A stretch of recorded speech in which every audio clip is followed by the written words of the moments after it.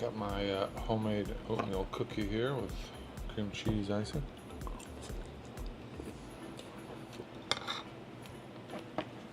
So, I did lose pretty big on Friday. I was in a double down overnight, and actually pre-market last night I was up $1,000. But then when I went to get out of the trade, there's some sort of screen popped up for like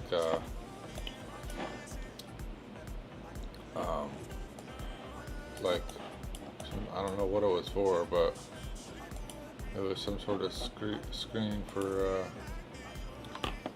authorization or something, and then totally screwed up my trade. I could have gotten out of there with profit, but then it retraced back down and ended up getting out for 700 and something.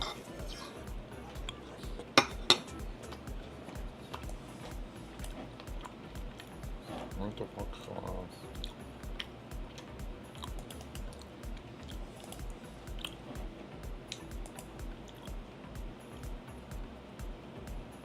Okay. There we go, pre-range. I'm below this level now. Kind of seems like we're at a pivot point on the higher time frame. And this is kind of a pullback. The gap down, we already retraced into it.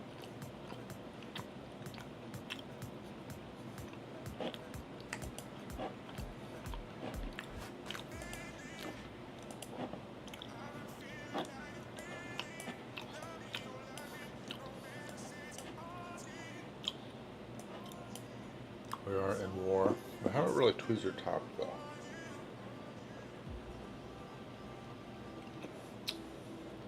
Make sure my hydrogen tablets dissolved last time I ate it.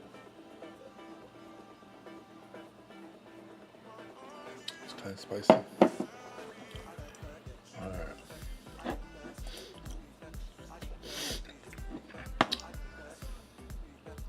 Cool. So we did wick up. This kind of seemed like we're going up a little bit more. Maybe to check out these highs. We got some momentum going up already.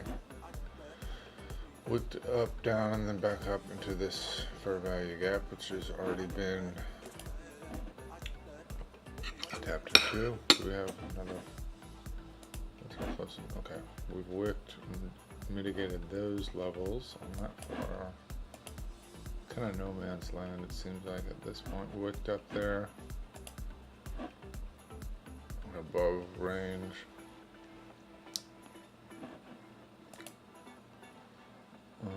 Two fair value gaps up there.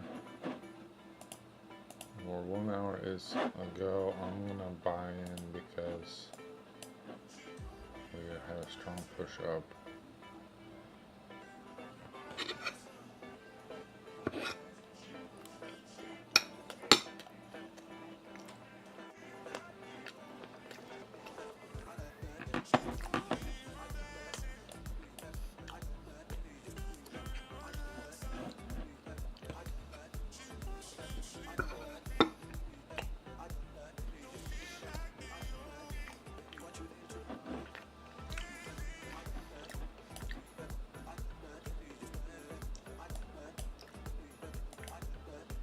Level down below this low here.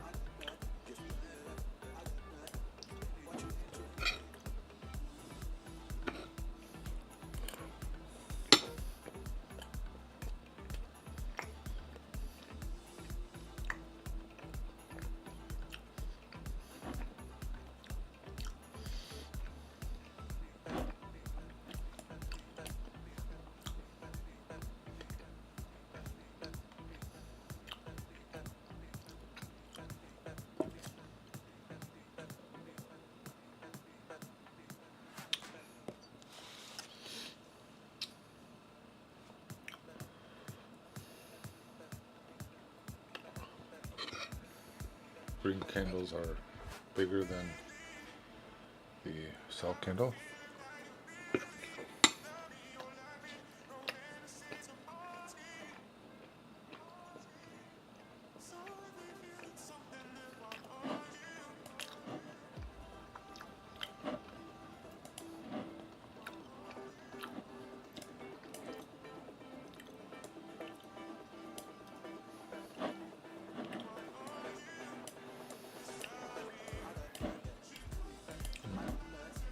start over.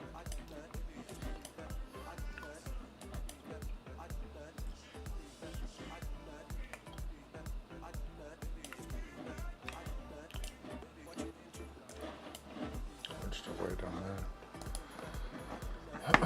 Daily, so that's there. 4 hours there.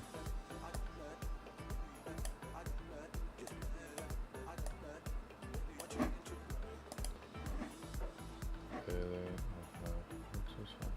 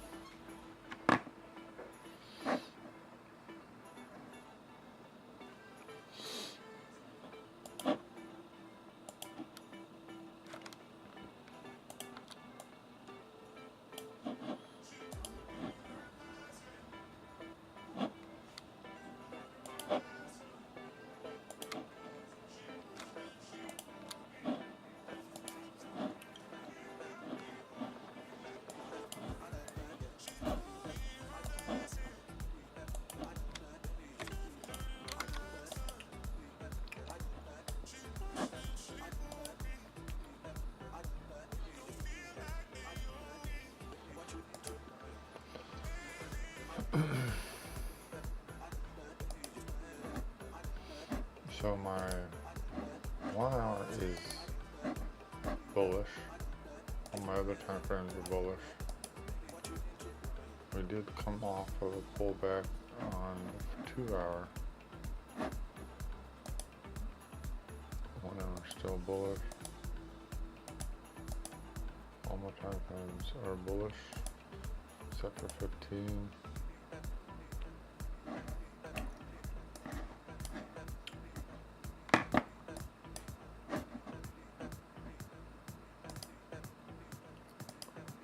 Okay, most of my time frames are bullish. First target is here for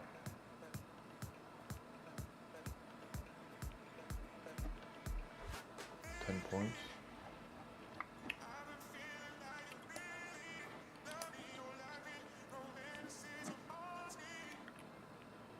We're going to set our first target here.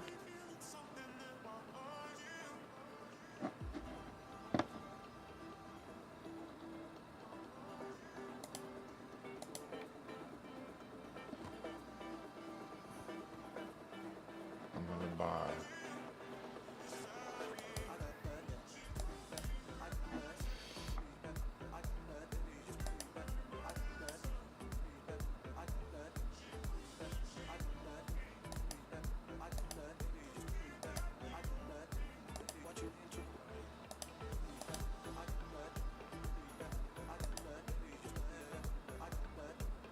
Okay.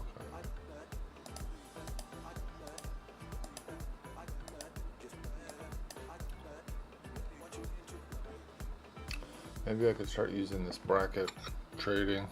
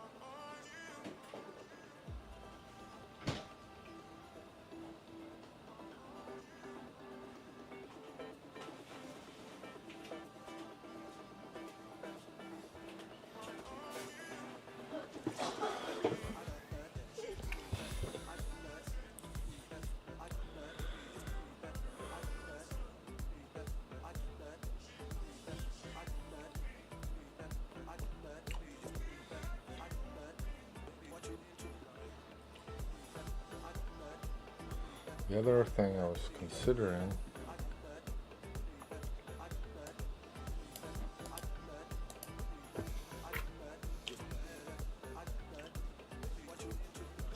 well, I think overall, good morning, baby. I need to be more strategic. Even now, I just kind of hopped in a trade, even though I looked at my overall bias. I could have probably got back in on a retrace, but I need to. I don't know what I need to. Let's see. What's my level again? Should this be my level? 8.6. Just below.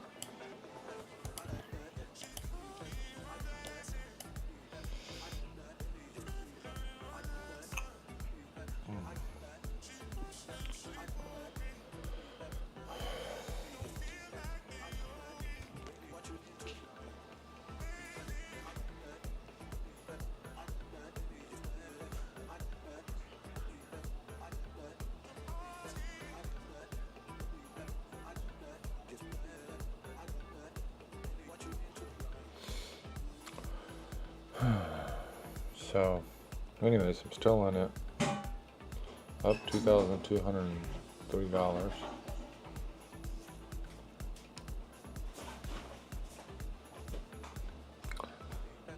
About 17 minutes till market opens.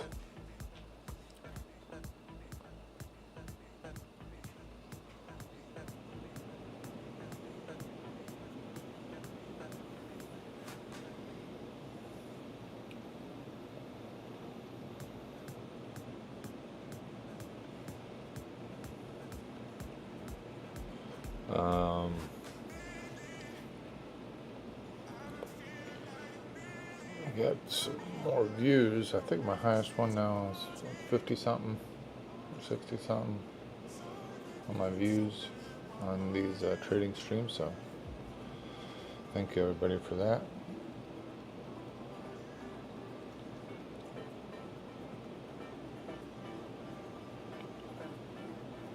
Let me see what the market's gonna do. It's probably gonna go down because the war news.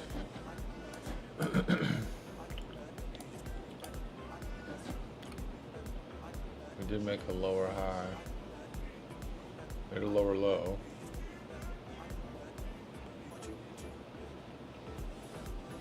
But I am still for this month just seeing how the double down goes. But to really test the double down, I need to also be making just smart decisions and smart entries, because that's how I want to use it how I'd really use it. But when I do find myself in there, I want to lean into it. But I think the big thing I realized is I could have gotten out of the previous double down trade with a small loss on a couple occasions, if not break even or with minimal profit. So I need to also get out of it when I got a first chance. And if I miss that chance, I need to set a stop loss or something.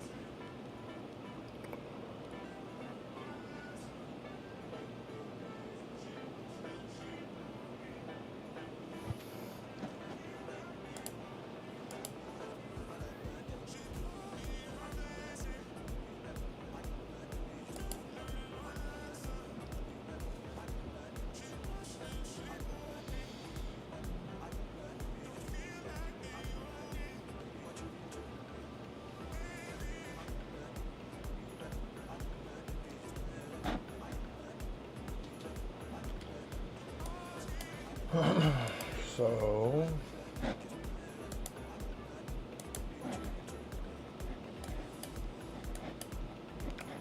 I think technically with the strategy, I need to wait till it gets closer to this disrespect level.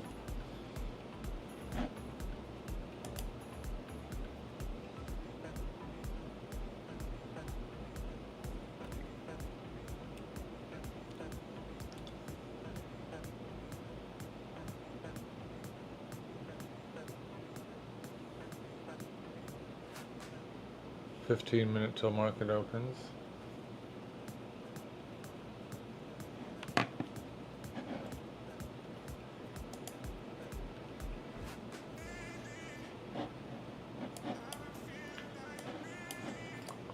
A lot of draws on liquidity at this level here.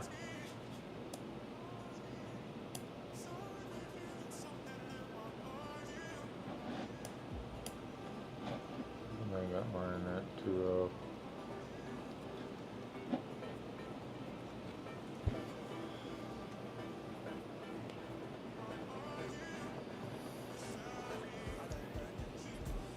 But I think, choosing to always double down so far, so maybe now I can implement an exit strategy. Because, well, the most I think I was down in the Friday's trade was 2,000 something, which is a lot. But I did come back a little bit and actually could have been a profit had I not screwed myself over, user error or whatever happened with the interface. Maybe they do it on purpose.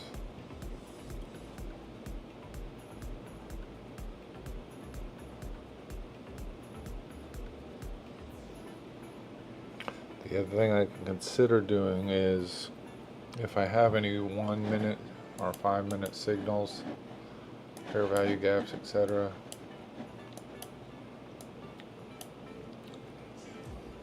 then I could consider getting in, or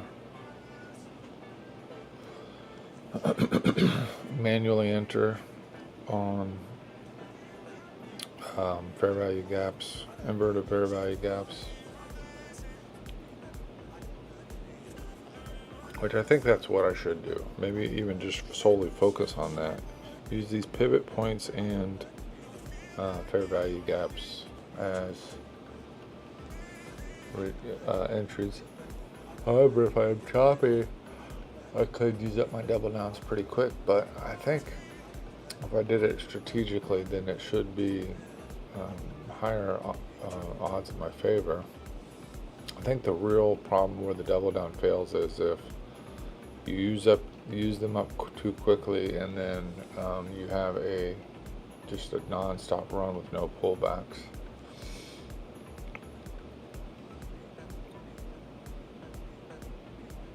So I think my other rule was with keep 15-point minimum entries. So right now I'm at 85, so this would be 15 points.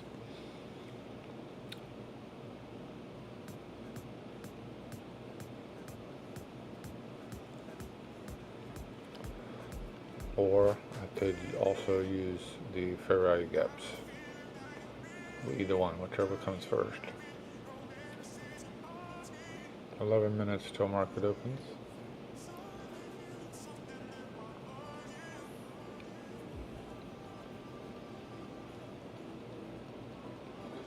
So we got quite a few fair value gaps on this run that have still been respected. I don't know that we've seen any made going down, which makes me think this is a pullback.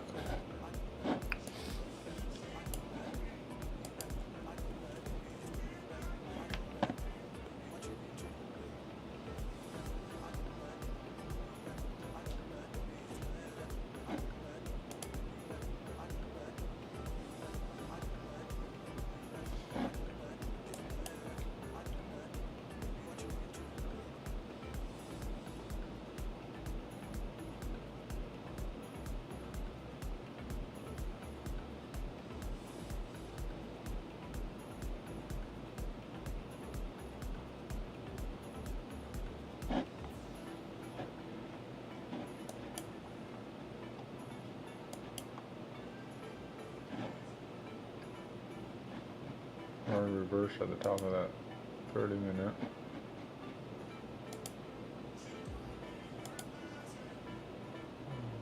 The 1 hour still yellow.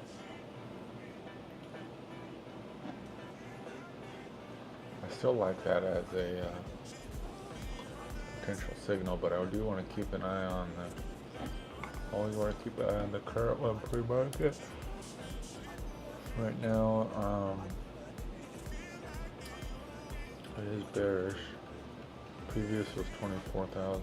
We're at 8,000 now. We've got a lot of time left on this candle, but however, I haven't closed yet.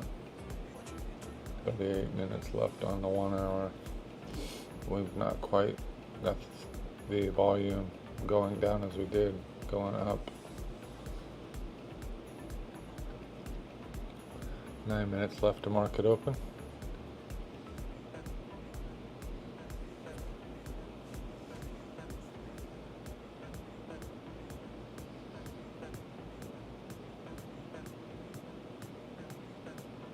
RSI's on the sell side.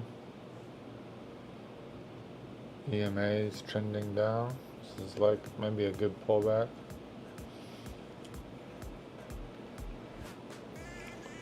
I'm gonna look for that fair value gap.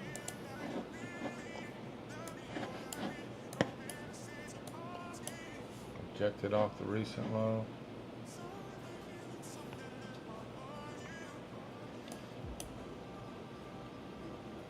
I need to wait for it to confirm.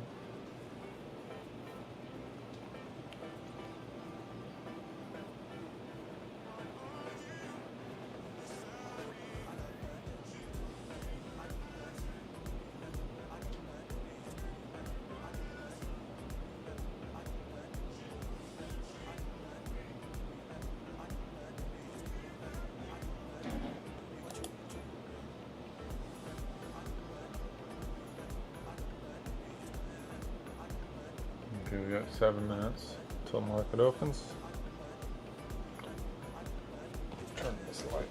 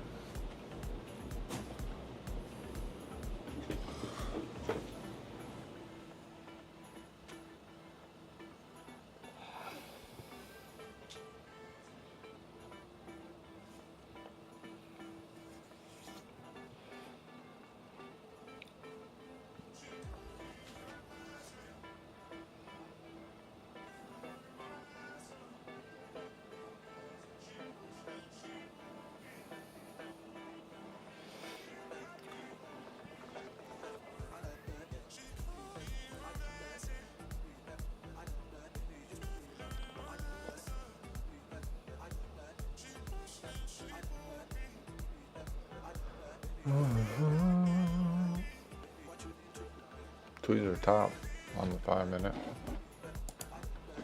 Big wick down on the 15. Big wick down on the 30. Tweezer top. Kind of a consolidation. 45. 90 minute big wick up, but a candle going down. Getting close to our disrespect level here on 45 on the 90 minute rather.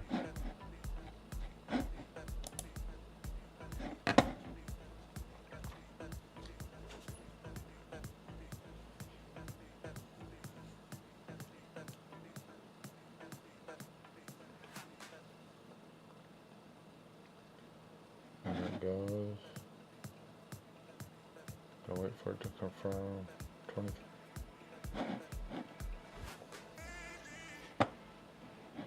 Look down.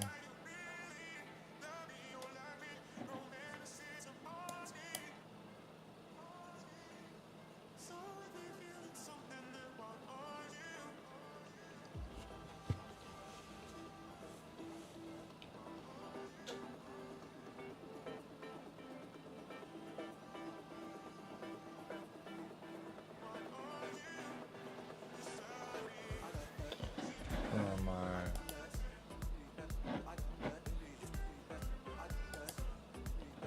Progression.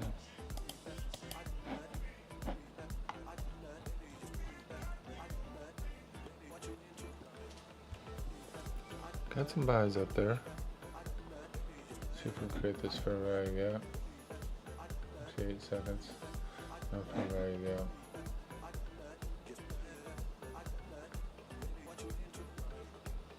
A 1 hour and a 2 hour was now switched.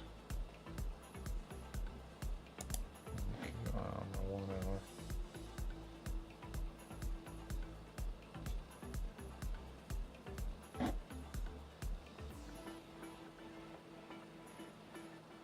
This could be a setup for,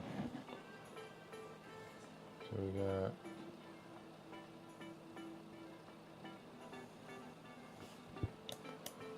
whatever breaks out maybe of this range.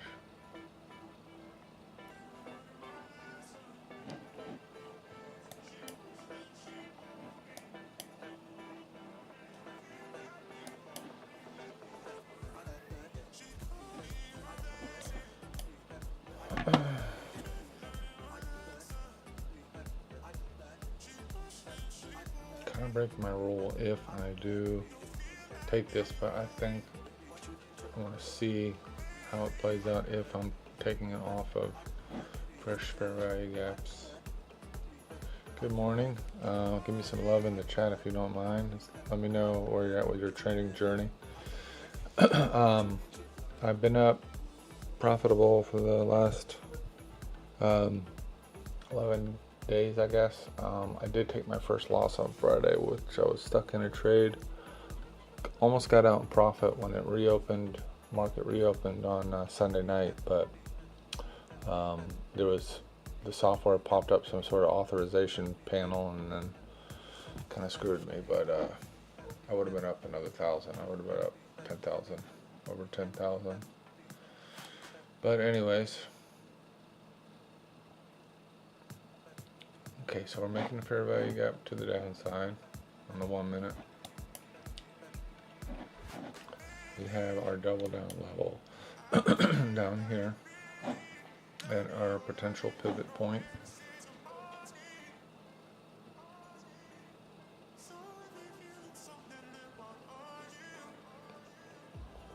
Two minutes till market opens.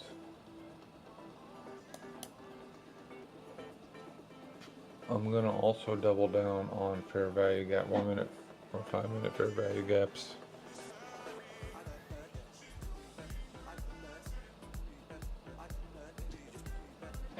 Got my signals, 1 hour, looking pretty strong here. Got 30 minutes left in it and we're not quite halfway to the previous volume, so well, it depends on which way the candle wants to go once market opens, but we're hoping it's going to continue up. If I make a fair value gap going up, then I am going to double down and then what they call dynamic easing. Once I double down here, if I double down, then I'll get out of one and profit up here.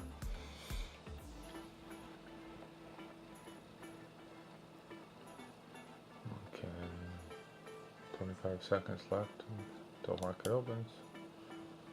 See what's going to happen here.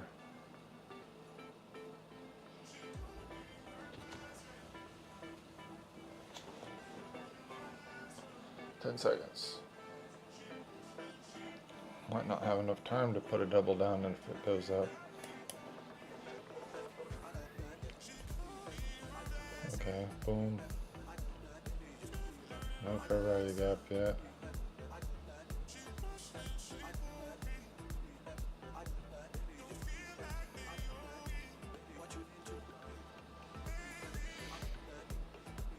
Got a lot of buys. Yep, I don't think I'll be able to put in a fair value gap because we'll already be in profit.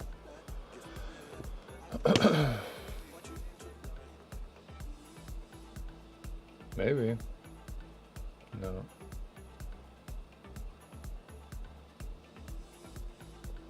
RSI is starting to push up a little bit.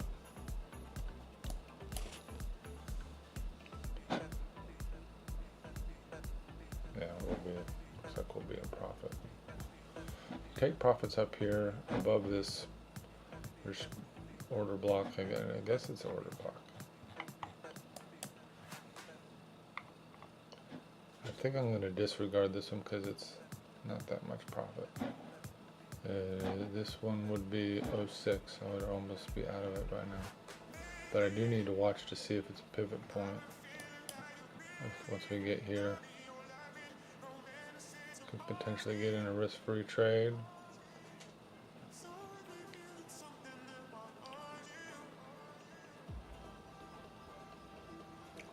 Kind of tweezer topping here. Still got a double down and down here.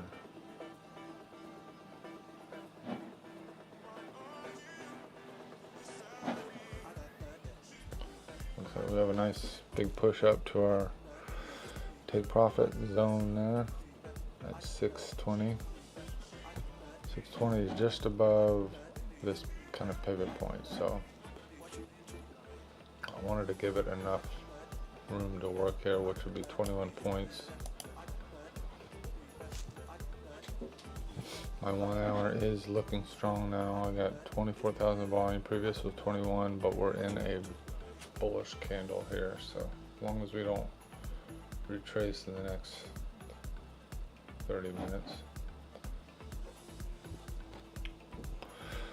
I want to see if I could get out of this hole that I got myself in from the previous day.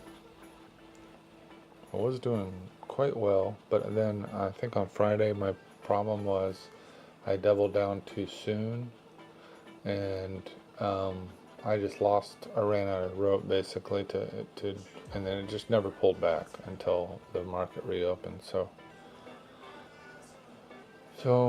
anyways, now the other thing I want to maybe start doing, like this is wicking down quite a bit. Is it wicking? Is it gonna reverse on us? We'll see. Might get into a risk-free.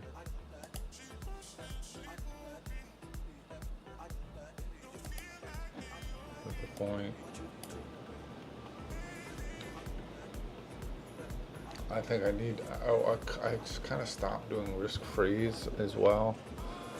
So maybe I need to start implementing the risk-free more as well.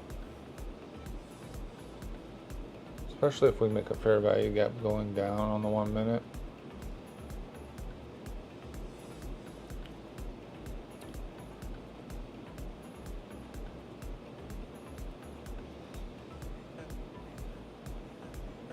Overall, a lot of my signals are saying buy.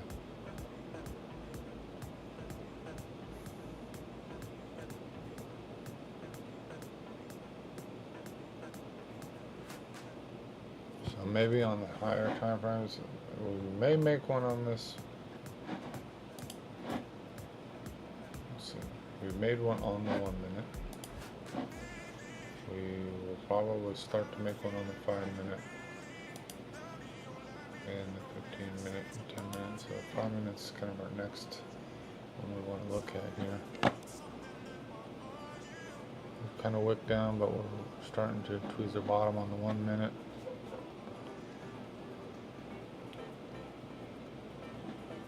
Tweezer bottom is when you basically have equal reversal to the previous candle, or tweezer top if it's up. Okay, 12 seconds to make a fair value gap here on the 5 minute to start to make one. I still got 5 minutes for it to close, but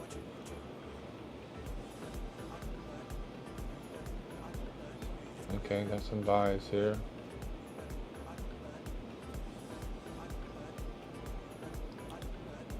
Not seeing any pushback on this aggressive sells. These little bubbles are an indicator I made that basically filter aggressive buys or sells, and depending on the filter level, it'll create small, medium, I guess 4 sizes of these bubbles here. And these are like when aggressive orders come in at any given time at that spot. A TradingView I think is limited to the kind of data that it receives, but based on volume spikes, it'll place it wherever the spike ends. So it's not as accurate as like some of these order flow services and stuff, but I think it does give you a little bit of context, especially if you look on lower time frame.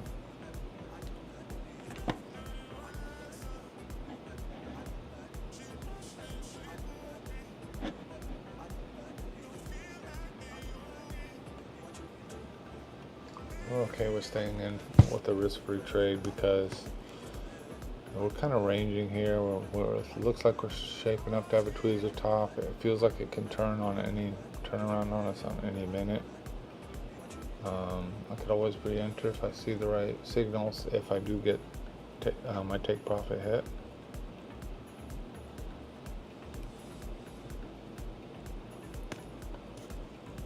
So 3 minutes left on this candle.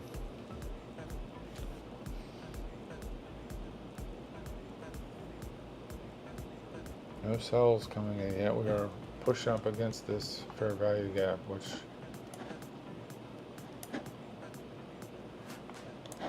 has already been mitigated a little bit. So we do got some encouragement that price will go up, but it's flirting. We will take a little bit of profit if we do hit it, but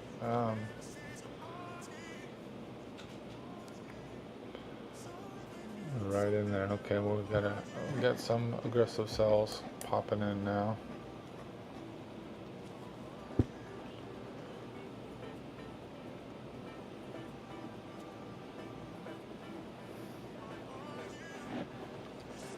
For 20 points, we kind of got equal lows here. If I see a fair value gap being made, I'll probably manually get out. That's another way I could approach it. If it doesn't already take profit.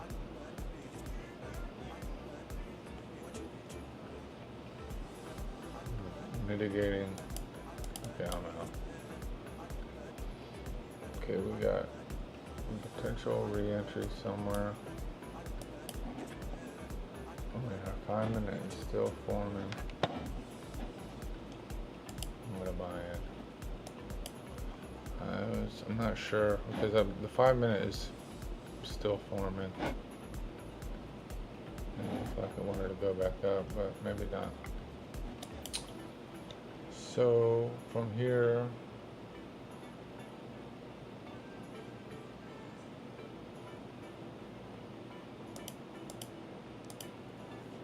double down there.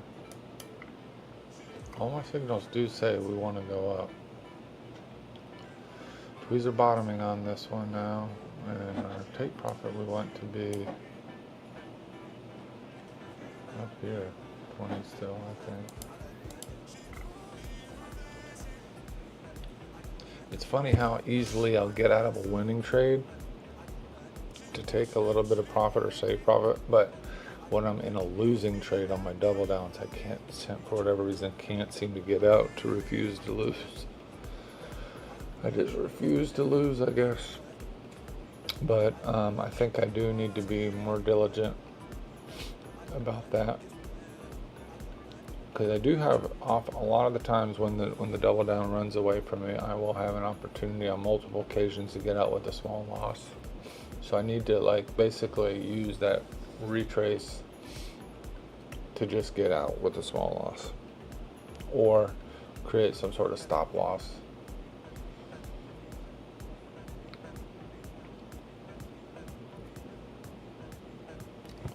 Okay, seeing this, I maybe should have stayed out because of this aggressive sell, and we did have some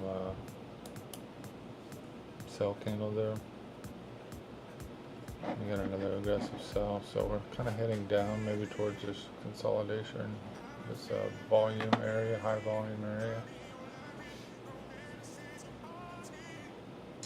RSI has been nosediving. We kind of did make our way back up, then it came back down. So we're coming down.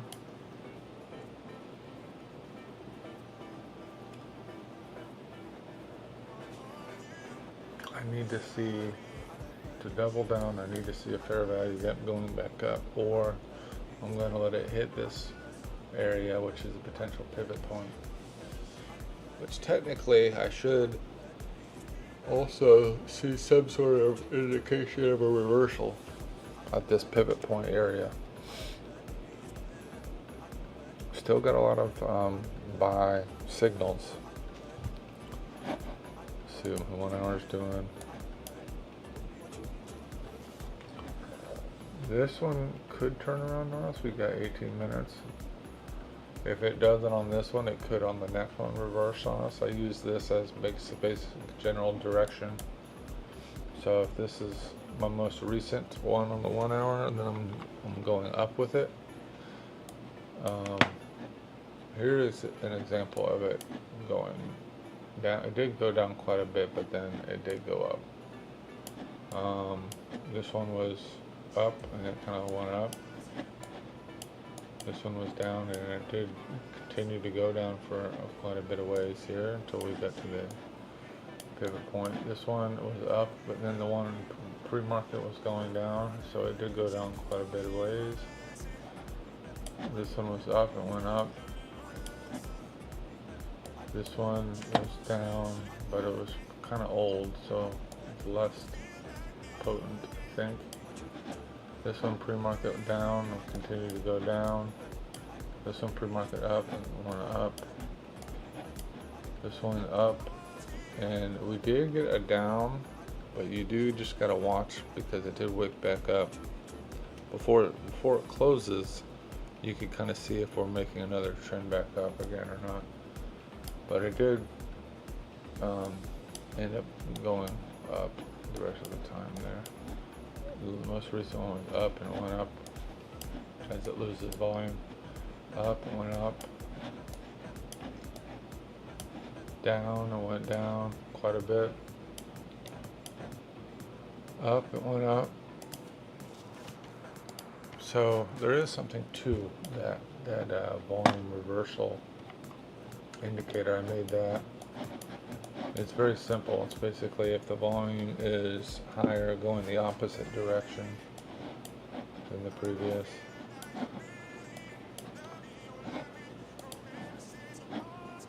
There's some buys coming back in maybe.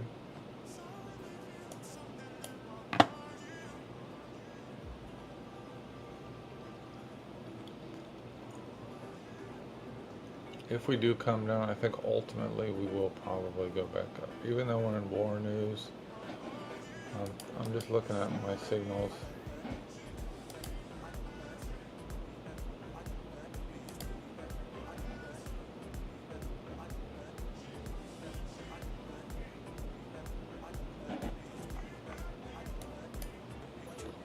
Now again, I will manually re-enter if I see fair value gap going up, but we're still flirting around this take profit line anyways. That's why I've said on my double down it's like a minimum of 15 points.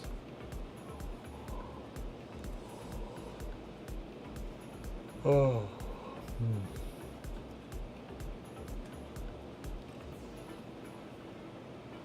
Okay, we've had a reversal candle on the 1 minute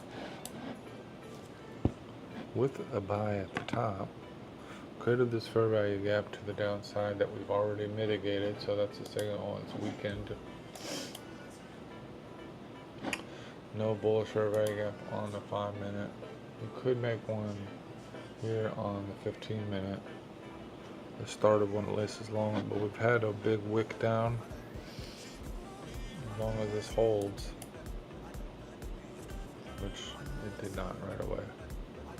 Here's the top, we're going down. Okay, so we're gonna go down, and then we will double down once price, if it gets down there, or if we see it reverse on us. Now when you double down, it'll take this profit line, and so if it doubles on here, then my profit line will be here. So if we make a big move down at some point, hopefully it'll retrace and go back up, especially if our bias is in a bullish bias. Does it make sense?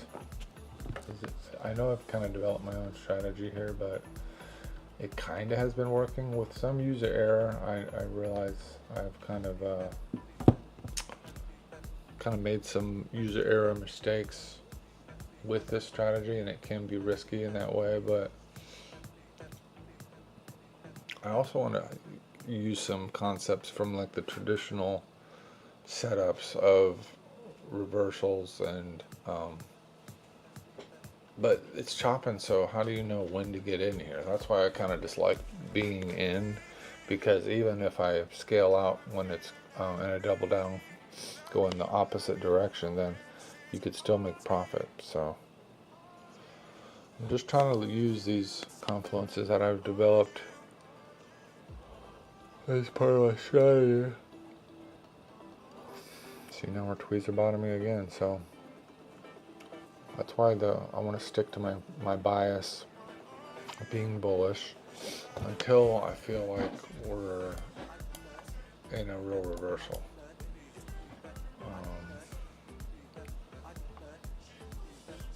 I feel like the volume does tell a lot of the story, and that's the thing on Friday. I did not see any really reversal in volume, so I got no pullback. But here we're kind of seeing a mixed bag. That's why it's kind of choppy, I think. Now our EMA is kind of trending up. We have a higher high, higher low on our EMA. So I think now this is the time where it might want to go up from here. It could just be very choppy today too. But either way, I'm hoping to get some profit. The double down Martindale strategy works, I think, best in a choppy market.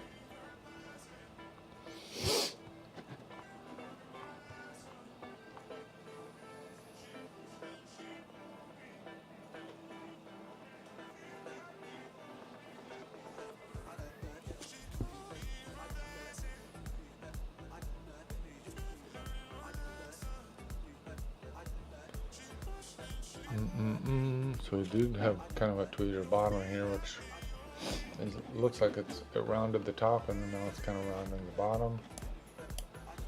We've already disrespected this. All we really need to do is break this level here.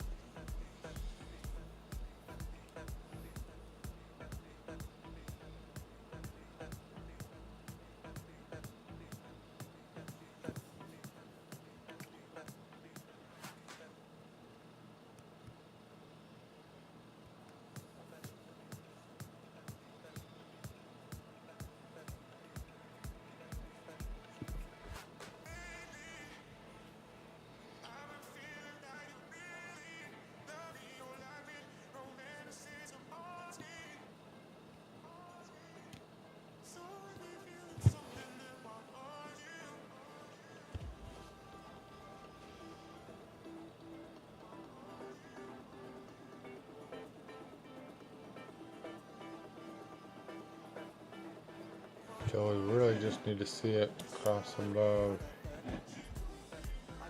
this candle level, this high candle here, right above. Basically, if it breaks into profit again, it looks like it will probably go up.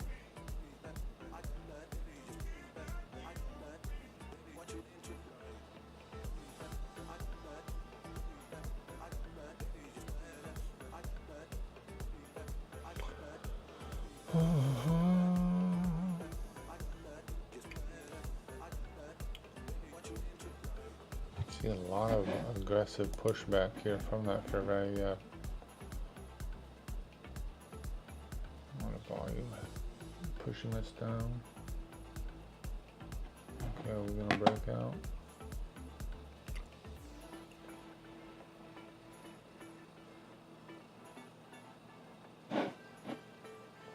So on the 5-minute, if we see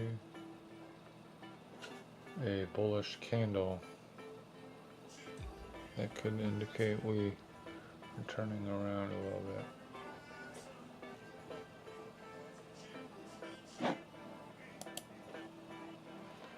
Counter tweezer topping. But we do have that aggressive push up.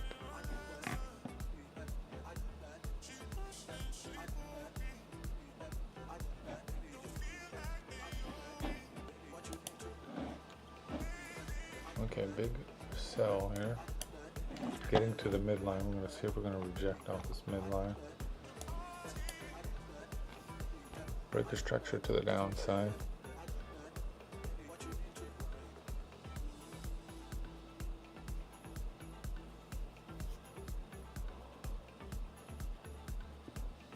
Big push now. Oh, down $60.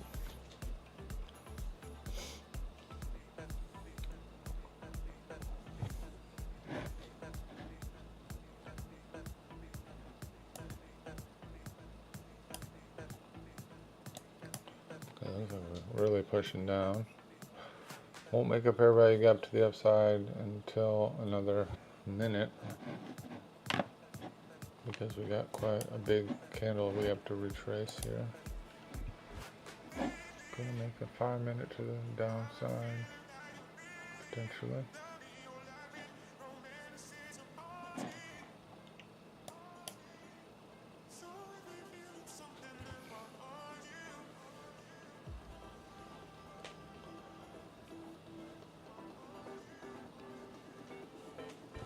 Whew.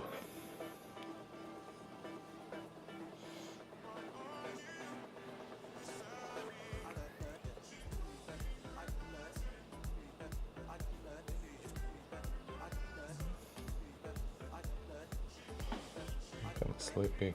Okay, tweezer bottom.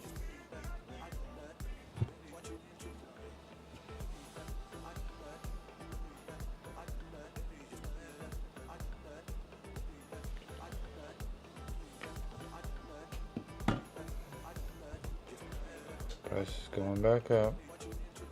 We got more volume going down on this candle.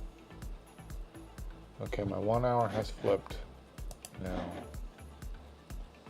Still in a bullish trend overall on the higher time frames.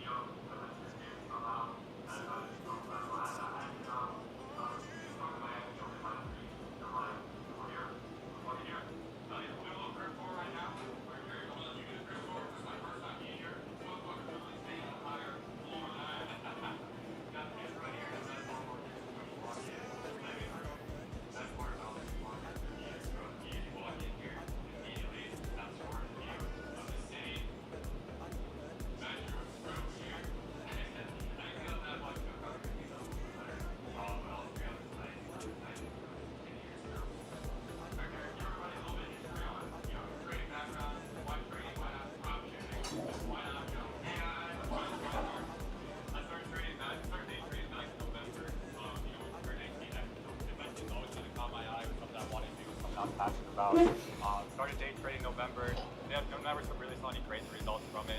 And then, about a few months into it, I found 8 a.m. Orbit trading that for a few months consistently now. And that's been my best been trading so far. 8 a.m. Orbit's got me right. So. Okay, and why trading? Why not any other side hustle? Why not drop shipping? You know, I have tried my fair share of other stuff. You know, I've started a couple businesses. I've done, you know, like videography. I've done a couple of things like that. But this trading kind of, it's interesting to most, you know, the markets and everything. And where's Darius in 2 years? Where do you want to be 2 years from now? Right here on his Miami balcony. Look, here we go. Yeah, he's got his nice bar downstairs. Yeah. And what do you think? Like, what do you think the main thing is that's gonna get you from where you're at now to that Miami spot? Like, what do you got to work on? What do you got to improve? Staying consistent. You know, I feel like right now I'm in a really good spot. I kind of have a good area where I'm at. I just got to stay consistent with what I'm doing and let the results come. What's been the worst part of your career so far? Probably trying to rush results. Being patient, trying to force this lifestyle. You told me that like we were talking to Juju, and I said when you first started trading, you made some money and it fucked you up. Yeah. Talk about that. Yeah. When you first started trading, one of the worst things you do when you first started trading is actually make money. Exactly. Right.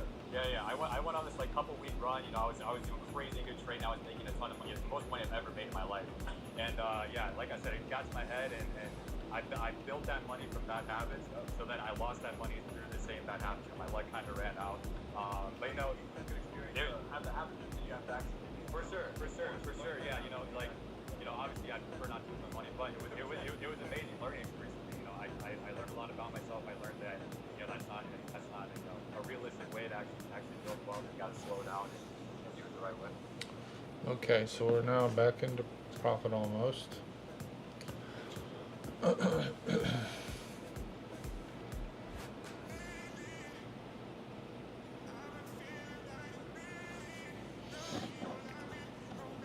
This high is our next level. If it breaks that, we are getting on our way.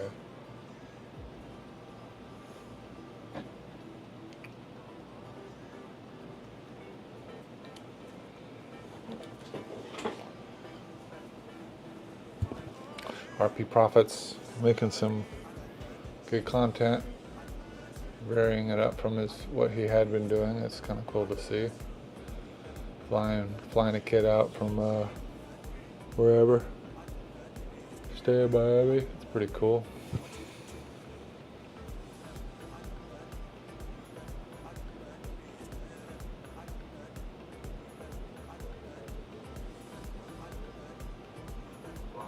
Flying a kid out wherever.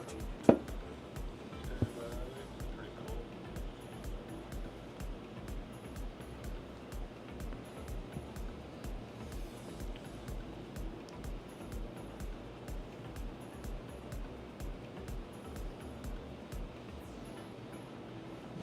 That was all.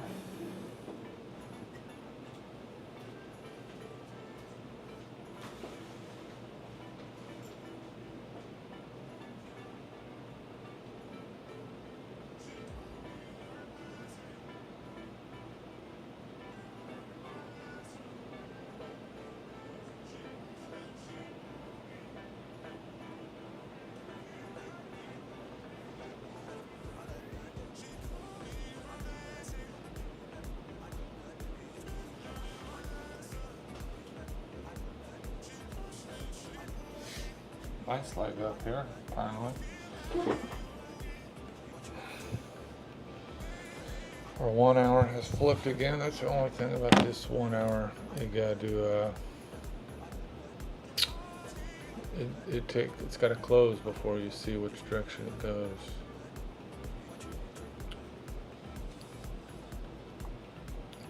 Let's see if this continues up. We've kind of crossed over this one line, so we could kind of keep our eye. We've already got a 1 minute potentially closing above with some momentum on the volume here. We've got 8 seconds. As long as it doesn't close below that, we're kind of respecting that direction. And let's look on the 5 minute. So if this closes above on the 5 minute, you could see a continuation.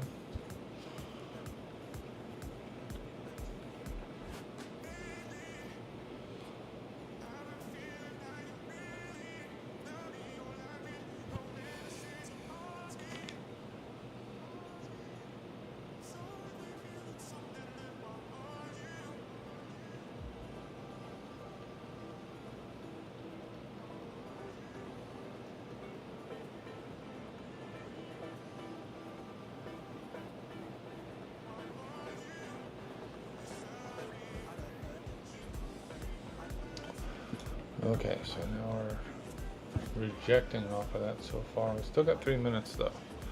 We've not solidified this 5-minute fair value gap. Let's see if we're inverting any other fair value. We did create a bearish fair value gap so far, but let's see if that holds.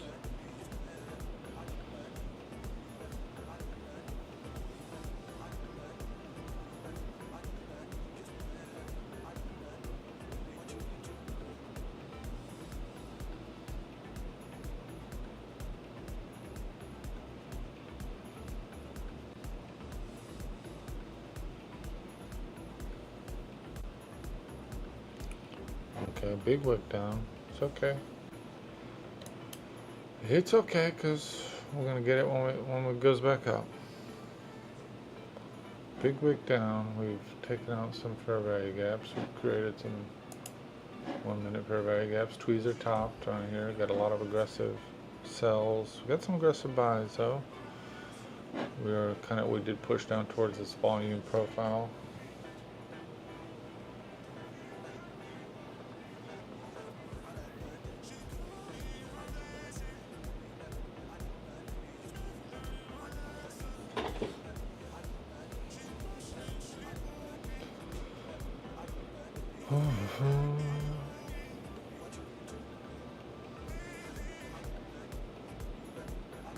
Now we're still bullish on a 1-hour candle here.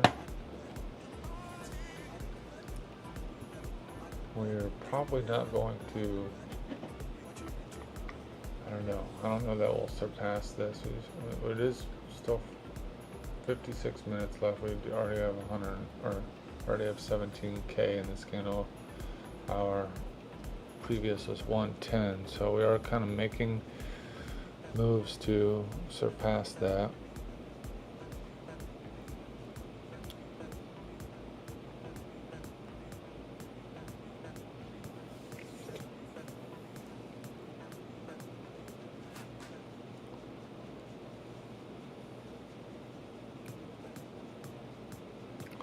Again, though, we will double down if the opportunity presents itself.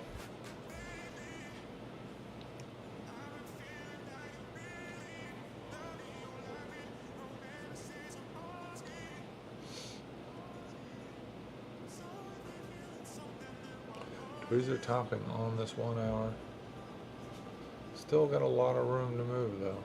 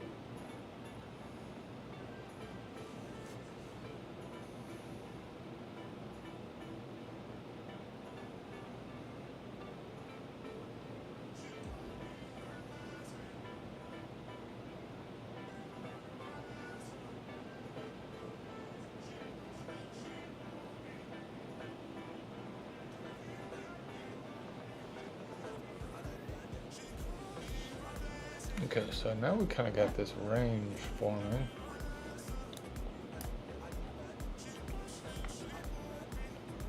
We got a few touch points.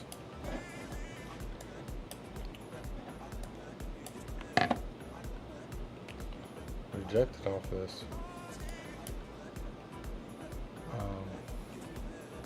midline here. Did we do, how many points did we do? 93, 15 points. Fair value gap's going down.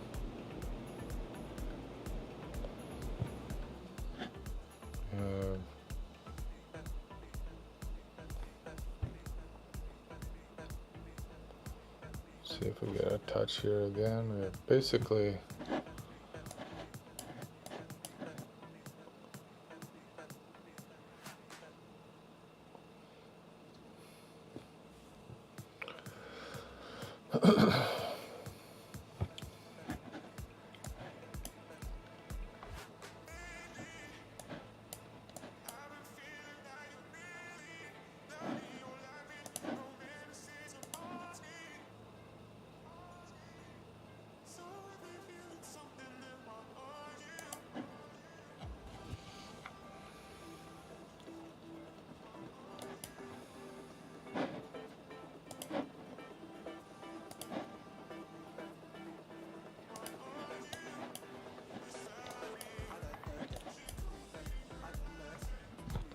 a lot of aggressive sells.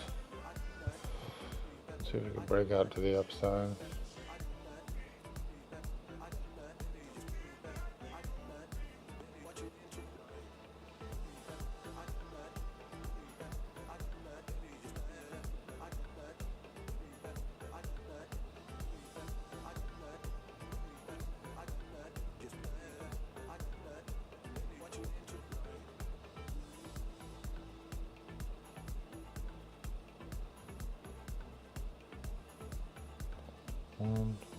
So, see, I'm trying to figure out how much delay there is on this. So, 1, 2, 3, 4, 5, 6, 7, 8, 9, 10, 11, 12, 13, 14, 15, 16, 17 seconds delay. Okay, starting to break out.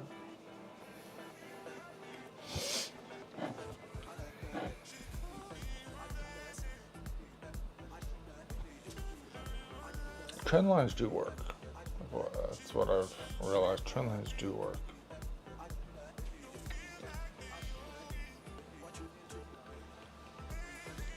Trend lines do work.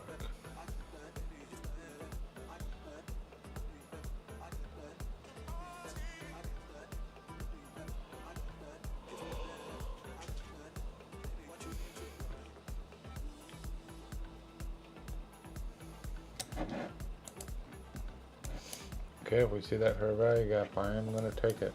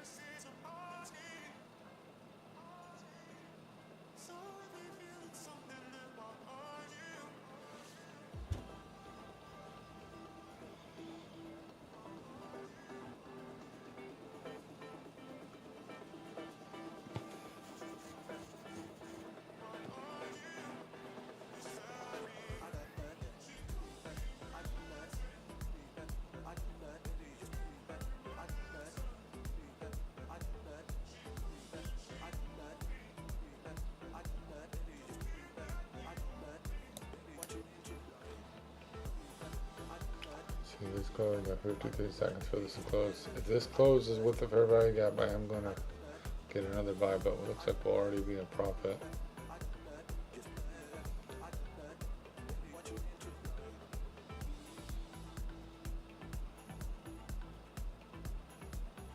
Seconds.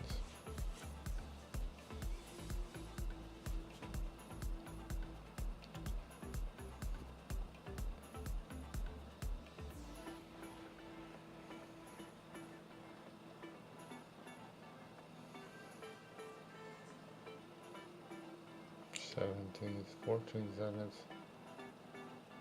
12. 8.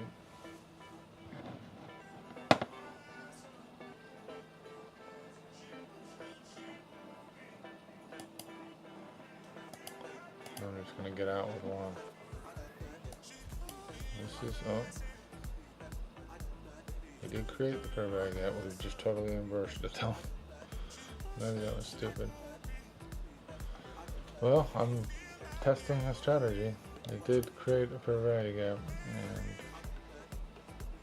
I'm only trying to get a point here, 2 points. So now I'm in 2 contracts, basically with no real gain at the level there. And we'll double down again. I did see that, so that maybe that's a signal of like what's to come, but I am going to get out of it with a little bit of a profit, because I do want to work this range here.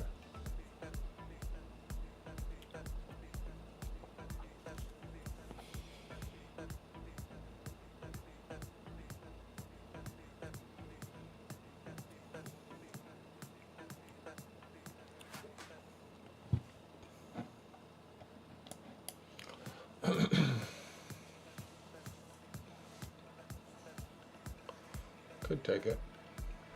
I think that was just a little bit of a pullback before we continue up.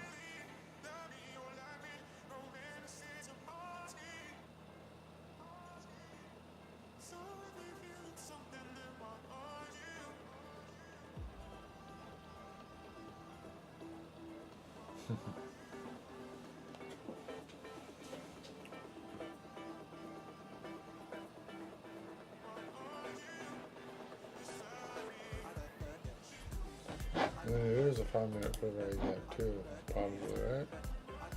1 minute. It's kind of looking down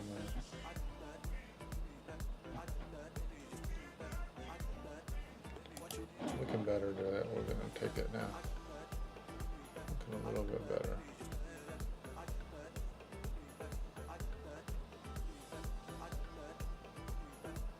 I'm going for 2 points instead of 1 point like I normally do. I would have already been out of it with the point.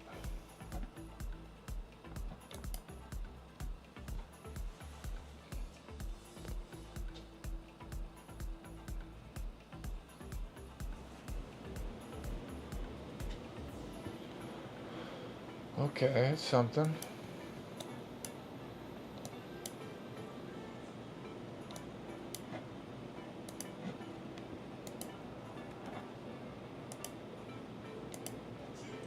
$602, so I need to be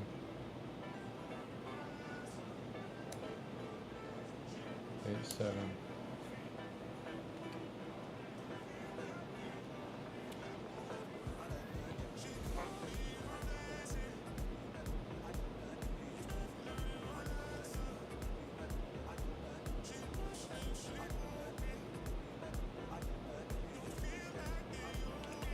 Okay, we've inverted that fair value gap. We've created fair value gaps.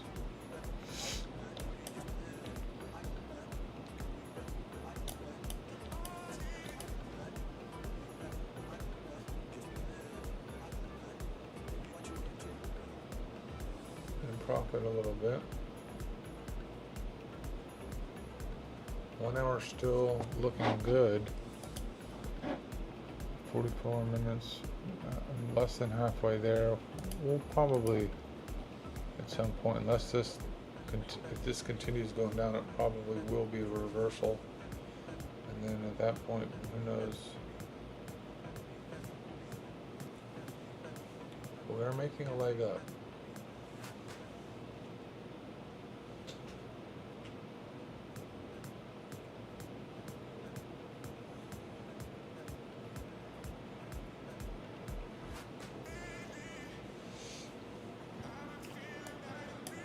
So far off opening range, the midline, 9.3, 5.3. We're not even moved 20 points over the day. I have made profit though so far. How much profit have I made today? Oh, look at that. I'm not, okay. So now I want to get out with 1 point here.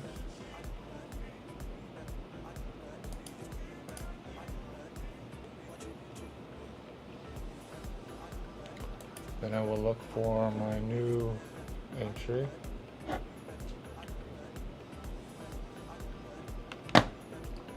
Nine four. So I need to do Ada.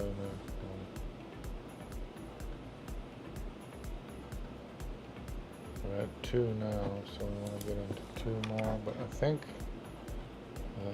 that pivot line could be news. 9 4 7 9. Let's see what's going on in the news.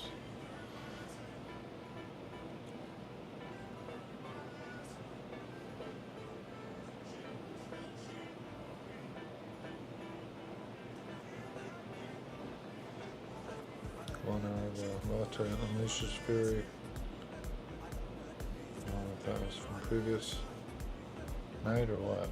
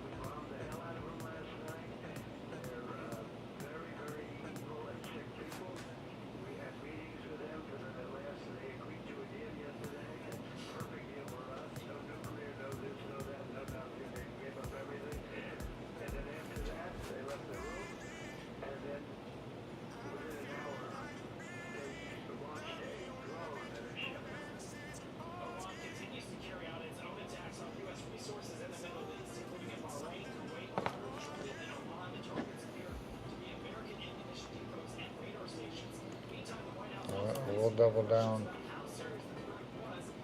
if you make a paradigm gap.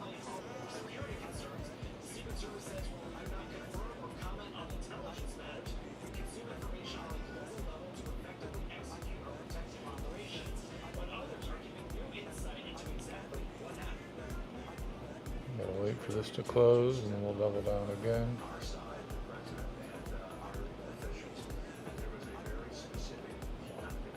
Doesn't go into profit already.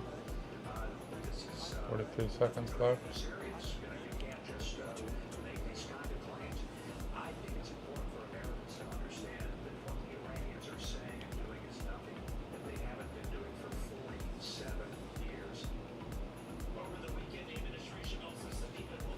Six. Okay, no fair value yet.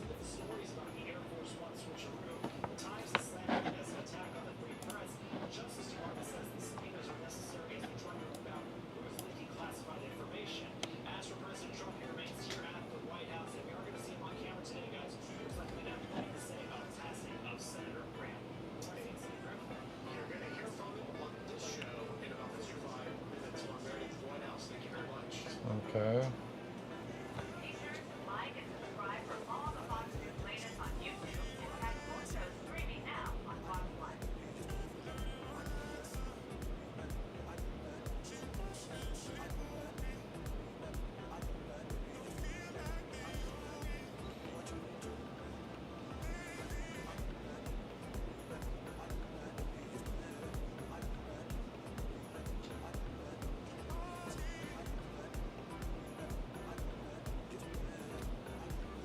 I didn't have a strong indication on which way I thought things might go this morning, and that's probably where I need to improve is hold out till I have a stronger indication.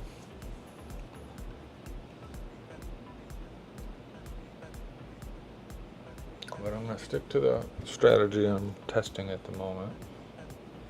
It is the double down strategy with the dynamic easing. it has been working to some degree. I am tweaking it now, which hopefully for the better, but maybe I'm tweaking it for the worse at this point. I'm already in 2 contracts, and I really should be getting out of contracts.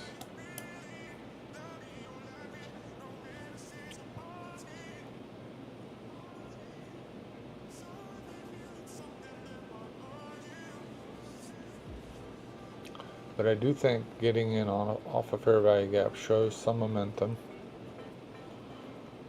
and overall like a direction that the market is pushing towards. On 1 minute says we're going down now. It's kind of like what happened on Friday, but now I'm in the right side of it. I'm not in the sell at this point.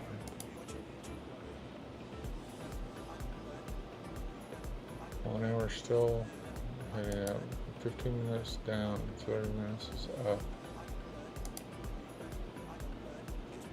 Everything else is looking up. 90 minutes up. Now this is, we're at 92. This will be a reversal candle at some point because we're at 95 volume and all we got to get to is 110.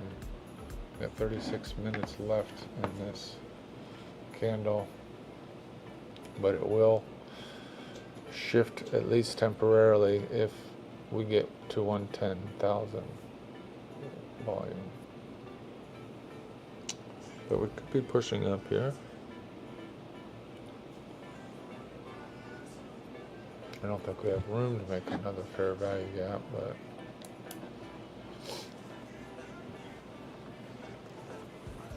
okay, looks like we're going to take that out hopefully, and we move up from here.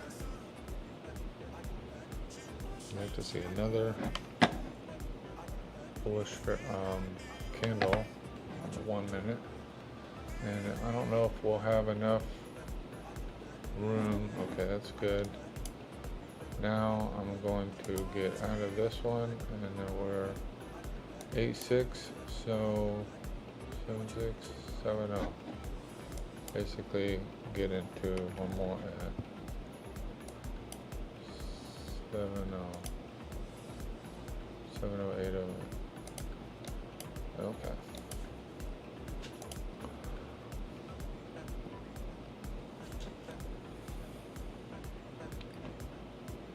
If we also create a fair value gap, I think we should put in a risk-free trade for a couple points, or maybe even at the bottom of this candle here for some profit, lock in some profit. After all this, it would be nice to lock in some profit.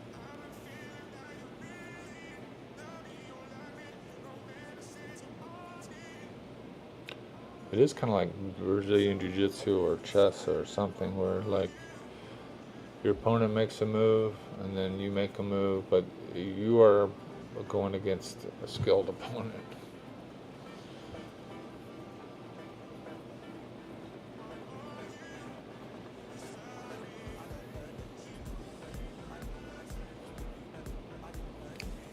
Now maybe if I get stopped out with this risk-free trade, I'm going to wait to see. We need to see a fair value gap. So go back on our, we do have one forming here, but if it does take out this, then it will have mitigated it or reversed it. We do seem to be pushing up pretty nicely now.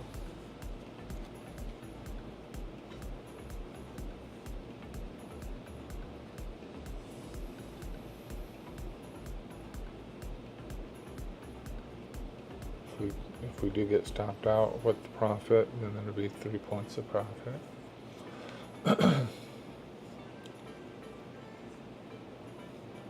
Trying to think how much profit I have. So 196 profitable trades today. How much lose? Oh, can't count the loses. With fees. Profit loss. trade, profitable trade.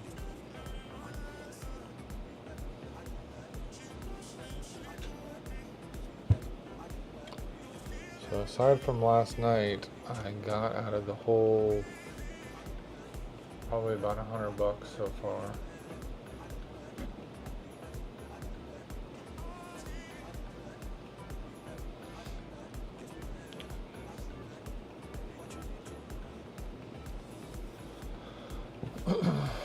What I do kind of like about my style that I'm developing is it can work in any time in any market, I think, for the most part.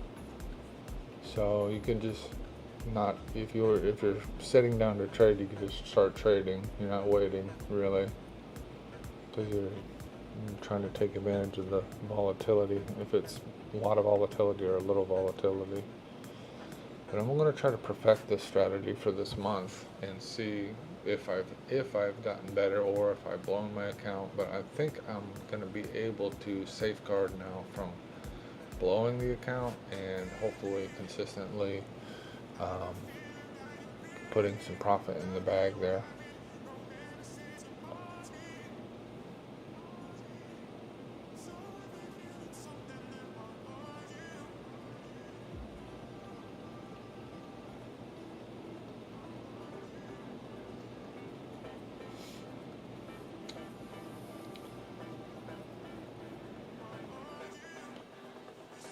So we got a fair value gap. We've not even mitigated it yet. We've got volume starting to push us up a little bit.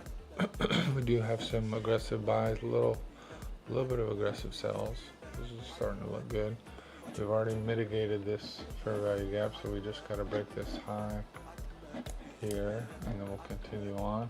We've already mitigated the next fair value gap, so we got the next pivot point. And then we just got one more to break through, and then we'll have changed the direction. I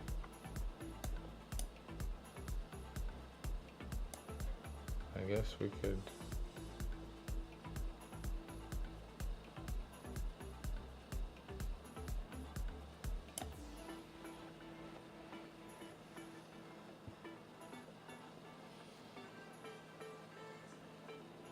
a little aggressive. Not really giving it room to work. But if it dips down lower, maybe I'll just get in for a better position. I'd like to see if okay, we did make one here. Let's see if it holds. Okay, this is looking pretty good.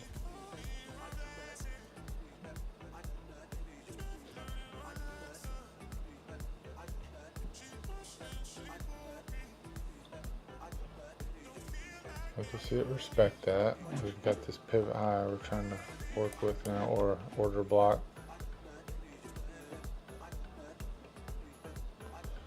We need to disrespect that to continue, which we've already tapped through it.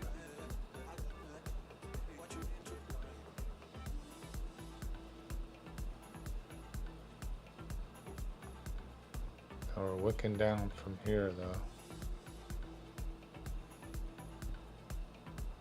Okay, inverse that, reversed it. I'm okay if we get out here. I'll be okay with that because we're seeing signs that we're kind of reversing here. I think that was a good move.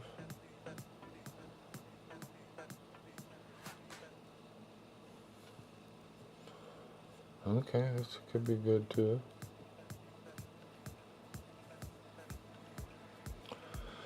Looks like we'll probably take out this, take profit though. And then we will look for, well, we do have a fair value gap down here. So if we just look to get maybe better position by a couple points.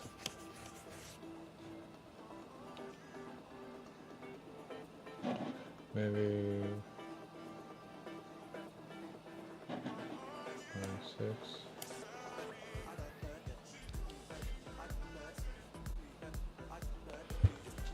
So we still got the fair value gap there.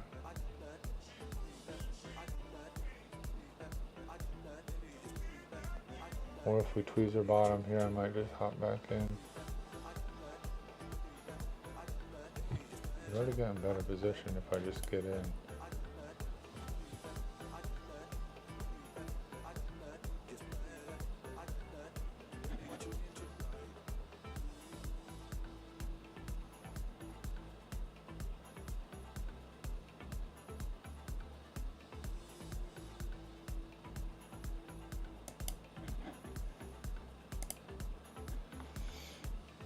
By a point maybe, if anything.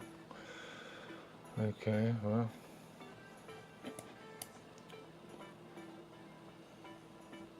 So now we are in a trade. 9.8 will get us down to 8, 7, 8, 7, 8, 8, 9, 7, 5.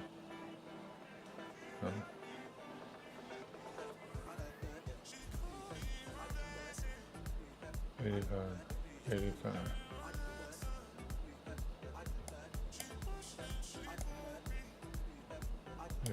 We'll get a double down here. Or if we get into drawdown and then we see a fair value gap go back up again.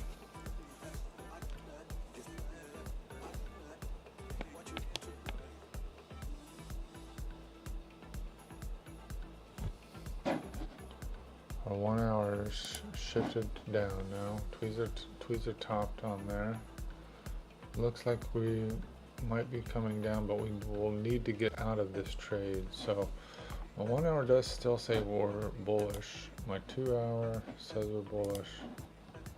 4 hours, everything's saying we're bullish. And we need to see what has priority, this tweezer top or our general market order flow. Lower highs, lower lows, lower highs. In a downtrend now. We have tweezer tops. We have a bearish reversal. Still 25 minutes left to go on it. We're at our market, like our consolidation range here.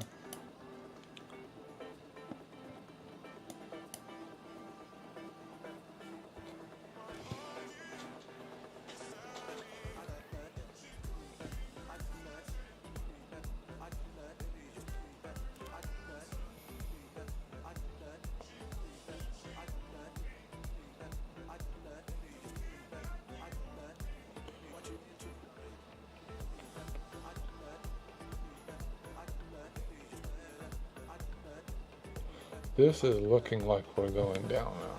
So we have two indicators, maybe, that we're going down.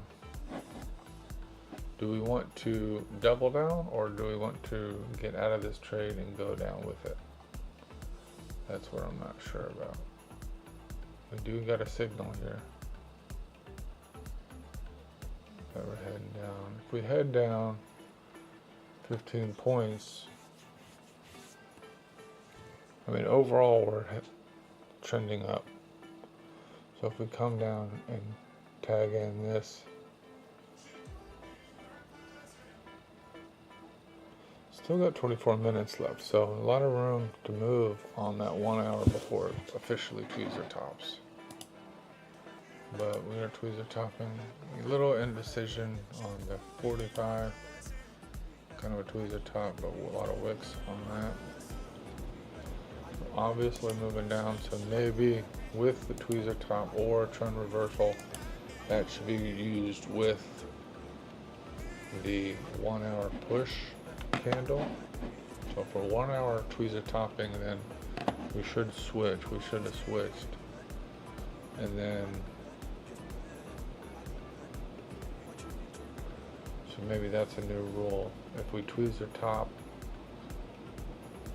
then we were close to getting close to profit. We could have gotten out of that, moved down a little bit.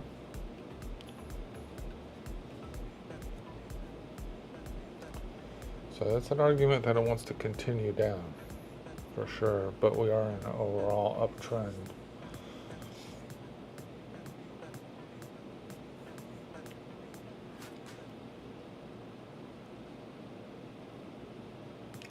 So we'll monitor this and keep that as a note for next time. If it tweezer tops, because now we're basically working to get out of this trade now.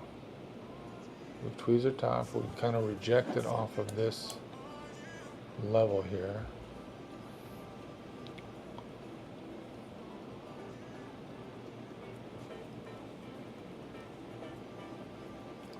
We basically disrespected the, yeah, we basically disrespected this midline unless it goes up from here on the 5 minute.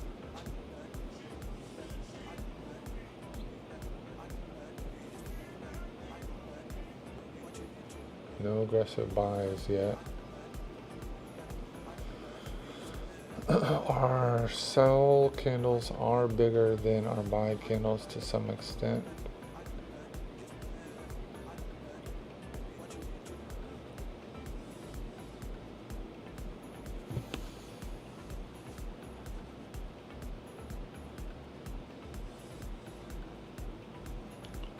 Creating fair value gaps to the downside on the 5 minutes.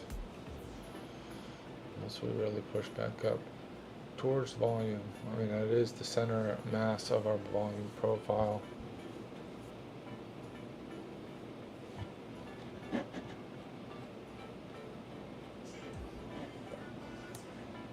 We did whip down quite a bit as well on the bottom. But we did break trend there.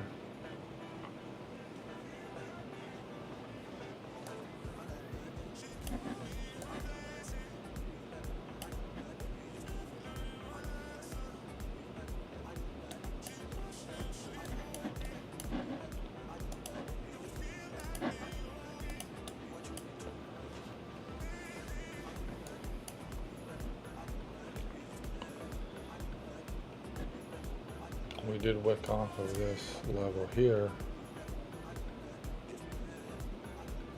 It's kind of currently where our pivot point is.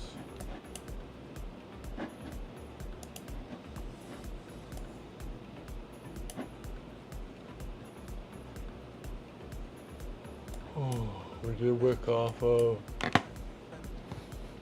basically rejected, did not go down to the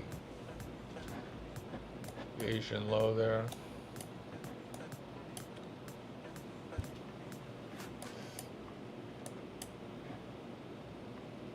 I don't think I really noted that we've rejected off of this level here twice. Did not pay real much attention to that, or this level here. So I think that needs to be part of my overall look at what's going on. Let me know what you're into with your trading. Apakabar if you're Indonesian. I've been doing like a double down strategy, which largely has been working for me. I did take kind of user error loss over the weekend with the trade I stayed in over the weekend. So I lost $800, but I've gotten out of the hole a little bit. So still waiting to see what the market wants to do. We're in a war, so you never know what could happen, but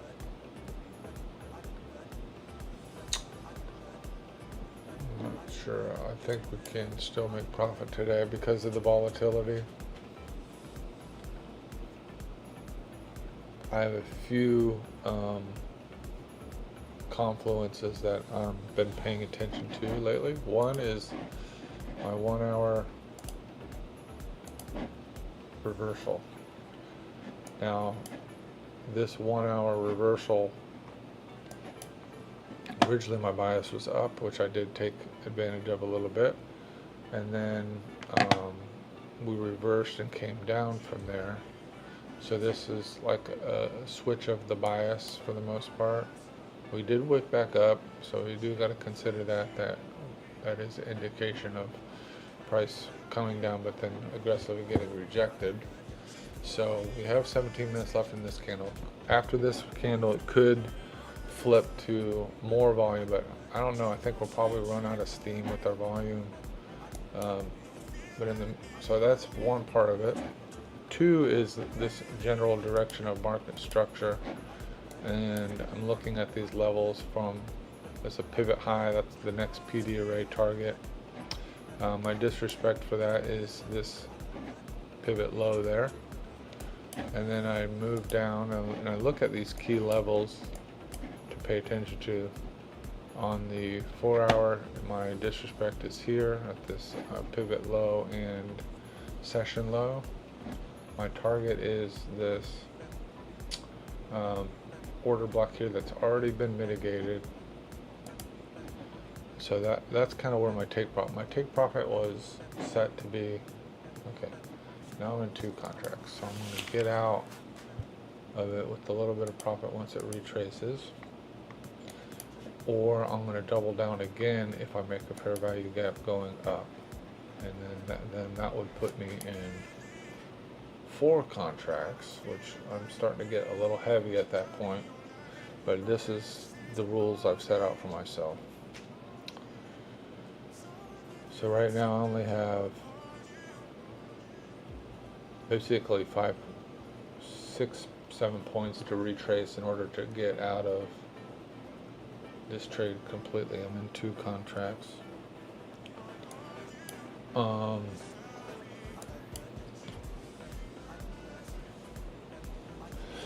I use trend lines, so obviously the overall larger trend lines are important, and then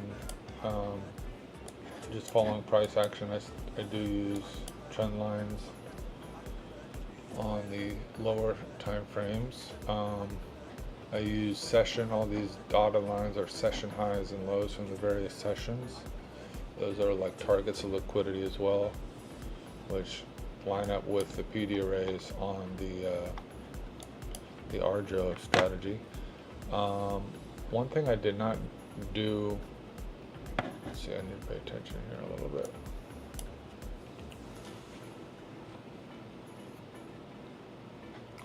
One thing I did not really pay attention to was rejecting off of this. I was so focused on, well, I need 20 points, I want 20 points in this trade, this is the target.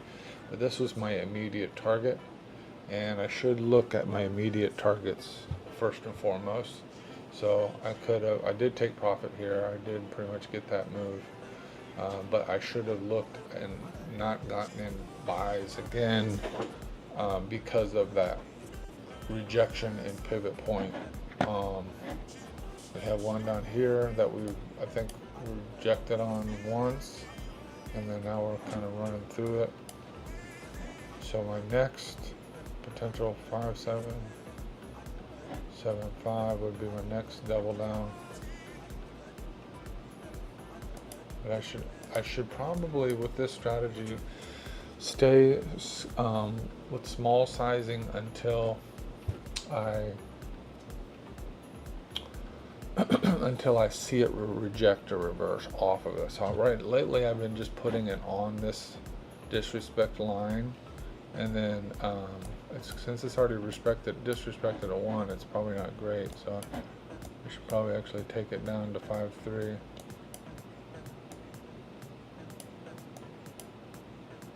I'm still in low contracts, so I should probably be waiting for it to disrespect those levels, or reverse off of or reject those levels,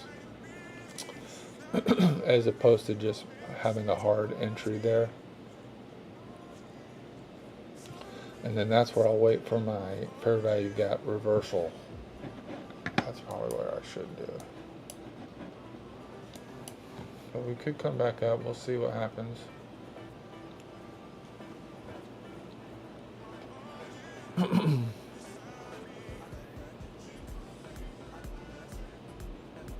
We are rejecting off of these levels here, that's good.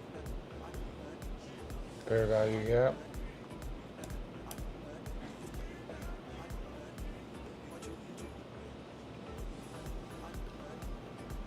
.47 seconds to make a fair value gap. probably shouldn't get into another trade, but I'm going to use that as, actually, it did kind of reject off of this level, so if it rejects and I get the fair value gap, then I should get in. Just as practice. That may be not the best way to go about it at this point, but we don't have a fair value gap anyway, so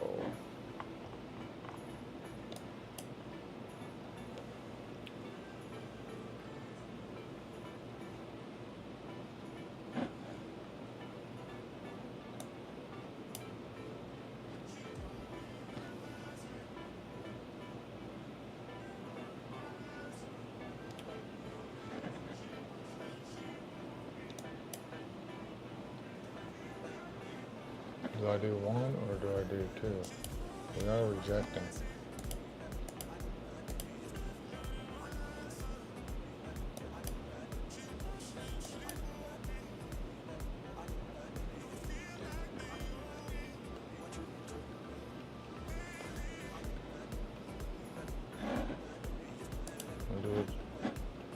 We do have, okay, well, we do have this though.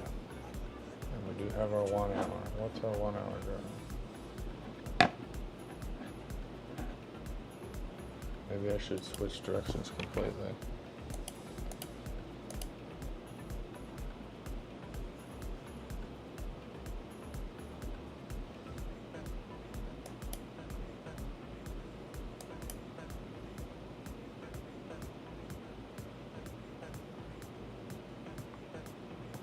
So now, because of the reversal and the pivot point, or the, let's see if it takes it. Don't tell me. Don't tell me.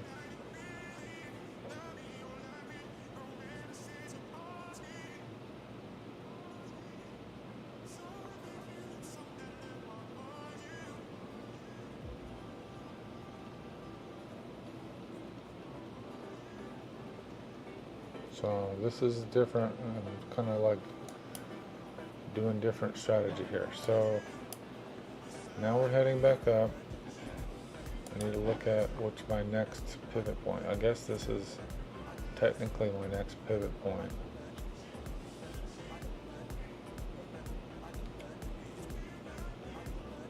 But we have this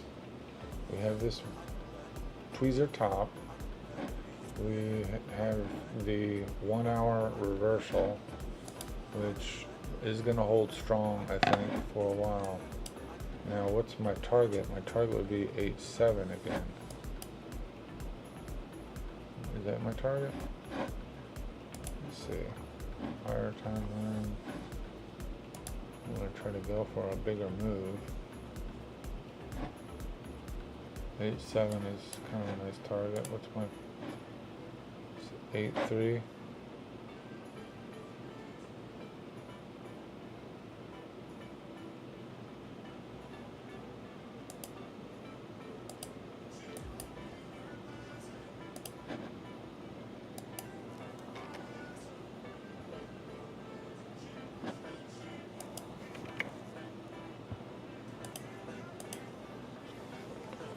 I'll reverse again off of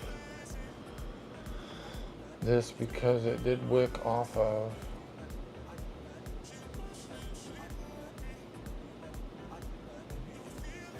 we are in a cell, tweezer top, wicking back up, but we still have the tweezer top. It is an 8-minute left on this, so I think it will continue down. But once we get to this level, I guess I need to wait to see.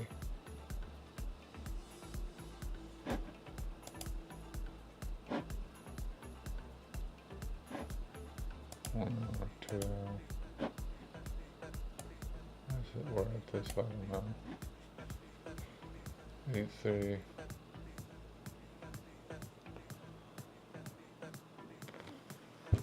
Now my double down is up here at 606.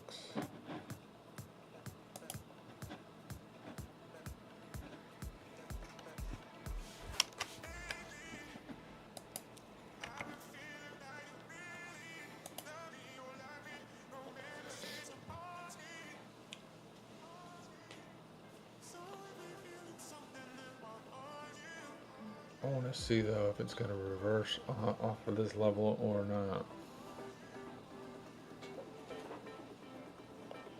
I'm in a sell trade here.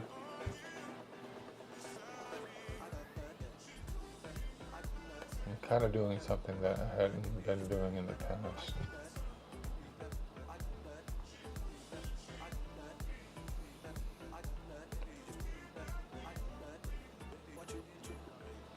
We do get the tweezer top. We do get the rejection off of this level. But we've also kind of got a rejection off of this level already.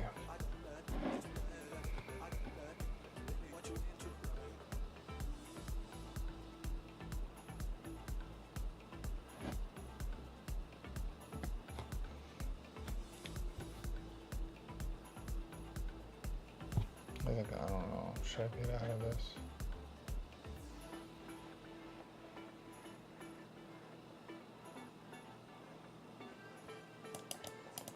I'm gonna get out of this. I'm not really sure. I'm losing perspective at this point.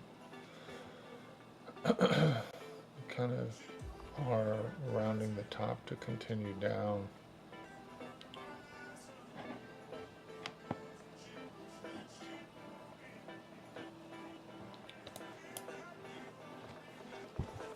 Gotten out of the hole a little bit. 80 bucks. So let me do a revaluation here. Weekly, obviously in an uptrend. Let me get rid of all this levels.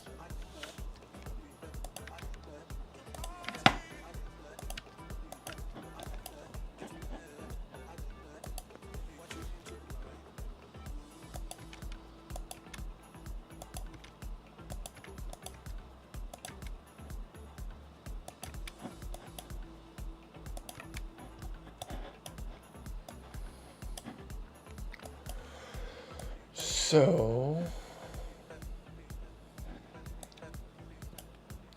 daily, looking like that. What do we see? Let me get rid of these. These are kind of outdated too. So, I'll turn on my session.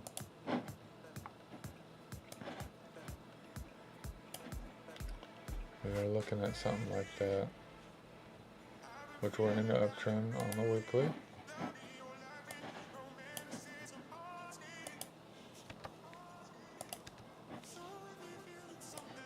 The daily.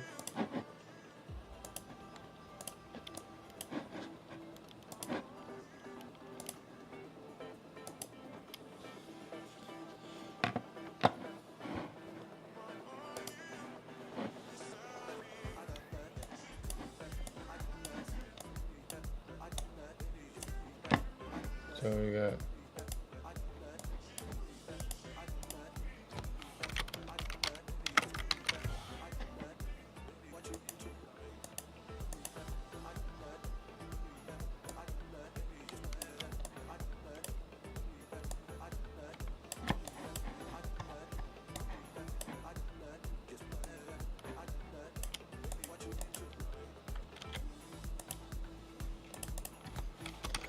weekly.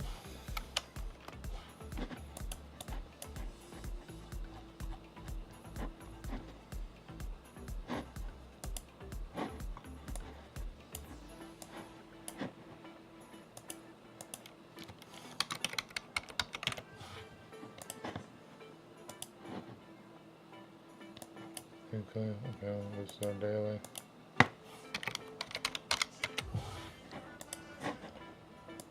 Wow, okay, we're getting close.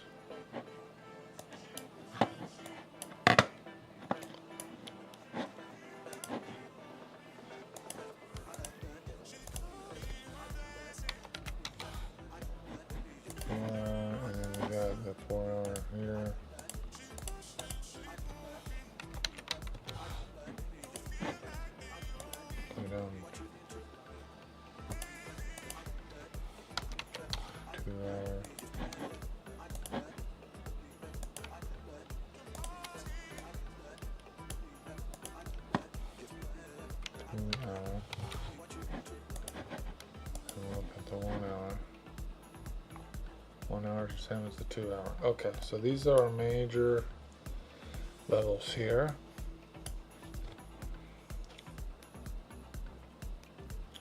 That's our ranges for the 4 hour. So I think we want to be, we already wicked up from that, from the bottom there. We got this reversal on the 1 hour, but it's wicking up. I think we got 1 hour, we got minute 42 left. We should probably see, because we do look at this 1 hour as some sort of confluence, that we are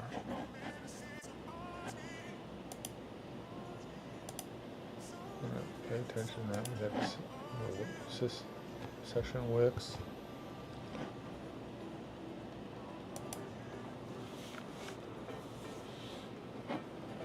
Now, overall, let's see, 4 hours.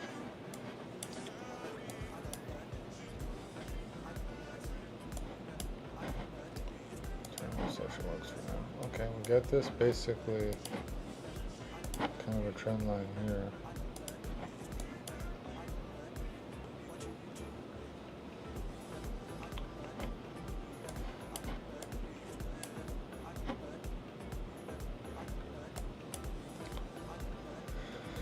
If we break this high here, that might be a sign to move up. I want to see what this next 1 hour, we got 25 seconds.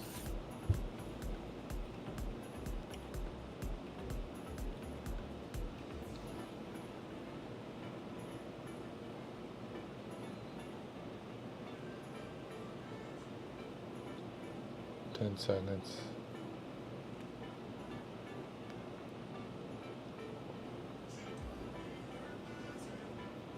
Big push up.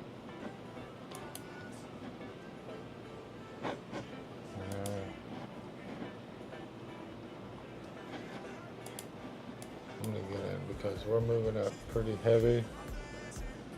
But we do got that. We might just whip back down. So 6:01.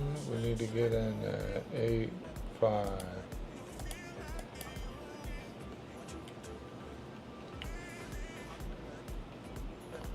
Our target is going to be the next one, which is 6:10.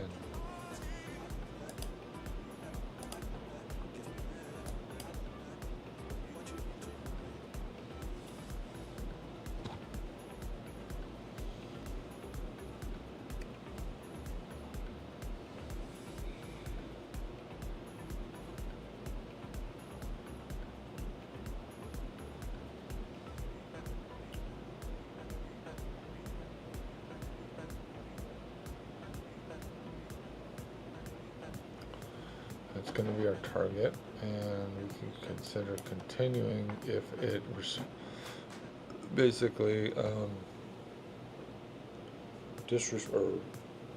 respects that level there.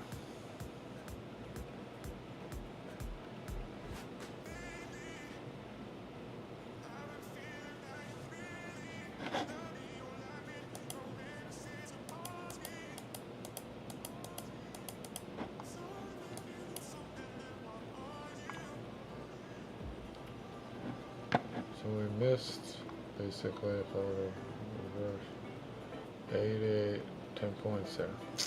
Well, it's uncertain yet.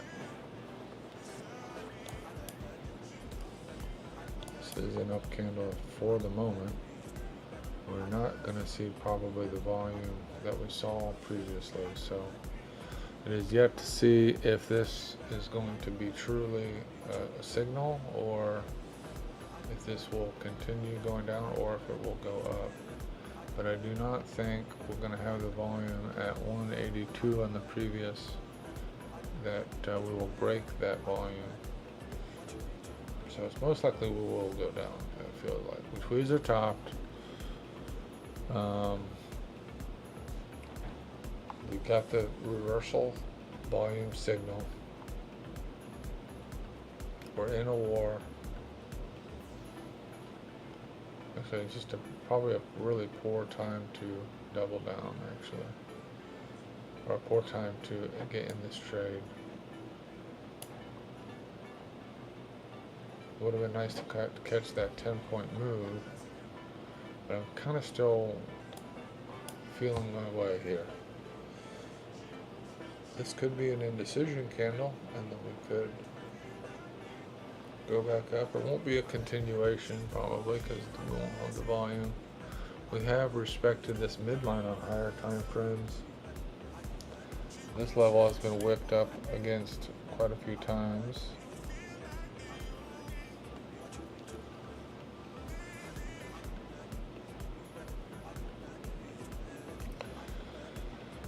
So that's kind of where our entry is.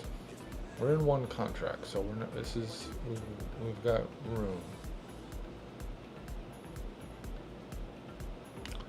This is where I maybe should look at, I don't know, I'm still trying to figure out, do I want to wait or just put that as a hard entry? It is a disrespect level, so market structure says it wants to go up naturally.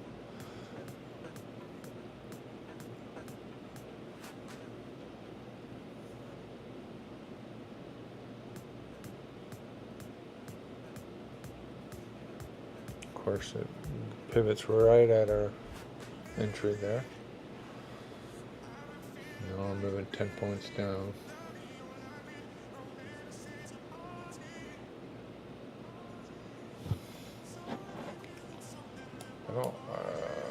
I don't think we've gotten into more than one trade though today, which is good. Or two trades rather. Two contracts.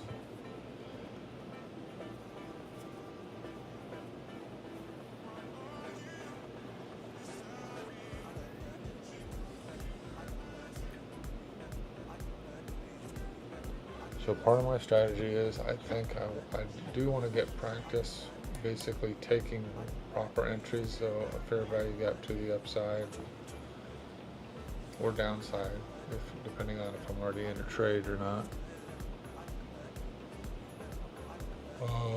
I guess I will try just putting it at this hard level here because it could just wick and I might not get a chance to get the advantage of getting it in. So I'm going to keep it at there.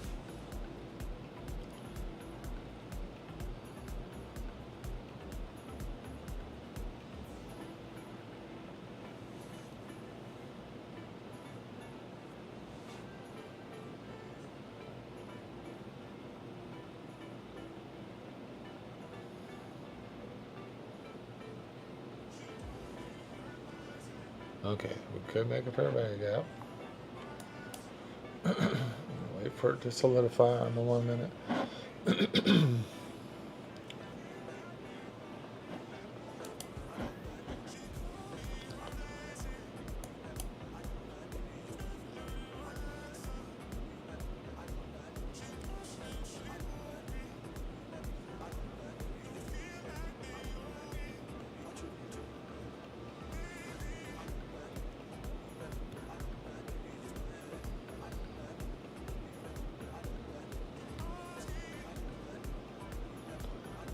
Seconds.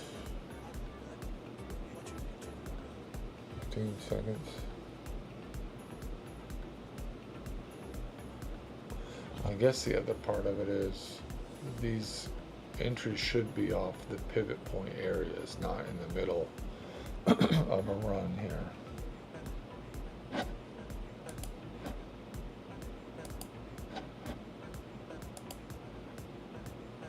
And that's probably why.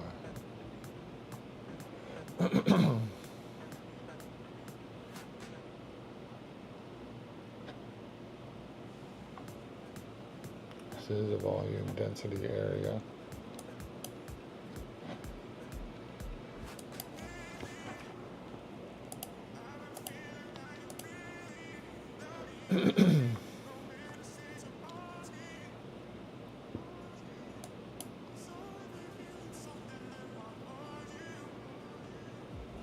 But that's the rules. Them's the rules. They got maybe a couple points advantage off that double down, which is not really that advantageous, but the idea was we saw that push up and we're going to use that momentum, but it didn't hold. So does that mean I do it again if it, yeah, I guess it does.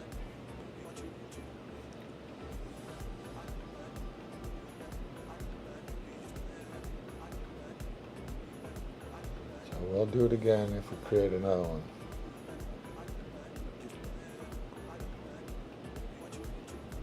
We are only 8 or 5 points away from. We did see that other reversal signal as well.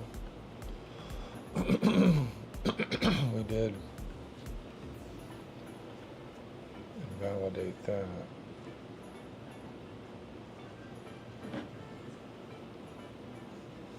We got the volume density area here on the fixed range volume profile.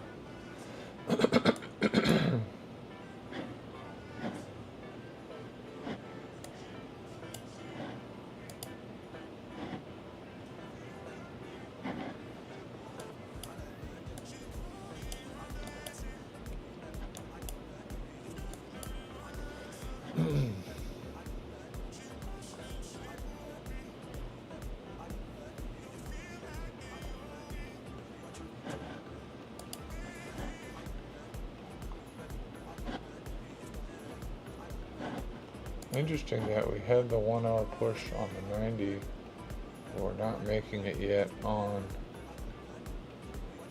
the 90 going down.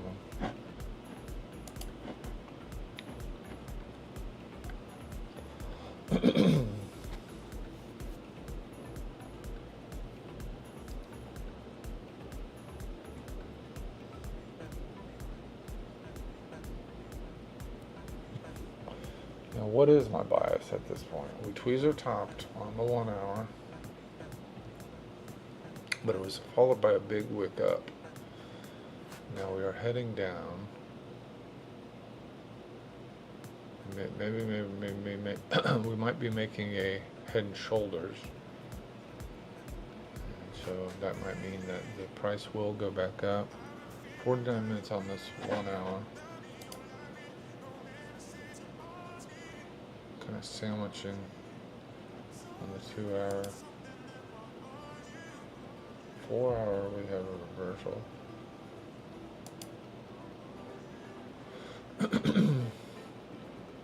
But I'm still going up. We did wick off of this on the week, on the daily. We did wick off of that top range. We also just wicked off the bottom range of this. To some extent, I don't know if this is not accurate anymore.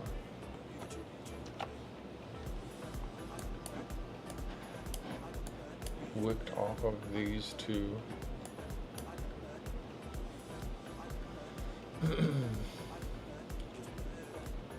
But those are draws. These are draws, so.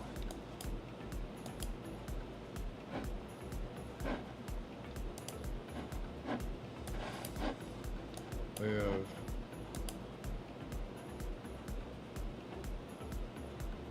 I don't know if there's a wick on that candle or not.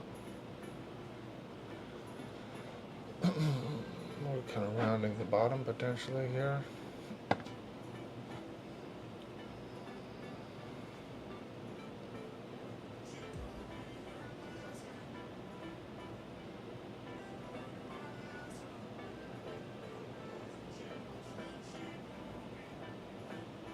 A lot of bearish signals.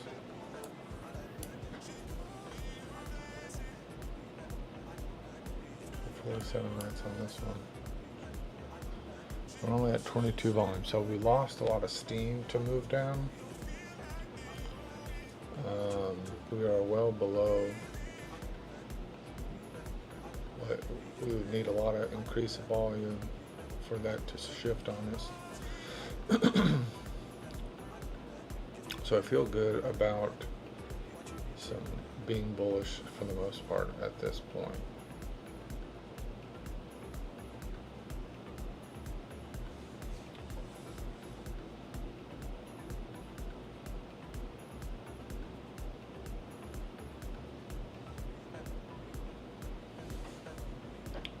I want to see if there's any support and resistance.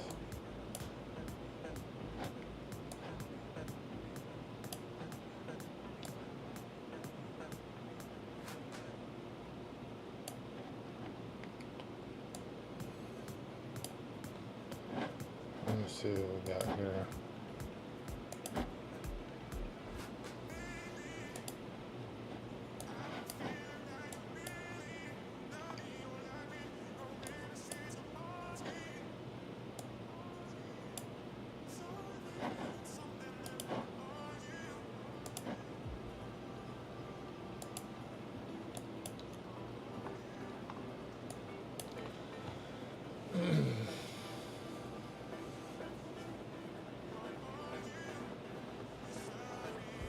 We are kind of making higher highs and higher lows.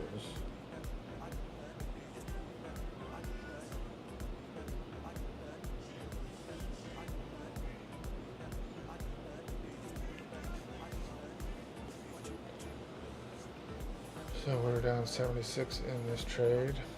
We're down basically 10 points.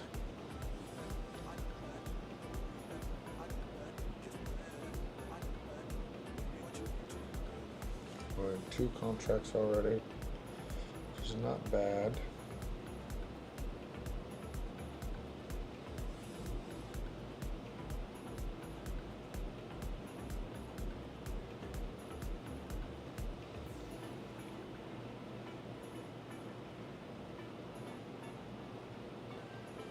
Okay, we're going to double down if we've created fair value.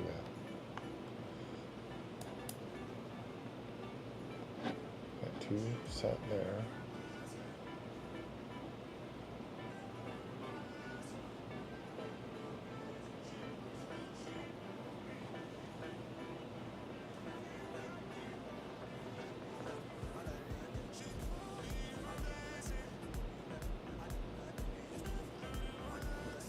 Okay.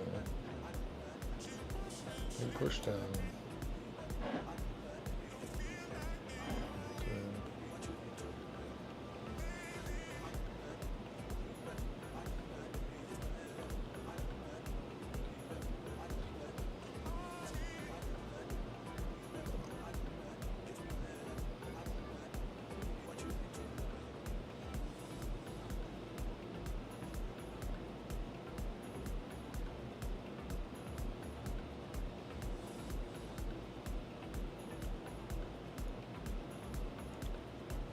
Could get some crazy war news at any moment.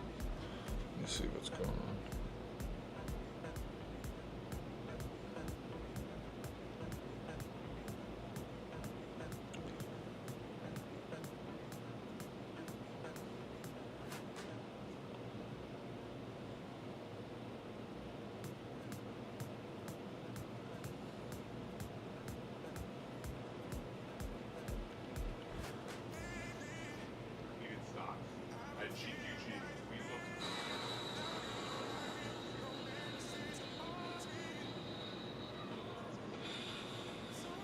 So you see it there, the U.S. carrying out a fresh round of strikes against Iran, all in an attempt to counter Tehran's aggression in the Strait of Hormuz. Just a short time ago, President Trump said on Fox and Friends that Iran should start seeing the writing on the wall.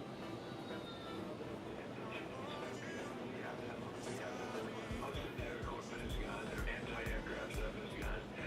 We hit them very hard last night. Every time they sent the drills, we hit them very hard. But we had a deal. What nobody knows, we had a deal. It was a done deal. And then they broke it. They always break it. We've had 10 deals with these people. And so we're just going to hit them very hard. And we're going to keep the strait. And we'll probably run it. We'll become the guardian of the strait. Maybe we'll call it the guardian angel of the strait. And we should be reimbursed for that. Correspondent Mike Tobin is joining us live in Tel Aviv with the latest on this. And Mike, it was a busy weekend for the U.S. military. It certainly was, and Iran has been striking back by firing on its neighbors. Oman, Bahrain, Jordan, Bahrain all took fire. The Kuwaitis say they had border You've been looking at social media and you've seen some of the traffic that U.S. service members in Kuwait were injured. That is not true, according to U.S. Central Command. Now, Iran says they were not aiming at their neighboring countries. Rather, they were aiming at places where U.S. personnel and weapons are based. And we will not hesitate to defend ourselves. Any area or part of the country that is used to launch attacks against the Islamic Republic of Iran will naturally be subject to defensive measures. The U.S. has now carried out 4 rounds of strikes in Iran since Tuesday. Everything from maritime targets used to menace shipping in the Strait was hit. Land-based and sea-based fighter jets, as well as guided missiles fired from ships, were used in the attack. This was triggered by Iran striking now 4 ships that travel outside of the route they have designated to the north of the Strait. The latest was a Cyprus-flagged cargo ship that is now disabled. 1 crew member, a sailor from India, is missing. Now, Mark Wallace at United Against a Nuclear Iran says threatening the Strait is the only weapon Iran has left. To control the Strait of Hormuz and the effort to try to control that is their desperate effort to regain or try to assert regional hegemony, control in the region. And I think that as long as this regime is in power, they're going to try to exert whatever leverage they can. And the Strait of Hormuz is really their last gasp because their other tools are gone. Upwards of 20 vessels crossed the Strait yesterday, and that's roughly half the volume we saw since a week ago when Iran first started firing on commercial shipping. Bill, back to you. All right, Mike Tobin live in Tel Aviv, Israel this morning. Mike, thank you. Here with us now for more details on this, Rebecca Heinrich, senior fellow at the Hudson Institute. Rebecca, thanks for being here with us. We're about halfway through the 60-day period that the MOU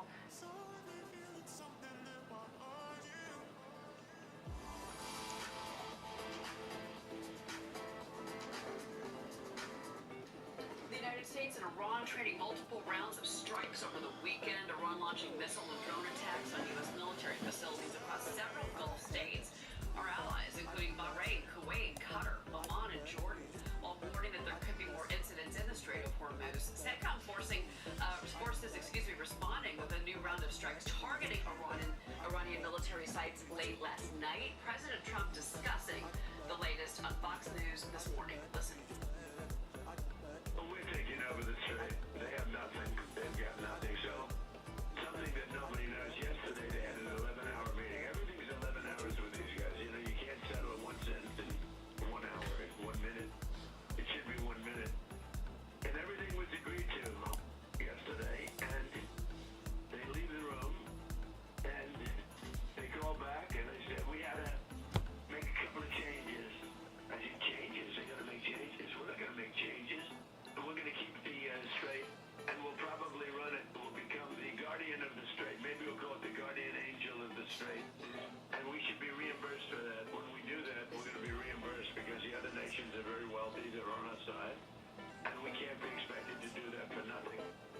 Joining me now, Heritage Foundational National Security Vice President Victoria Coates. Victoria, so where do we stand with Iran, in your opinion, this morning? We've had another weekend. Okay. Well, I guess, I don't know, it's kind of good news in a way. Yes, they're still attacking, but Trump is talking about being committed and organizing, being the protector of the Strait, so it's not talking about just leaving there and letting them to it, so I think that's positive.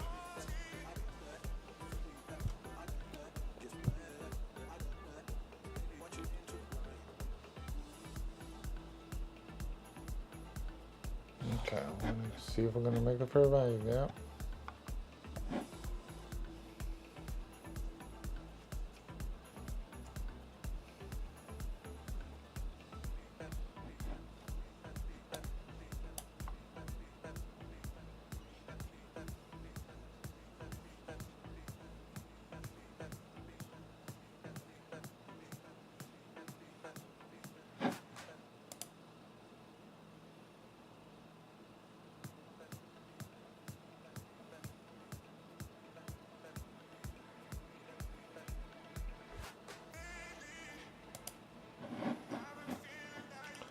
It's looking like it's going to break out.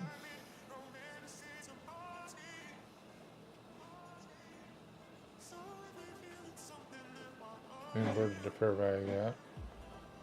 And looks like we might create one soon, hopefully.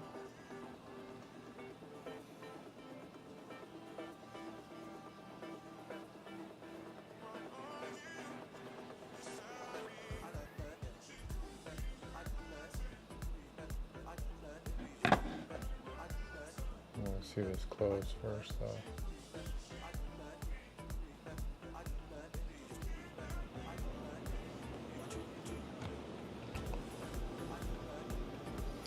Okay.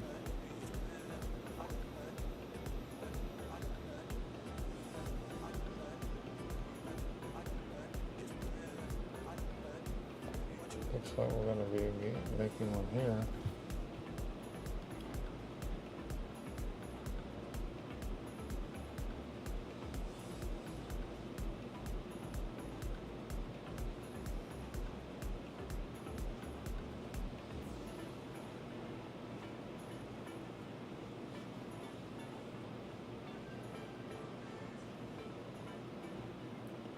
We need to see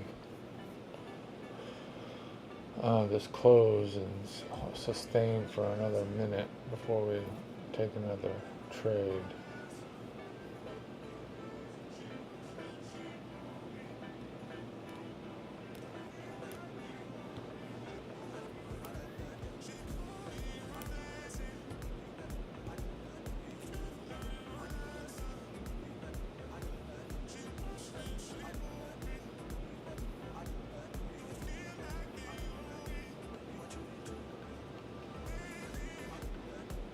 I'm going to get a half a point though.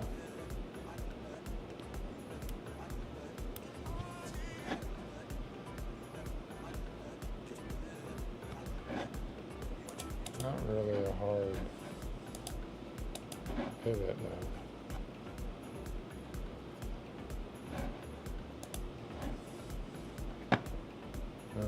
No trade there.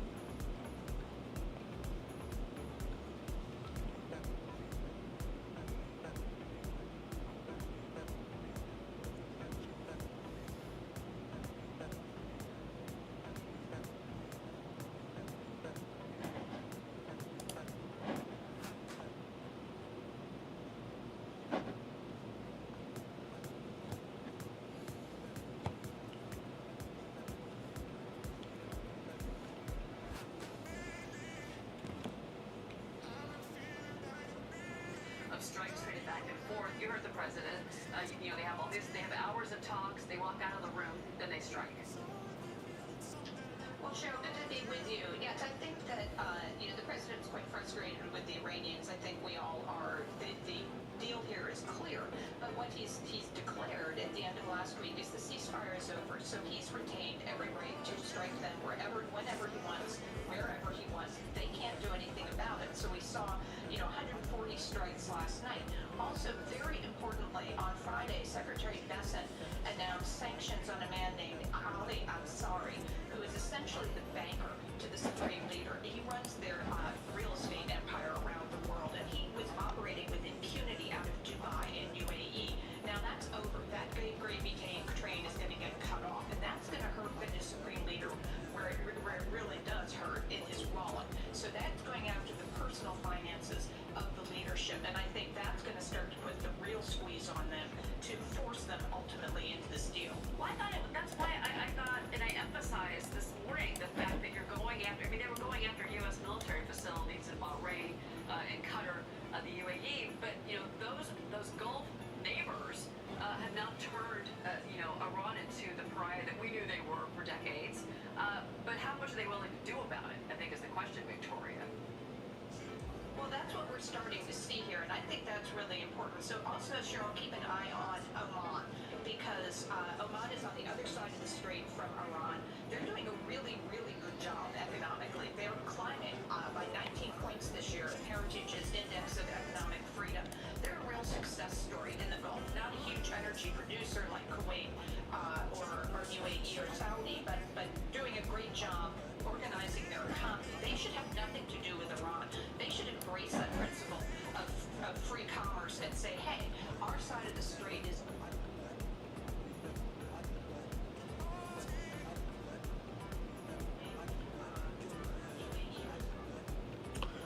So let's see.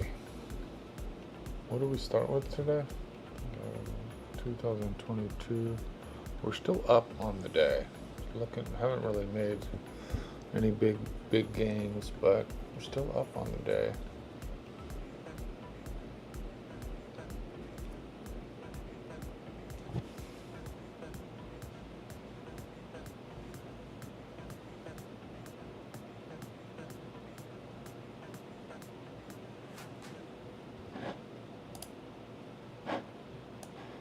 Kind of tweezer topped on the 5 minute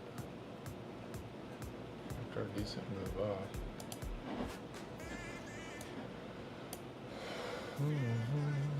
Okay. We're going up to the downside. It's getting mitigated right now.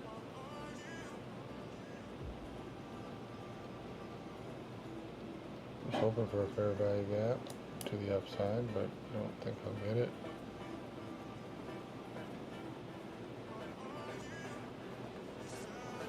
See what happens. Got startup one. Just very thin margins. Okay, that's looking good. I want to see it close strong though before we think about getting into more.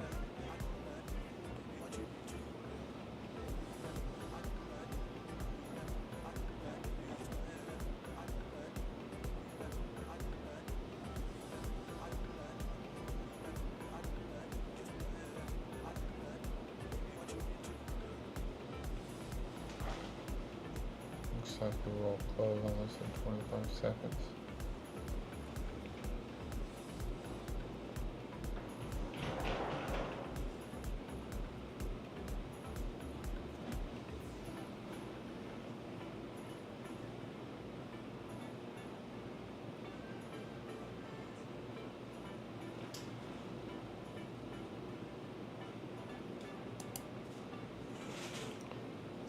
Get over there, 3.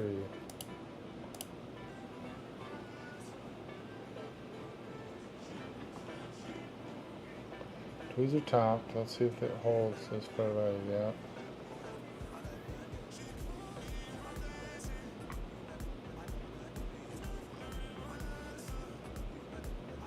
No, doesn't. Okay.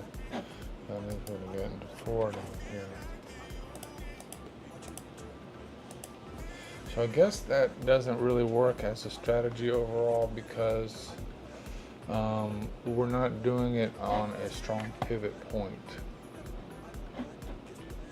So we want to see a strong pivot point before we take a fair. So we need to see a high time frame kind of reversal. Right now we're showing we want to go down on the high time frame. So we need to see this here. If we had, once we've seen this pivot point, we got 9.8 all the way down to, so it's 10 points. Still not a lot of movement, but we see this as like more of a downward trend. So we then would want to wait for it to come down here, then get into a trade.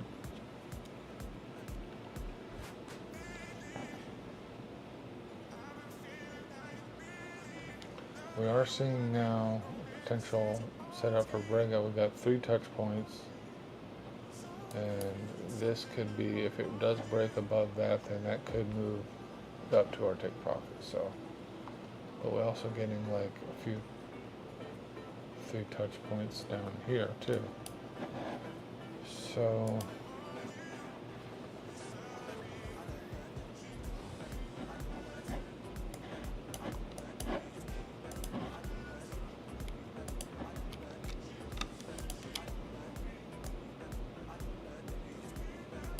at this level here, look to break out. And we got this level here.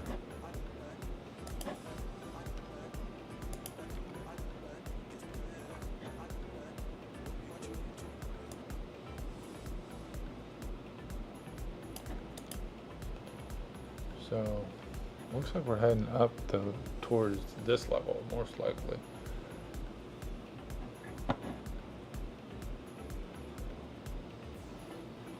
we break above here, we could see a breakout.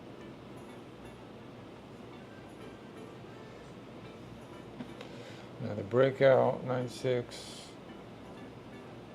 it's only 10 points, so I think that's completely doable.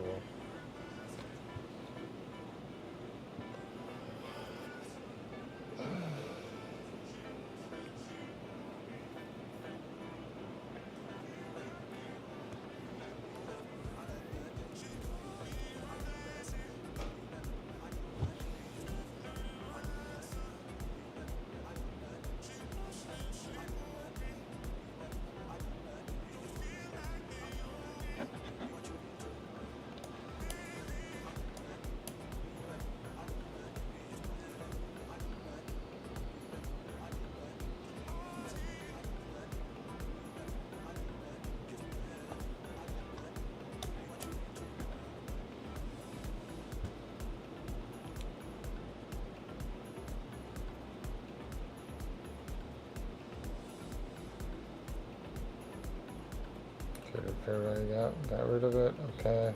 Tweezer bottom. Hopefully we break out from this. Basically our take profit line is right where 9.6 is 1 point away. So alright, this looks like it might break out.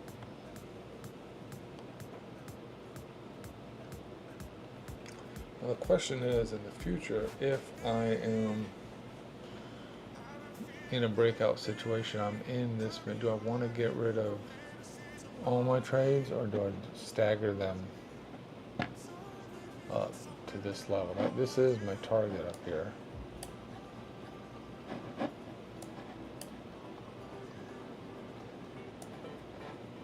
Where am I indicator? Okay.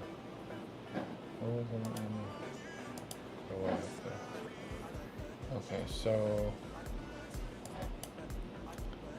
my target could be 6.1. I'm at 6.10, which is our 4 hour.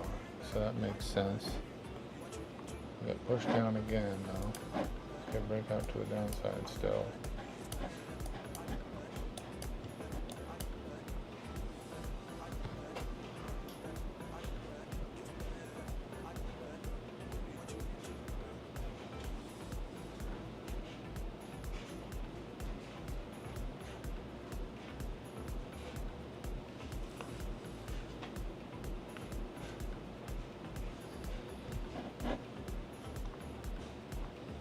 Looks like we might be breaking that down. Okay.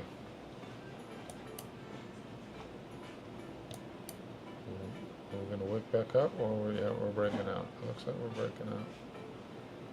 Okay, so we're breaking out to the downside.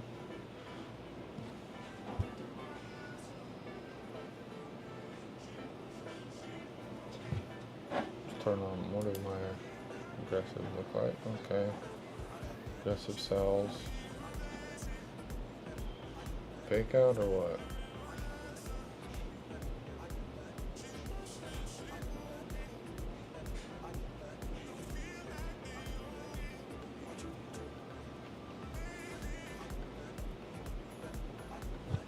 So we really should be in one trade right now. We should be in one contract because there's no reason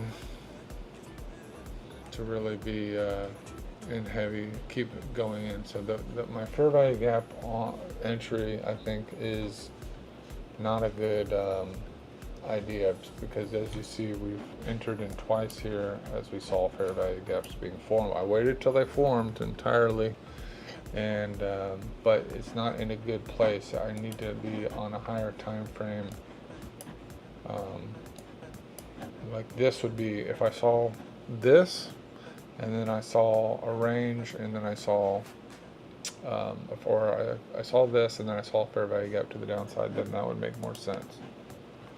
So for instance, at this level, fair value gap to the downside, then that makes more sense to be getting in there. Here, we're kind of in no man's land. So, you know, here was a big wick up, but we didn't even see any fair value gaps here until here. That got totally mitigated. These did not get mitigated. We didn't see one until we got here, and then that eventually got mitigated. So we need to see these pivot points. That's what we need to see, is pivot points, hard reverses. Now, these higher time frame respect and disrespect PD arrays are likely potential places for you to see a reversal like that, or a trend line or something like that. So I'm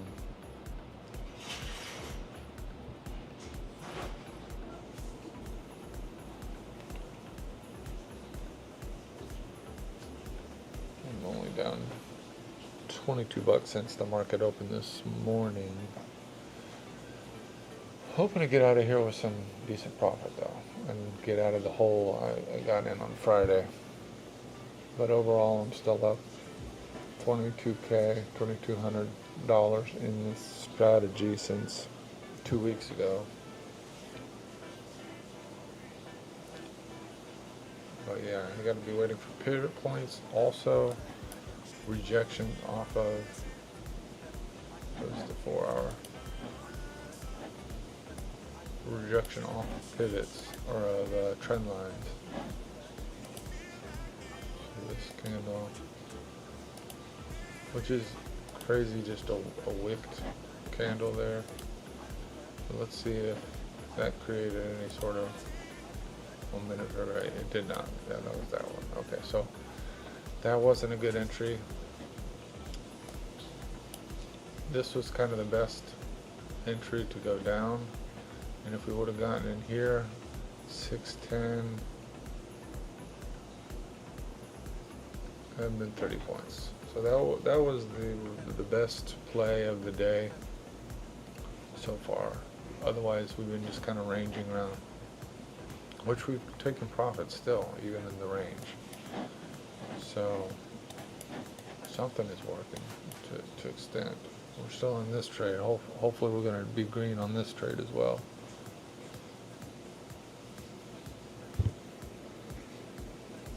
But we're just kind of ranging around here. We dipped out of this, so it's likely, I feel like it was kind of a false breakout of this range here.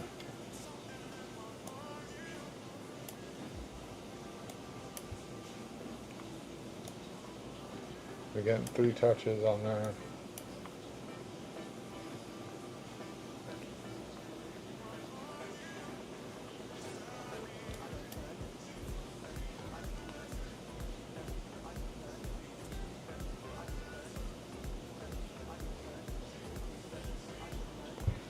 Just a slow moving market today.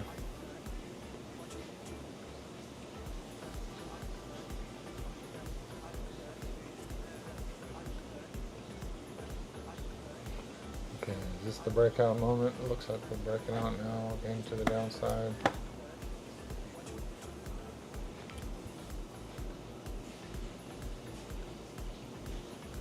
Okay, here is this it? Do we break this low? I feel like if we break this level here, then we are going down. We're starting to kind of create a fair value gap.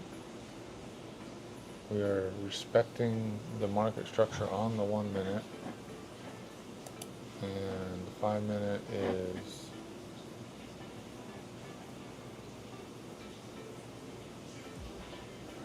also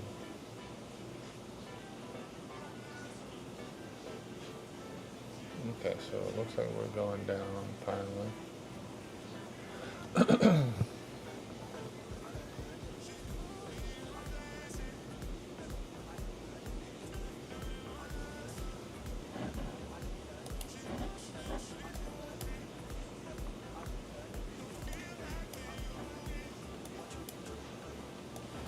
Crazy. Crazy day.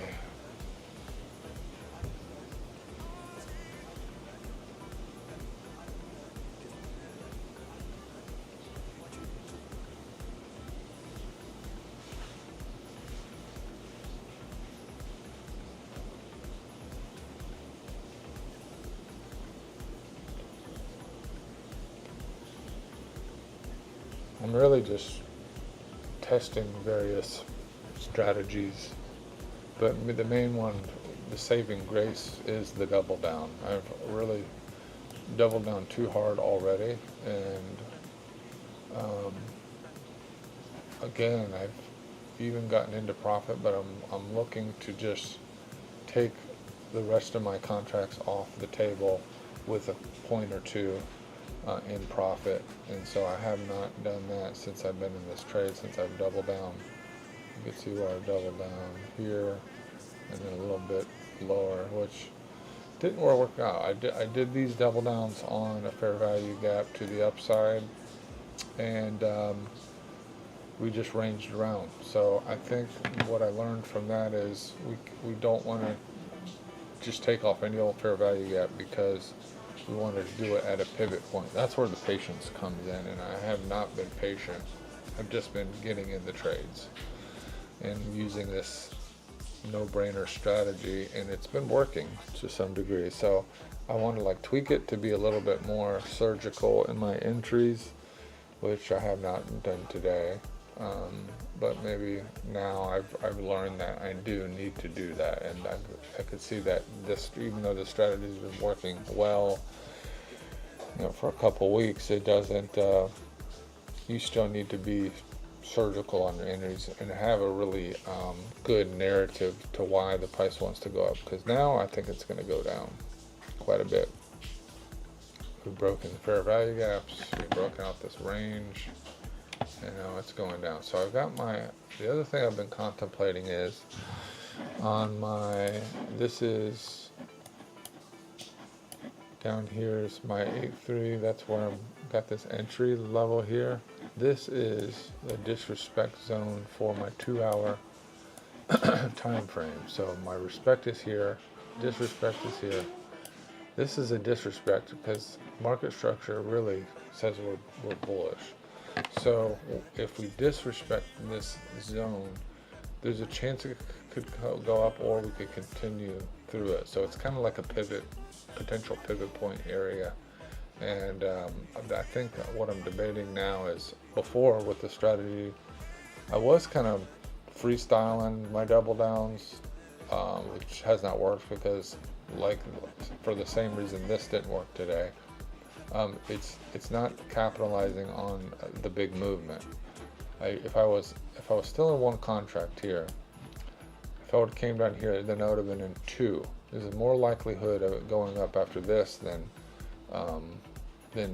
my fair value gaps here. So I'm starting to streamline it a little bit.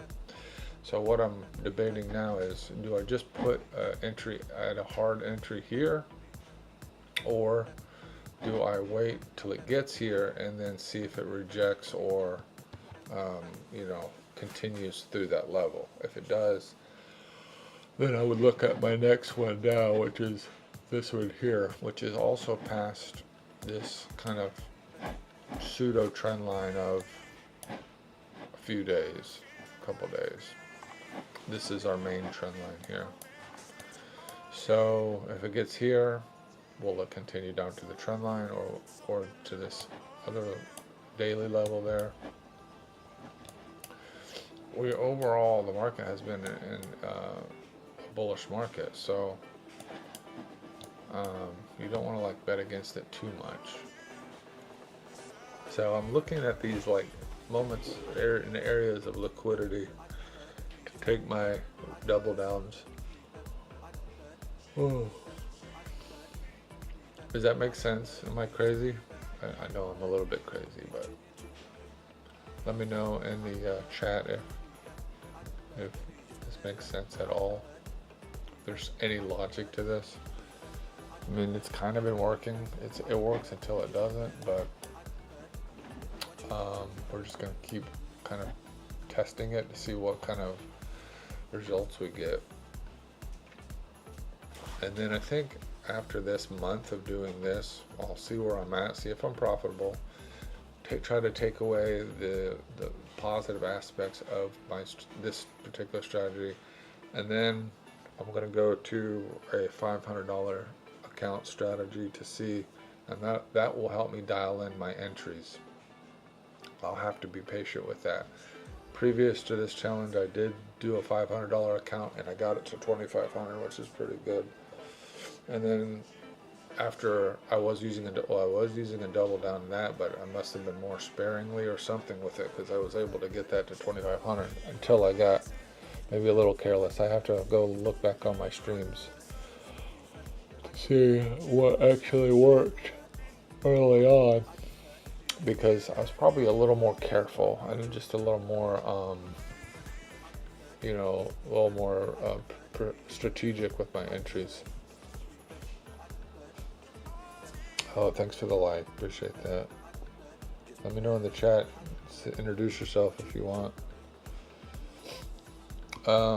So I feel like all of this is just like I'm reviewing data, and then I'm getting a feel for how the charts move, and eventually I'll kind of scale away the stuff that doesn't work and the bad habits, hopefully, and then be focused on what does seem to work. So, for instance, I got this TradingView account to 20K. My goal initially, before I started trading real capital, was to get that to 10K, because there's one point I was just not winning at all, but then I got that account, I think I got it up as high as 25K. However, I was assimilated 50K because I was trying to simulate what I was doing with the prop firms. However, there's now, with at least Apex, there's $1,000 daily loss limit. So it's not really a 50K account. You have the leverage, but you can easily lose 1,000 if you're trading 10 contracts.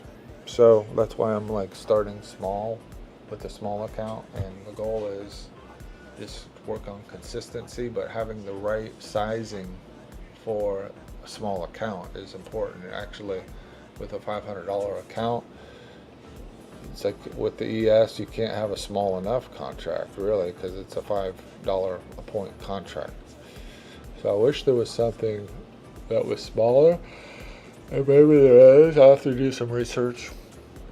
But I wanted to stick with ES because it does have a certain character, the way it moves, opposed to Bitcoin or something else.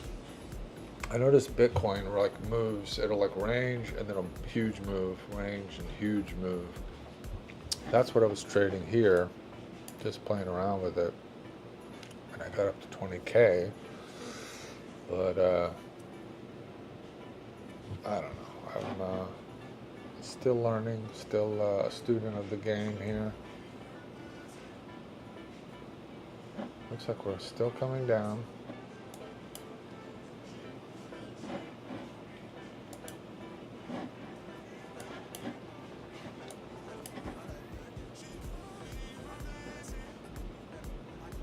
So if I get to my 2 hour here, it tags that in. That will take my take profit to here, and then I'll be in 8 contracts, which it looks like it's well on its way down there now.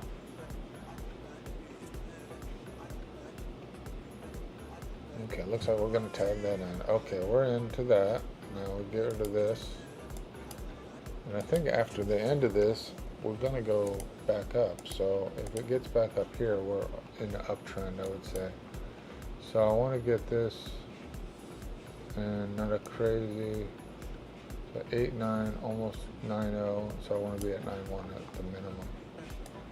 Okay, we're kind of hitting this level, and we're tweezer bottoming. That's a good sign. So we hit this level. We want to see it cancel out. We want to inverse these fair value gaps, and we want to create fair value gaps. This actually might be, I might actually double down here, because if we tweezer bottom here, then that's where I should be. That's really where I should be doing my double down. Now I'm running the risk because we're at such high leverage already. 16 contracts is kind of the maximum. So I want to be careful, and I still wait to see if it's going to completely hard reverse on us, or if it's just going to range here, or what. So we have gapped up a little bit on the candle here. That's good. We want to see it make a fair value gap. And then if we split the difference here, it's only really a couple points, but maybe that's enough if it doesn't actually reverse on us here, but it's kind of starting to look like it is. Let's see what's going on here. Okay, so it might be going back down. A little bit of indecision on this candle. You know, these small little indecision candles I don't mind, because that means the next candle is going to make a fair value gap, which will show a little more intent to either direction.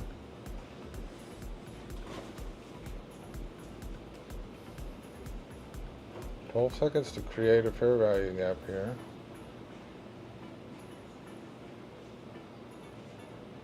Looks like we're making one.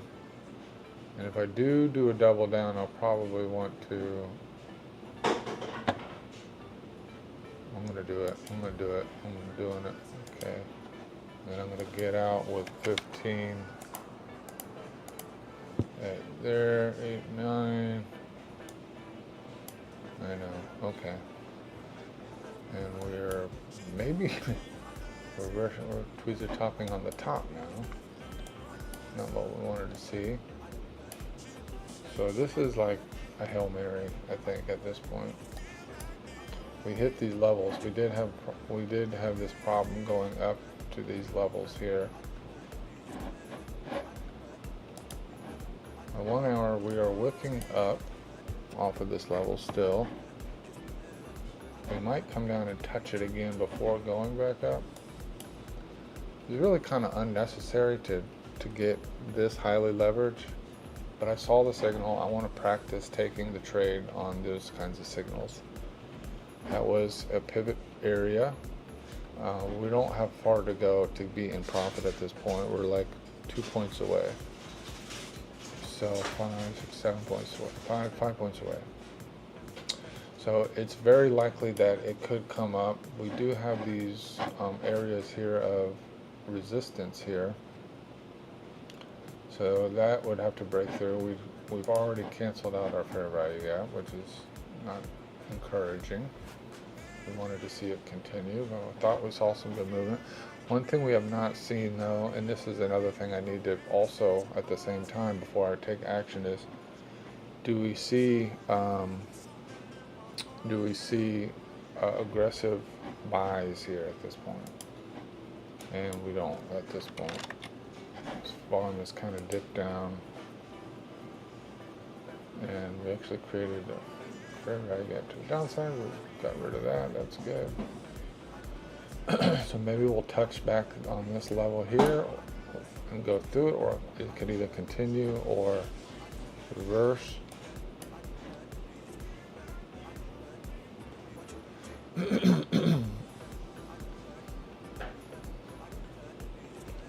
But that, I think, was a reasonable go at it. We saw this tweezer bottom.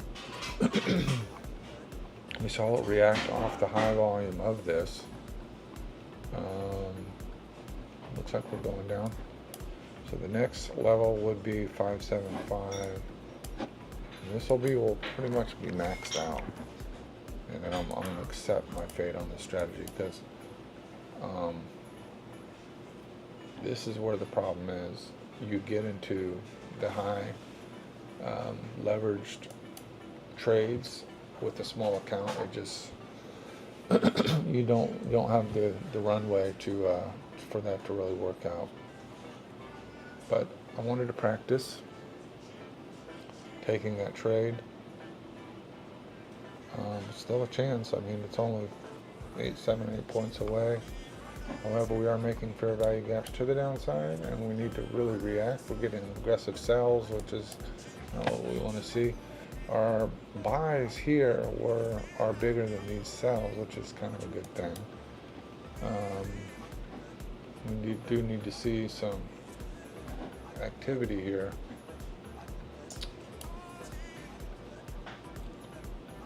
And I think I don't even know, it might let us take this trade here at 16.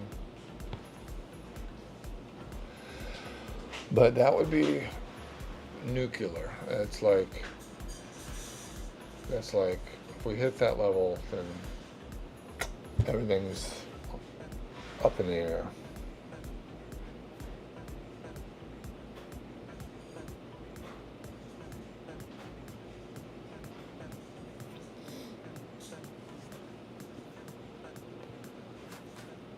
Basically 3 consecutive days potentially totally tanked this account.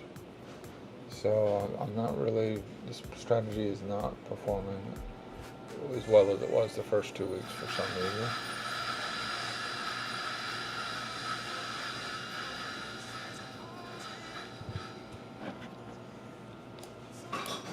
So we're disrespecting or respecting? So far we're kind of respecting this 2-hour pivot level. This needs to, if this closes below on the 1 minute, then that's the start of the disrespect of this level. Let's see, this was our 2 hour there. Our next 2 hours down here at 576. So basically, at that trend line,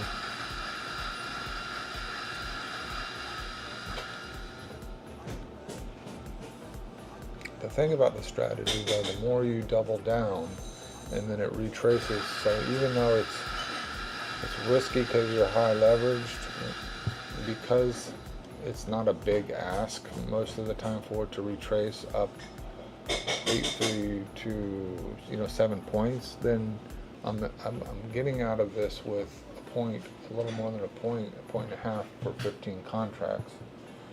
So it's a nice take profit if it goes back. And if I go down here and tag this in, as long as the account holds, then my take profit will be here, and I'm still just 7 points away from a retrace to get out with maybe 40 points. So even though it's high risk, there's like high probability you might get out of the trade too. Like even Friday when I was in the trade, it was down $2,000, which I have enough in the account to be down 2,000 because I had 7,000. No, how much I have? I had almost 8,000. And then it went over the weekend. News happened. Like I said earlier, I showed up last night when the market opened, and I was actually in profit over $1,000 because it had gapped down. However, when I tried to get out of the trade, some sort of like agreement page popped up or something, and I had to like close it and open up. By that time it had retraced. So it's like potentially sometimes you can really get some big trades out of it too, because you're trading high volume. So the idea is it's high leverage for the account, but then it's high probability that you'll take profit because you're not far away from it, and you're using now these pivot points to take profit. I don't know, should I double down again? Just for shits and giggles? Because we've kind of respected this level so far. We've started on we're still kind of trying to respect it here.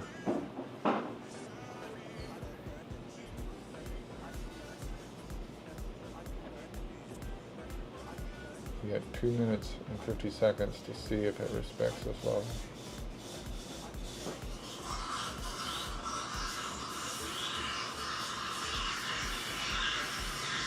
Now on the 2 hour, it does keep changing. If it disrespects it, it goes down to the next one.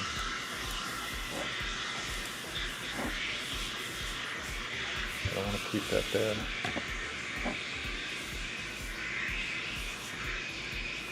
What we're waiting for basically is the turnaround, the pivot point for the trend to go back up.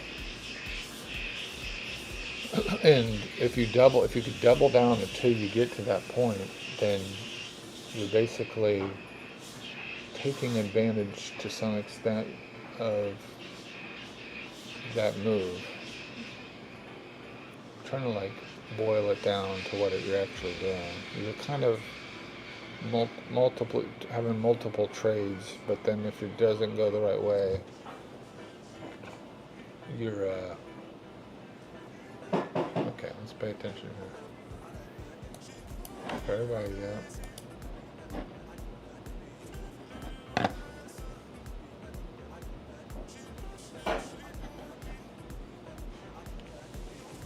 Seconds to make a fair value gap. Doesn't look strong though because it's wicking down.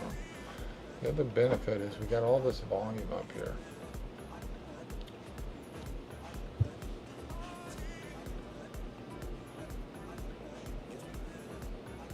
This price wants to go to where all the volume is. I need to see a stronger fair value gap than that. That's too small. It's too small. Maybe if we make a second one or something. I don't like the wick down, and I don't like how small it is. We're above the EMA now. Our RSI is in the green, just a little bit in the green at this point. We'll kind of break even actually.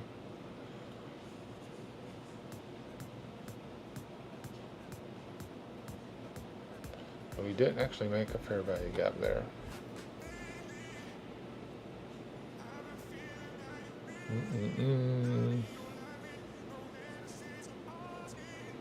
See how these next couple candles turn out, but we could be on the other end of this.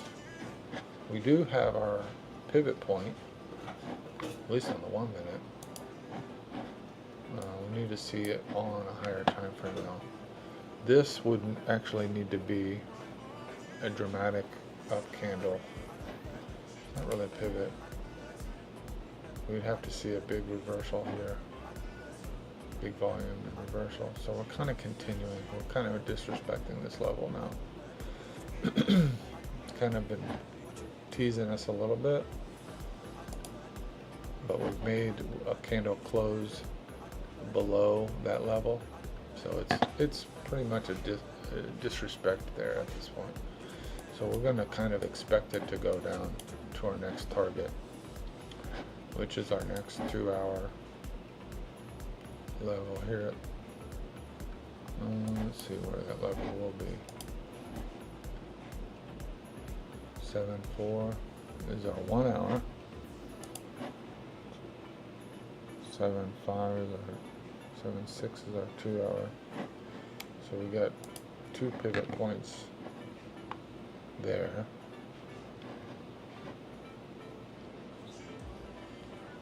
So we need to put our levels.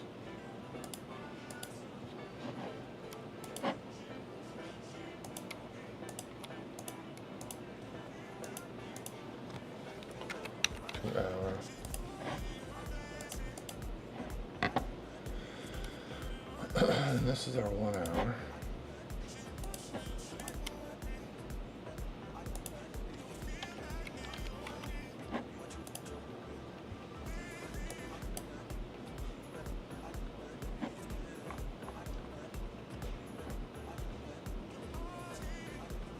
I mean, the 1 hour's still respecting it.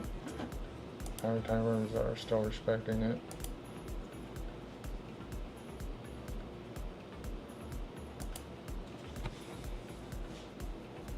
We are kind of ranging in this area. 22 minutes left on that. 7 minutes left on that. We're starting to head back up. 5 minute. We've already disrespected on the 5 minutes. So it's kind of like more like we're ranging, and we might have another breakout at this level at some point. We have not had three. This is kind of 3 touches here. Let's go. I'm going to consider this 3 touches, 4 touches. Only needs 3 though. So that'll be 3 touches. We'll see if it goes there, and then on here.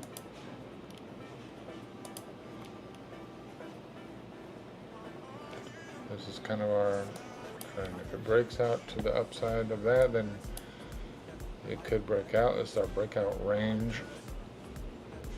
Okay, so now we're looking up again. We're gonna make a fair value gap. We're still gonna wait for it to close. And I'm gonna be crazy here. I'm gonna actually go for it, even though I really haven't seen what I needed to see. I mean, this is starting to be a tweezer bottom here. So this is a nice strong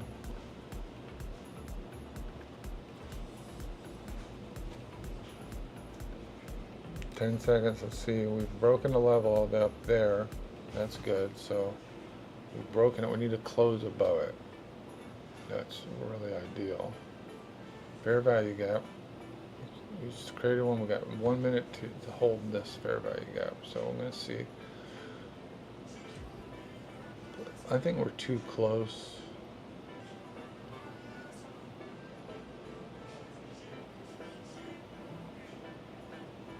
We can't take out this level. Okay, we did not make a fair value gap. We tweezer topped on the 1 minute, rejecting off of that level.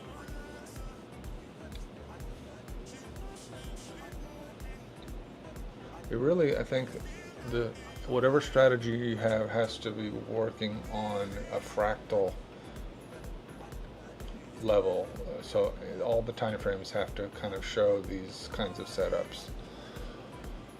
And that's where I think I've been not doing to a lot of extent. I'll use the higher time frames for a general bias, just market structure, but then not really looking for the pivots, the trend line reactions, stuff like that. So okay, so it looks like we're going up now.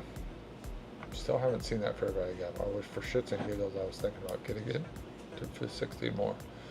Looking like we're going to take that level out. However, we do have this bit of resistance here, but if it does break that resistance, I think it's going to go up quite a bit. We'll still have one contract in play, and then this will be kind of hopefully a pivot point to maybe just work our way up from here, because this is, you know, high. This is kind of near a trend line. It's off our PD arrays on the higher time frames. We kind of have respected this here finally, and then looks like we're gonna be getting out of these contracts, so that's good news.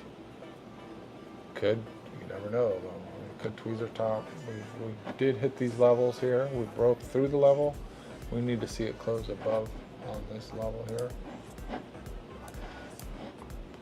So we have now, we've broken out of that range. We have this range here, which is also a PD array. It looks like an order block or something. No.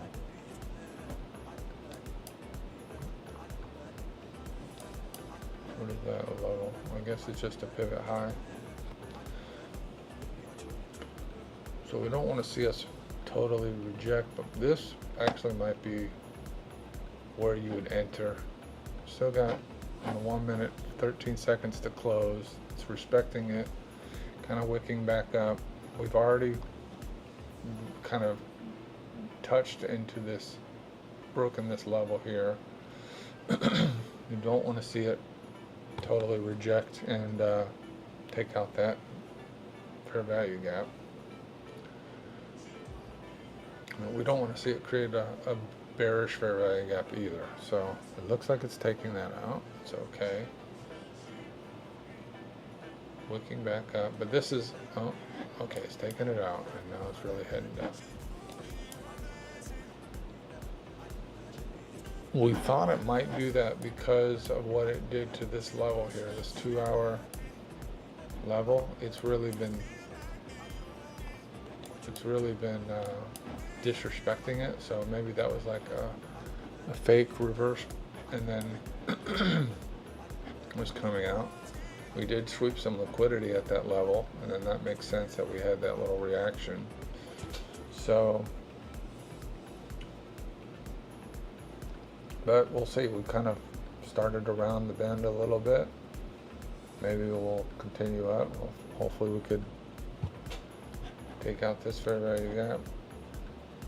Looks like it's respecting it so far. So now we're kind of like in a real bad place, because if we get all the way down here, we'll be in kind of deep water. So we're like right here. This is where our, this will basically will relieve all the pressure here if we can make it up here. As you see, this is the problem I always get into with this strategy is I get so close and I say, well, if I'm in it here, 8.925, all I need is 75 tenths of a point to get to that take profit. And this, I could have actually gotten out with 15, how much am I actually, I could have basically break even. I could have got out break even, but then I let it just run away and or double down. But I don't know, I'm hoping we take profit. Now things are shaping up like we are going to go down, and so we're just going to see how it plays out. Hopefully once we get to this PD array, it'll start to turn around, because we've been making some pretty big moves down. We could start to see a turnaround. We kind of equal bottomed this level here, so maybe there's some resistance here to want to go down more. Hopefully it would be equal bottomed there. Introduce yourselves if you don't mind. Let me know. I would love to hear some feedback and some advice. Hope you guys are profitable. Give me some love in the chat if you don't mind. And hopefully we're both learning something together.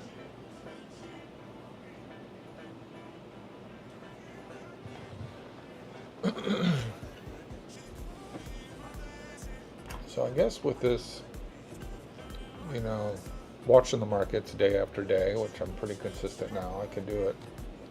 My work schedule, I can do it 5 days a week at market open, and I think with enough time, I'll be able to glean some understanding of how price reacts with these certain patterns.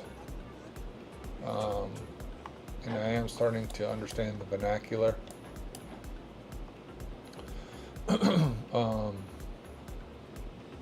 But still got work to do, obviously. But I was able to turn $500 into $2,500. I was able to turn $5,000 into $3,000 in profit.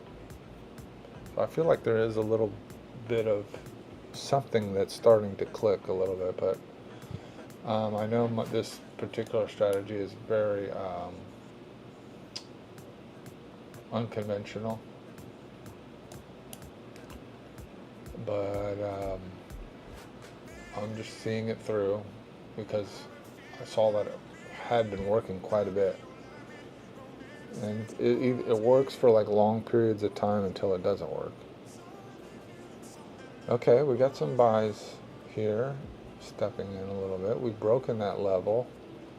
Is it going to reject off of here, or is it going to continue down and go to this next target level? Okay, it's going down. We're getting some aggressive sells. We're heading towards our next target. Let me go back to the 2 hour. The 2 hour is our next level. We're gonna, it's kind of moving really quick down there, which makes me a little nervous. I might move it from 7.6 to 7.3. So I want to see it start to like turn around. And if it's going straight down like a knife, then the likelihood, unless it's just like a big wick down and right back up, it's gonna not be a quick rejection.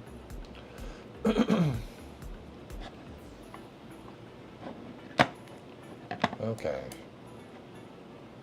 So we could, what we still would like to see, because of this big wick, you know, a lot of times on these reversals, you'll see a big wick and then another big wick. And so we want to see it reject down here or down here. If we go down to 1 hour, there's a chance, because we're poking through this little minor trend line. I don't even know if you could call this a trend line, but we did have 2 touches here, and this will be the 3rd touch if it rejects.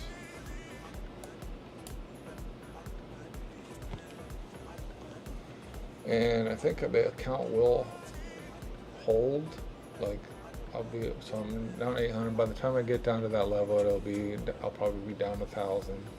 And then if I get down there, then if it continues down, then it will be moving pretty quickly. But if it goes back up, then we could have a nice little profit. So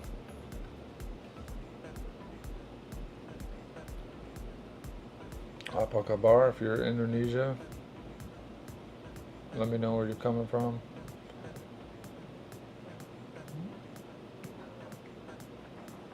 I know a lot of, because we post some Indonesian content, a lot of the followers on this channel are Indonesian.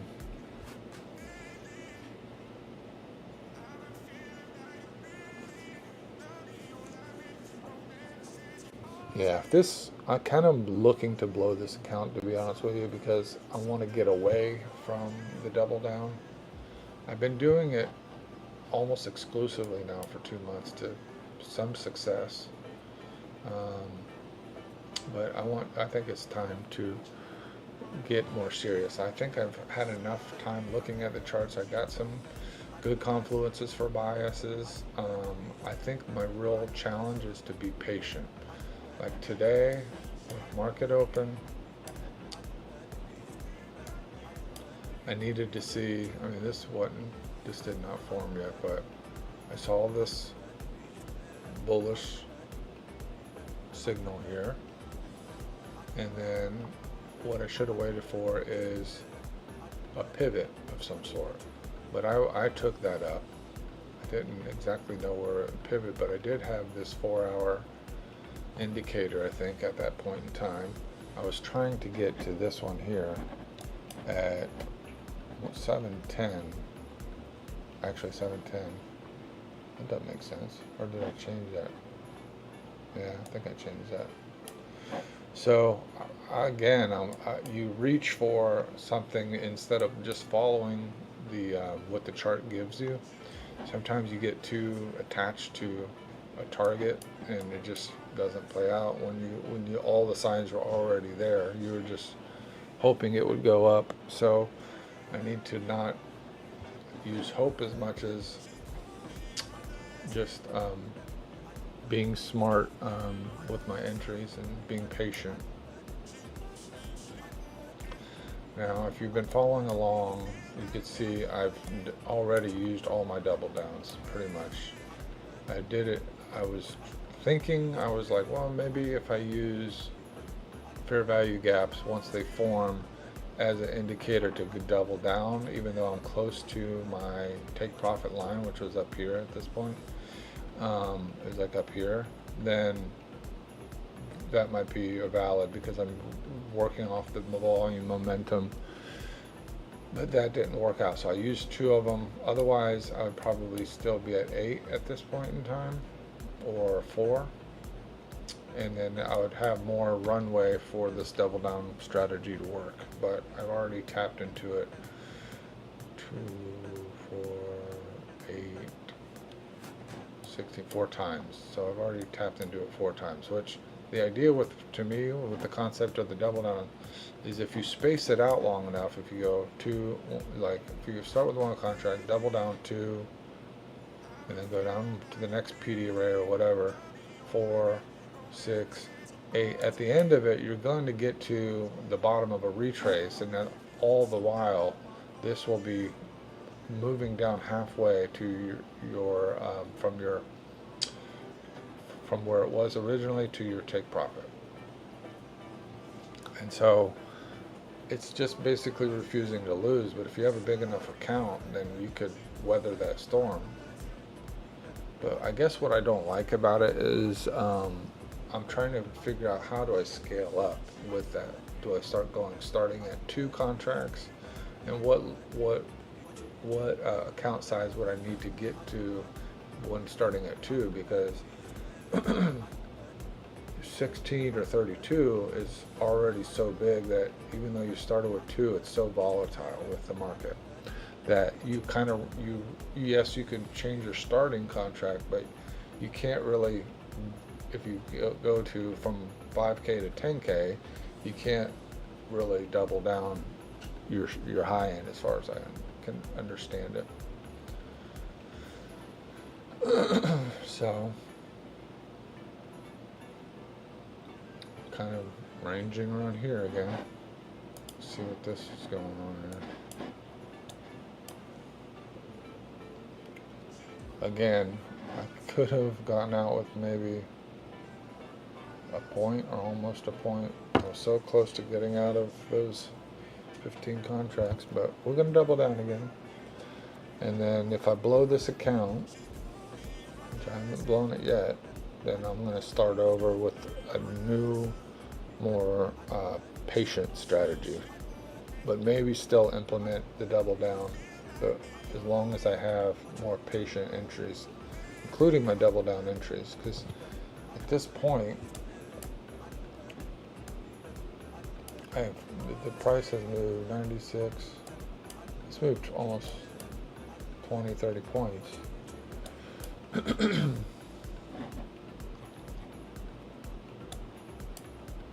Now we do have war news, so it's like whole hell could break loose at that point. But I'm trying to keep an eye on it and see if there's any major news that's popped up, which there kind of has. Okay, we reinstated the blockade, which, surprise, surprise.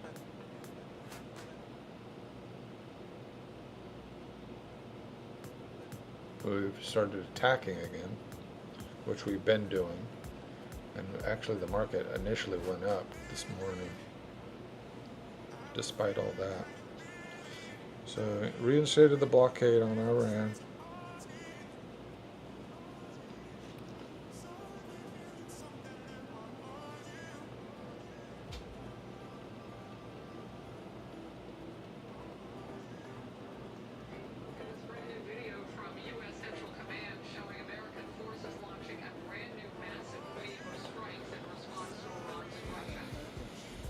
So it looks like we're gonna see what happens.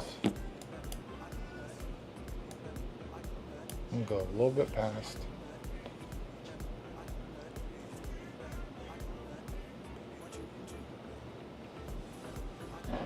Okay, so we've now made a strong push, a lot of sells, equal load at this point, it looks like.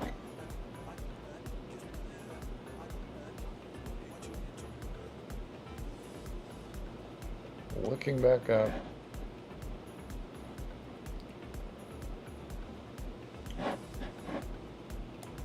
Broken our trend line. Big volume, aggressive continuation volume to the downside, making multiple fair value gaps. Looks like we're still moving down heavy. So this could be it for the strategy, to be honest with you. If I go into 16, I'm already down $1,200, but I have a margin of 5,000. Once I go to, I'm curious to see, that's the other thing I wasn't aware of, with the margins, the more contracts you're in, the less margin you have. So even though you have 6,000 in the account, you have less than 6,000 to lose. It'll stop you out of your account. So again, this is like, I was curious about, do I wait for the rejection of this level before doubling down, or do I just automatically double down at like a little past.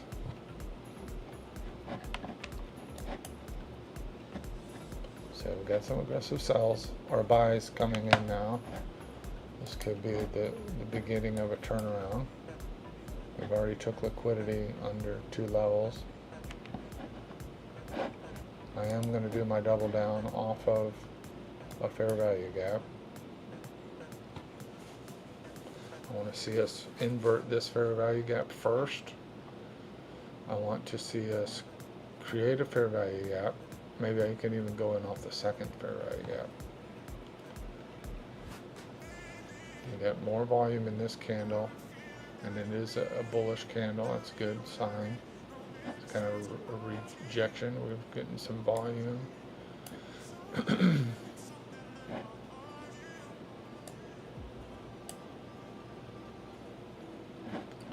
going to see it. Okay, we made a fair value gap. Inverted it, or disrespecting it so far.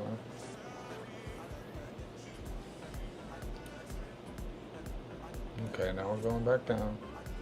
Probably going to tag in our 16 contracts. Okay, we're in. Now we'll see if it just dives or we get out of here with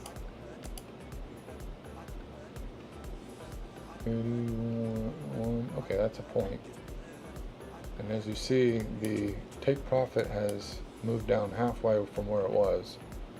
And we're hoping that this is the end of our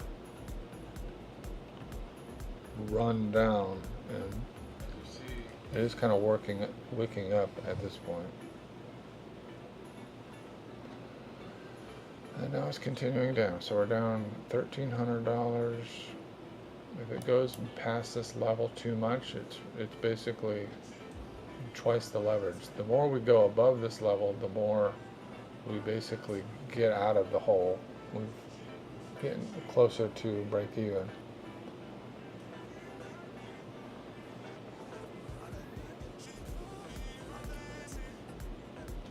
Let's see what our next level is. I'm just kind of doing this mechanically, methodically. I'm going to go to our 2 hour. Next level is down here, 6.6. Which looks like we want to go down to.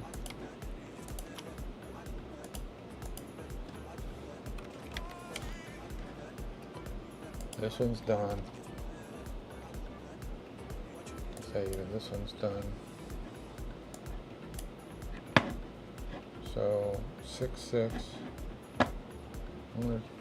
We're down $2,000. I'm gonna let it basically go. See, what's my margin now?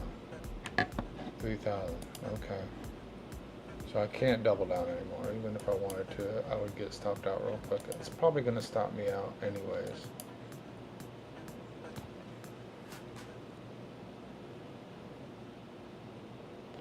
Unless this is the bottom. Unless we reject off of this. We need to reject off it hard. We need to see some aggressive buys stepping in, which we have seen a little bit, but we need to see more.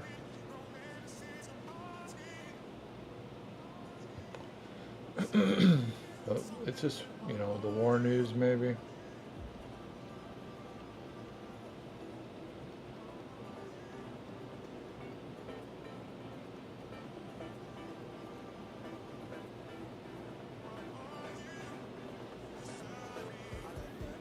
I think my next go around, I need to be, I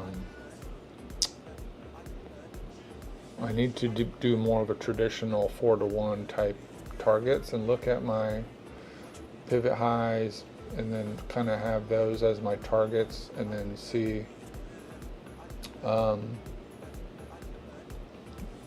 see if I can't do a more traditional, because I need to learn. I was basically making my own strategy for the last 4 months. I've done a few different things. One, I just used this Arjo indicator that I made, which is basically start from the bottom and then take profit as you go up. on a higher time frame, and then use lower time frames to kind of dial in your entry. And that actually worked out pretty well, and I did that quite a bit. I actually got this paper account, this TradingView account, I got that up to 25,000 doing it that way. And then I said, well, let me try some prop firms. But then with the prop firms, because you have, like, say, $1,000 daily loss limit, it didn't translate enough to make that successful. I would pass evals in like a day. You gotta get to 3K to pass an eval. So I pass evals, and then I might even get into profit. But the way that the evals work now, you have $1,000 end of day or $2,500 end of day distribution drawdown, and then $1,000 daily loss limit. But you really only need to make $250 a day consistently to get a payout. So you only need really base hits. So I scaled down to a one contract, and that's where I started trading basically one contract, and I was using the double down because it was such low leverage, and then it was working. It worked out pretty good until it didn't, and I think I was trying to improve this part of the strategy, which I still kind of curious because it works quite a bit until it doesn't work. Like even today, I've won 61% of the trades. And then if you, let's see, basically it's done. So if I go to, since I started this strategy on this account, you can see basically it's been a steady profit until I lost 800 yesterday. So you see this for 2 weeks and you go, well, that seems to be a good strategy. However, if you get caught in one of these trades like I'm in now, then you're going to blow your account. So I'm going to blow this account, or it's going to stop me out at when I get to 3,000 in the hole here. So 3,265. So even though I had enough in the account, so it looks like I'm going to get stopped out unless it works back up. But that's a pretty sharp sell-off there.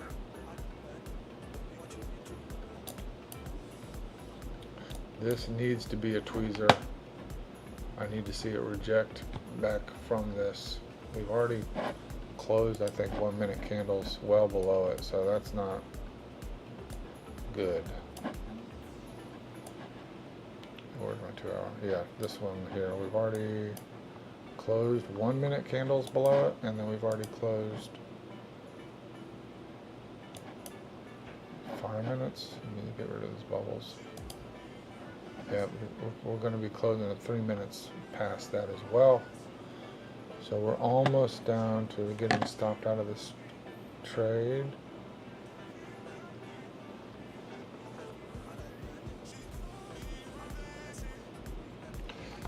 So let me know in the chat, should I continue tweaking this double down strategy to make it work, or should I go to a more classic 2 to 3 to 1, 4 to 1 type trades? What should I trade with next? What kind of strategy should I try next?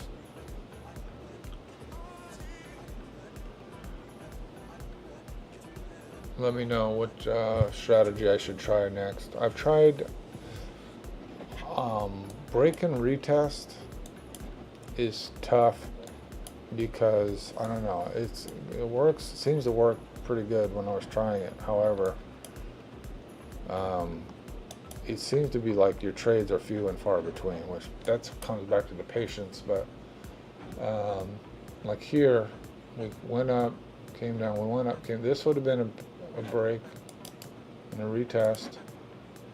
Taking it long off of here, would have had 17 points. With this strategy I've been doing with the double down, I've been getting better point results than 17 points a day. So then the other break and retest we had came down. I don't know if this didn't test the midline, which was already chopped through the midline anyway, so I don't think RP Profits would have traded that either. We're not out of this yet. I'm actually surprised. We're kind of moving up now. That's the thing about this strategy. Had I not used my double downs up here in the rangy part, I would have still been, I should have really been in this trade. Maybe I would have got to 8 contracts or 4. And then at that point, I could still double down to this level here probably. And then that, I think at that point, we would have seen, I mean, we got war news and stuff, but we would have seen some sort of retrace at some point. Now we're getting a retrace. So it may be that we even get out of this trade again. And then, so I kind of feel like I still want to see to the conclusion if this strategy, as long as I can be patient, have a consistent entry model for the double down, which is anytime it hits one of these levels, like, am I rejecting or am I continuing? Like off of this, we've kind of rejected a little bit. We moved up, then we moved down, but we did not make a fair value gap going up from here. So maybe I should have not even gotten in here. Same goes for that pseudo trend line that we had here. I should have waited for a fair value gap until actually here, that level. As you can see, it's going back up. So this, because I've gotten in so heavy, if it continues to go up, then I'm going to be taking pretty good profit because I'm in 31 contracts. Now compare that to RP Profits break and retest. You know, if he's trying to get 17 points or 15 points. Yeah, thunder. Oh, it's my wife. So this could go back up potentially. Actually, see, if I would have doubled down there, this would have been the indication it's rejecting, and I should take the trade off of here. So we're going to see if it continues to go down or not. We kind of disrespected it, so I kind of feel like it will continue down. Even though we've got this kind of nice hard pivot, we don't have a 1 hour pivot yet because we haven't got that candle yet. So 30-minute, we've got a 5-minute, but then it's come down again already. So it's a big wick on the lower time frames and the higher time frames, but I don't know, it may want to come down some more, but we'll see. So if I would have doubled down here, that would have gotten my take profit halfway here. If I would have had another double down available, and I would have been out of the trade at this point if I would have doubled down. So I don't know. Nice tweezer bottom on the lower time frame there. Nice wicks. Let me see what my aggressive. I got some aggressive buys coming in. You know, these are signs that it is an actual reversal, whereas I did not get that previously. Now we might get up to this level here where we've had a few touch points of resistance, and it may struggle to break above that. We got a pivot high. If it breaks this pivot high, that's a good sign for it to continue up. So it's going to be, if I can get out of this trade, 31 times 5, it'll be $155, which obviously getting into negative 1200 drawdown is not worth it to risk that much. But again, if I stagger it right, then the probability of taking profit will probably be pretty good. And then it kind of puts you in a good position that this is the turnaround and it's going to continue up from here. So does that make sense? Let me know if that makes sense. Give me some love. I know it's an unorthodox strategy, but I think in doing this, I have been watching the charts on a micro level. I just need to be more familiar on a macro level. And I've started to realize that with these, like, that's a big wick up. We've got reversal, volume reversal.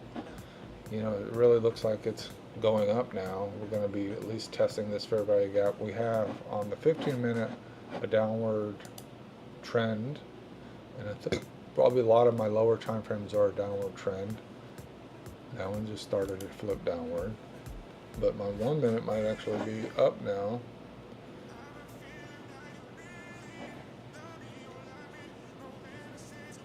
So now we're down to 800 bucks.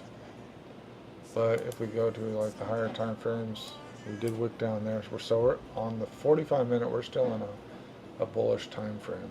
We just tapped our lowest PD array here. We've rejected off of it, and there's a good chance it's going to go up.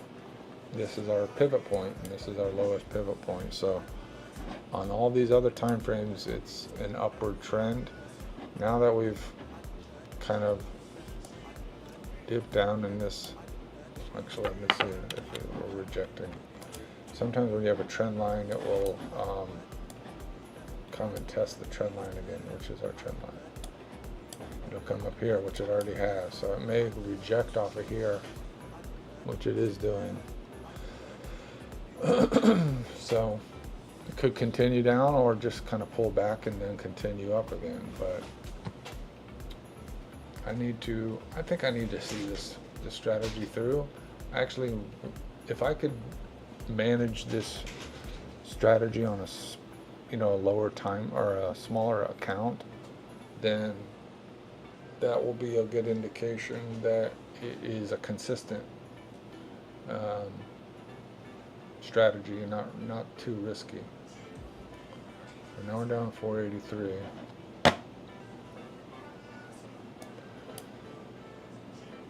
So actually, once this hits, this will be our pivot point way down here.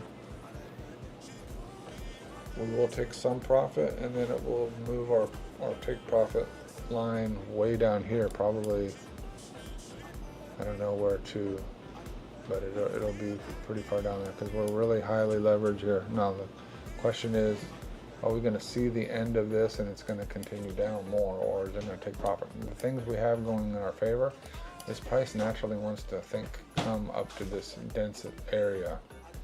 So that's where we're going to hope it continues to move up. The EMA has trended up now.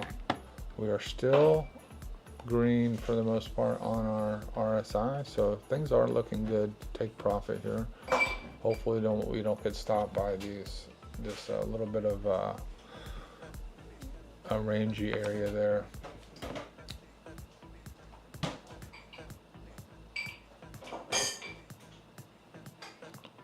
So almost 1 o'clock. I'm actually in my no trade zone now. 12:30 to 1:30 seem to be wherever I would lose trades, usually because I'm not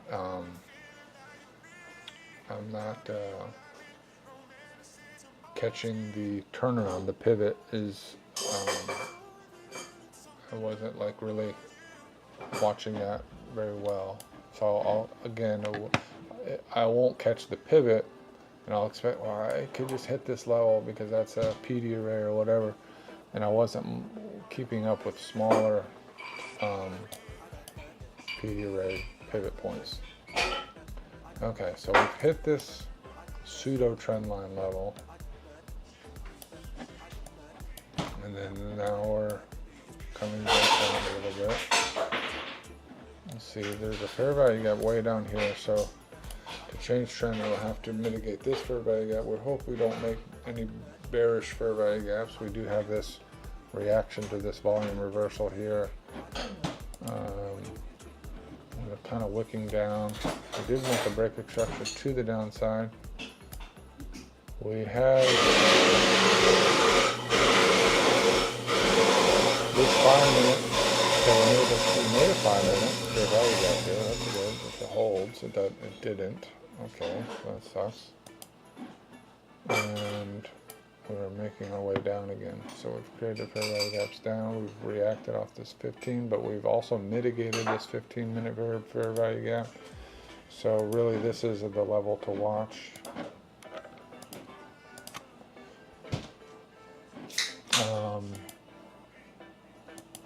You know, once you get it to higher time frames, they become targets as well. So we've created this 45-minute fair value gap. We're going to create it. It's not closed yet, so it's not solidified, but we've created a 15-minute, but we mitigated it. So that's like a sign that it wants to go up more, because we made the fair value gap, but we dipped into it, then pushed down. However, because of that, this is now our next level, so it's not the entire range of the fair value gap. So higher time frames, we got a big wick. The big wick is nice. We got some aggressive buys in at the bottom of it. We got a big wick. We're rejecting off of that level so far, but in these time frames, we still got an hour left. This one we got 10 minutes left, but it's a big wick. So we could come down and then wick back up on this to have like a real pivot reversal.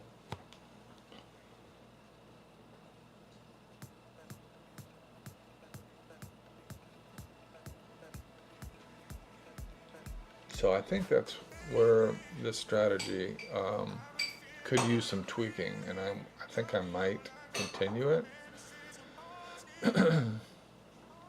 But I got to figure out what is my starting point, what account size. Originally I had thought it was like 2K because my largest drawdown was like 1,200.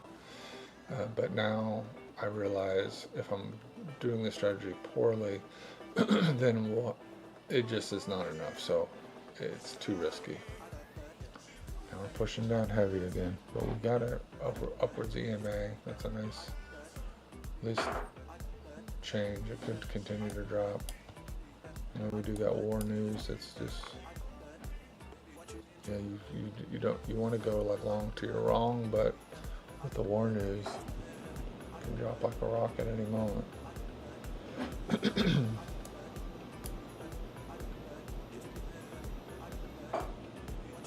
at that. Something happened. Something happened in the news.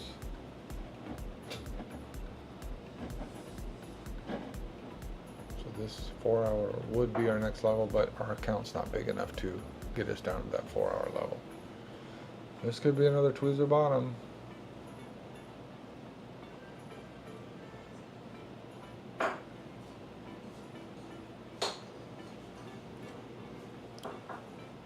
I think I do have enough experience and a little bit of knowledge now to do a 4-to-1 type setup trading strategy. I still think if you have a too small of an account, then you're going to end up blowing your account because you're taking losses.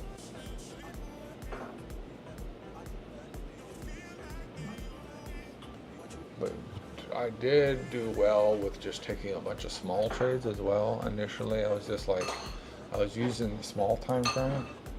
I was entering in off of, let's see if it loads up. I was entering in off of, say, here, and then just trying to get maybe halfway, because it's, if I see it push down from here, I just take it and get, and every time this would reset, and I wait till here, and I go down just a little bit, you know, and then I use that, but I was taking like hundreds of trades a day. I did check out the Warrior Trader podcast, or the Warrior Trader channel, and he did have a strategy of basically, like, if you see a trend down, you wait for a pullback, you enter off of it passing, you wait for that pullback, you enter it off of it breaking the low of that level, and then you take it down until the next candle breaks above that. And so that's a really teeny tiny micro trade. He takes hundreds of trades, but he's very successful doing it. So there's so many different ways to approach this. I want to do something that's kind of easy and like maybe a little bit unconventional, because I think if you have an unconventional approach, then the big money isn't able to basically, they're not aware of these unconventional approaches. I don't think they're not accounting for their market manipulation to take out unconventional approaches. So if you could find an unconventional approach and it works, I don't know, I think that's maybe a good way to go.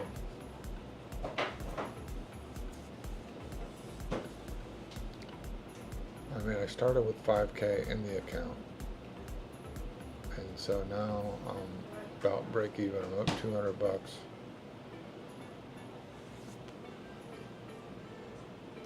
Trying to figure out, because of the nature of the ups and downs of trading, but even when you have consistency, you're going to take losses, and they say trade 1% of your capital. So if I traded 1% of my capital, it'd be $50. That'd basically be 10 points on a 5K account. If you do 10 points on a 5K account, $50 risk, you got one trade, and then if you lose your first trade, then you need to put more money in there. So it's like, I don't know. And then 10 points is not a big stop loss. So even with the 5K account, you don't have a lot of room for error. Okay, push him down big time again. This might be the one that stops our account out.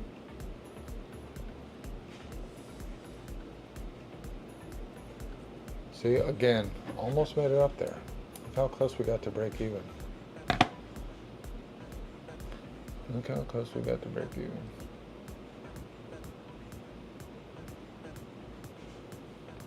We almost, if we would have gotten there, we would have had a nice little profit.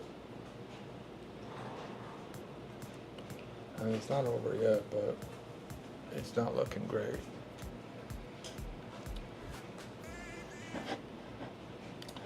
So I'm just keep analyzing here. We got 4 minutes till we make a new candle. Now, the question is, are we going to continue to wick up? I feel like in most cases it will come down a little bit and then we'll continue up if it is going to be a reversal. But we have also got to look how many of these are volume candle reversals. This is a continuation, not a reversal, but it is blue and it's more volume previously. So this blue, that was a reversal. We had more of a pivot here. We had a yellow pivot here. We did have a blue here, and then we made a small ranged around for an hour, and then finally made it back up. Here we didn't have one. Here we did, a lot of these, there's not a continuation at the bottom of these things. Here's one. So we had a continuation, and then equal size wicks, and then we reversed up. Here we had a push down, or a push up rather, off of that. There was a blue here. Okay, here was a big blue down. That was a reversal, not a continuation, and then it made a yellow and up. So, I mean, you do see that blue and then the push up, big blue candle before pushing up. Here we had a yellow.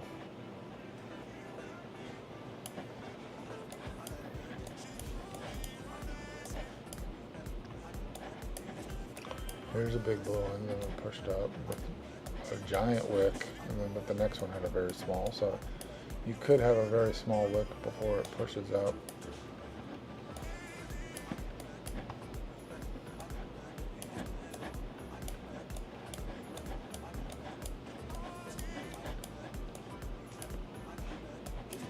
There's a big blue wick before it pushes up.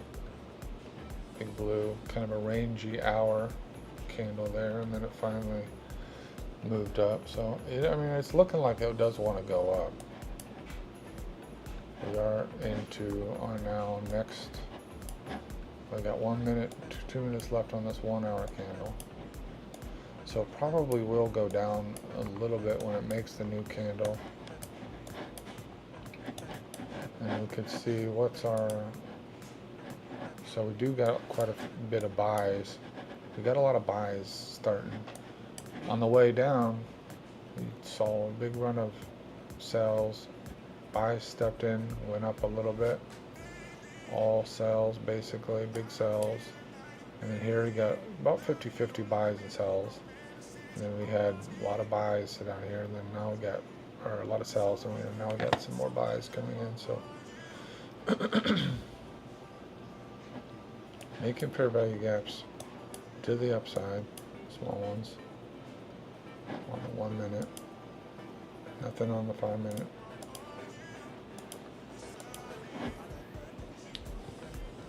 So we're kind of ranging around here in drawdown, which sucks.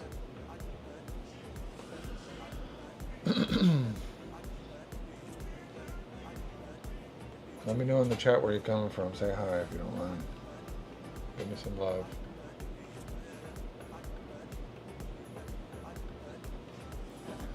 I'm going to stream every day until I'm profitable, and I will continue to do it.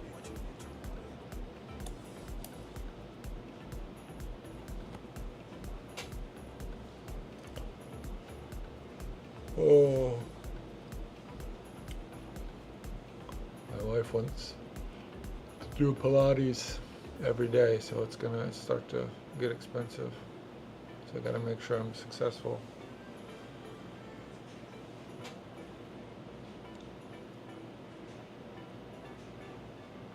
Okay, so we got a little bit of a minor trend here.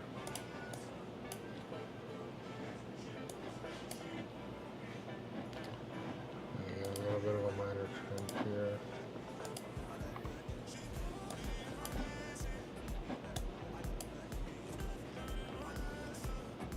So this one is pretty much done. You can see though we've came back to these lines, whether it be this pivot line or but this one is our new high to break. This is not any specific target, but we just need to break this in order to continue up to our take profit. So now, question is, now the thing is, like, by doing this double down, we moved down from, I had taken profit one way, I can't remember how it played out, but I went up and then it went up again, and then I missed out on 10 points on this up move, and then it went down. But let's say this is 600 here, it went all the way down to 60, 70, 80, 90. That was 40 points. So if I get out of this, it'll get close to like 35 points if I take profit. So even though it went down, I'm still getting the same amount of points as if I was in the trades on a sell. However, the difference is I'm going into drawdown a lot more. But if I did it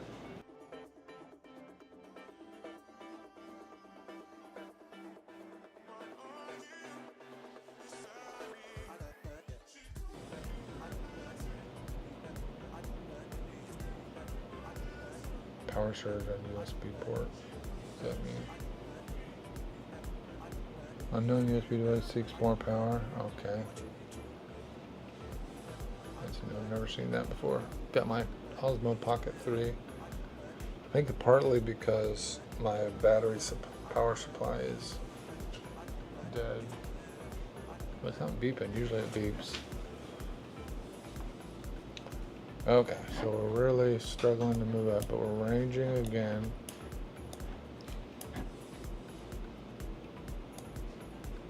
We did briefly break up above that little trend line.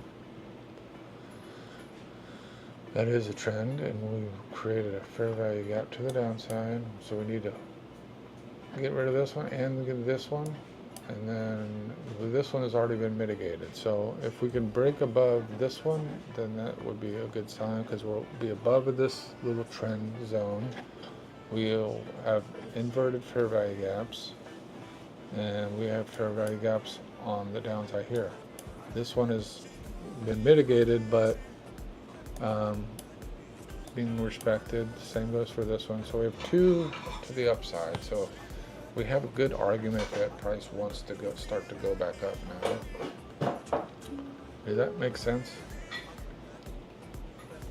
Let me know in the chat if that makes sense. Am I on target or am I completely wrong? And then again, we need to break above this pivot high, the recent pivot high, to continue just going up to take profit. So a little bit better.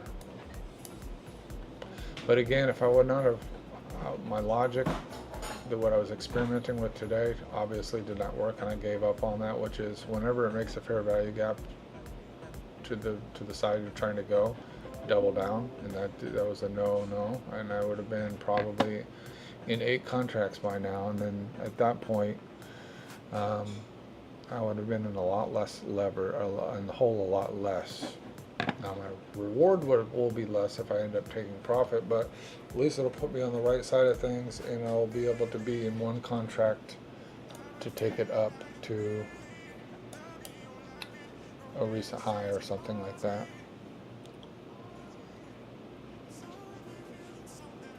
I could see price coming down and making a new low again. We've rejected off of this minor trend line here.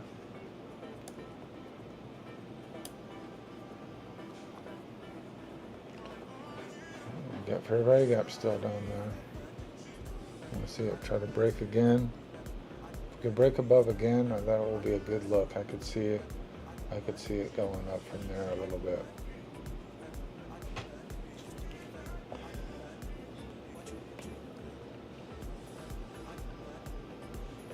If I had another layer of double downs, so my double down is basically here. If I would have gone this, I've seen this momentum shift, wait for the pullback, entered in another double down here. Once we've seen that pivot, then maybe that's where I could do an additional double down outside of the normal pivot point. Well, I need to see. Actually, I should be. I'll have to see. Maybe the next go around, if I continue this strategy, if I hold those rules in mind, then maybe I should have only been in one contract until I got down here. That would, if I was only one contract, that's maybe 30 points times.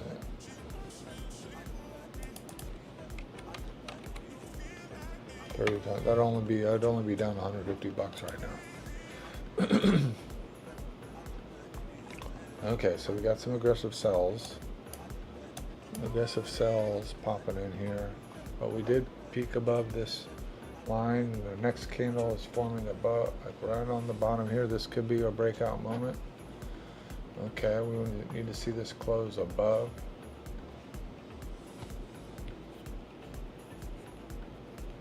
I feel like this is like a game of Tron or something too, where you're like, you got all these trend lines and levels, and is it respecting, is it breaking it? Okay, this is now disrespect to that. So now our next disrespect is this level up here.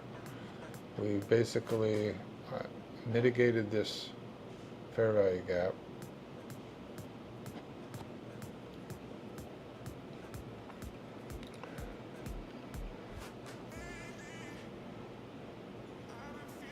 Nice big push up. This looks nice.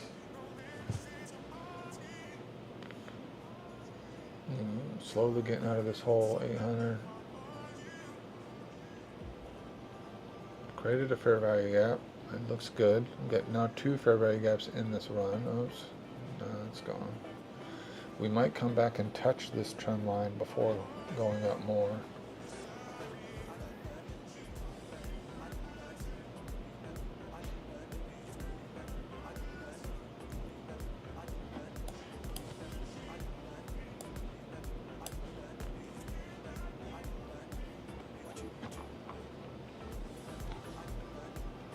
Only problem with this strategy and keeping up with all these levels and everything is there's a lot of room for error if you don't read all the signals. But the signals I feel like are there, and if you could kind of like move with the signals. Oh, okay, we're getting really close to that pivot high. We've got some sells. Okay, we don't need to see that. We need to see some aggressive buys coming in. We saw some above here. If we're absorbing these aggressive sells, that's also a good sign. And then that means these sells, aggressive sells, will be fuel to really shoot our price up higher. So once it breaks, say if this is a stop loss, for instance, of this order here, then this is going to shoot up.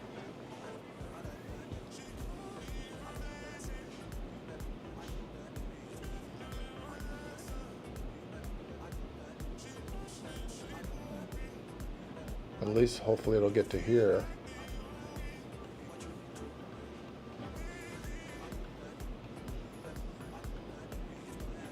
Oh, we still have our 1 hour push down, but let's see if it's going to break that, which we got 15 minutes left. We're not really on track to do that unless we see an increase in volume. Okay, we're now at this. Are we going to equal high here, or are we going to break it and get to our profit? Because we have a nice push up, but we could wick down and just tweeze our top. Okay, we're equal highs. We need to see it break that, and then I think we'll be in good shape to continue to take profit.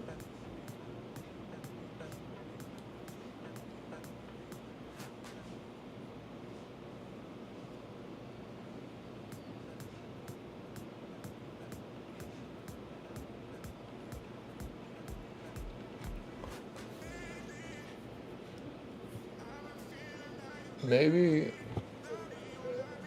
yeah, got rejected there. Big volume down.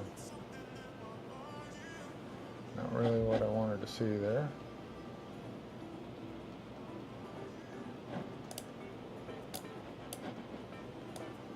We're touching this trend line again and rejecting off the bottom side of it.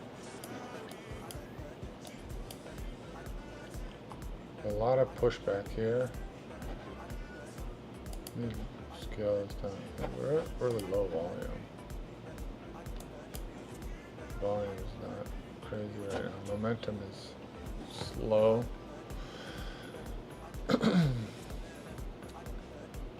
What was I saying? Maybe if I could use another double down if we get to a pivot point. This was a clear pivot point rejection off of this level here. We came up, we rejected off it, rejected off the trend line again, came down here off of this, rejected off, and now we're rejecting off the trend line again. But we did make a little bit of a move above this trend line.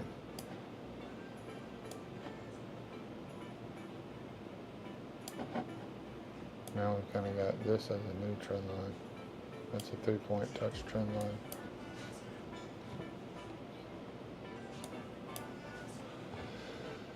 So we're right there. Only 6, 7, 5 points away. And we are now kind of, we're kind of in an uptrend now because we're making higher highs and higher lows. We did make a lower high recently, but that's a higher high if you consider this a low. So it's higher high, higher low, lower high, lower low, higher high, higher low, higher high, higher low, higher high.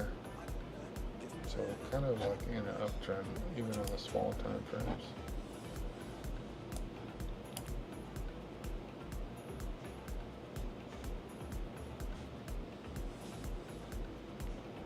I don't like this 3 whip down bearish candles in a row. I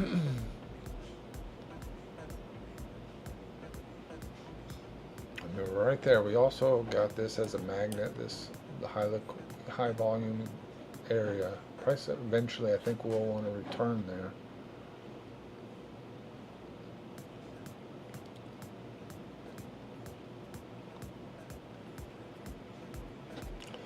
If I take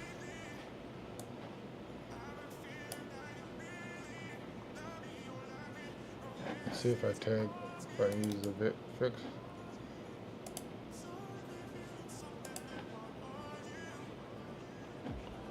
So yeah, price wants to go, you know, right above where our take profit is. You know, it'll likely want to return to kind of around that midline. Another leg down, which I don't like. We just don't want it to break below our trend line here.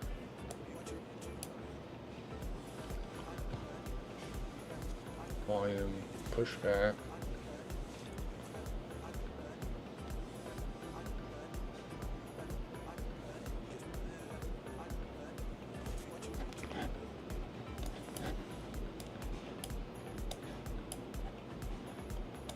Okay, so this minor trend line is now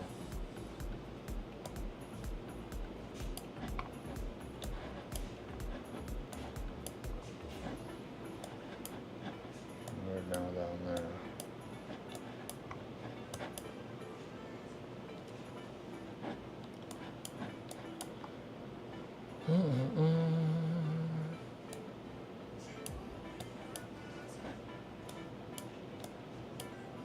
The equal hide. We got so close to breaking that. And then we could shoot down again. See what else is going on in the news.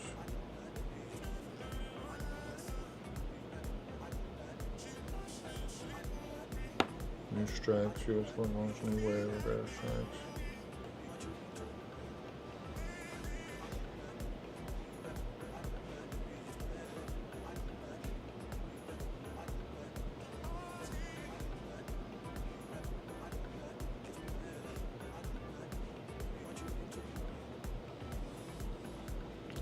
We do want to see this tweezer bottom here. We don't want to see it break this low, really. Which it just did, okay. We're just kind of rocketing down to the bottom now. We've seen 2. This is like a rejection off this level. This one was like a continuation. We might go down and maybe retest these lows if it breaks below this trend line here. Or it could tap on this line here, this 4 hour or whatever this was, 2 hour.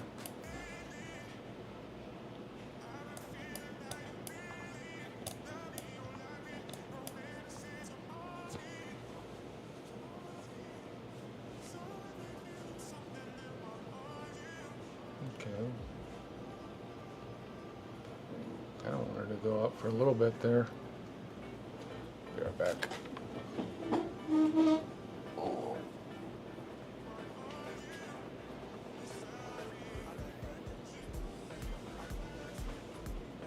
Thanks, sugar.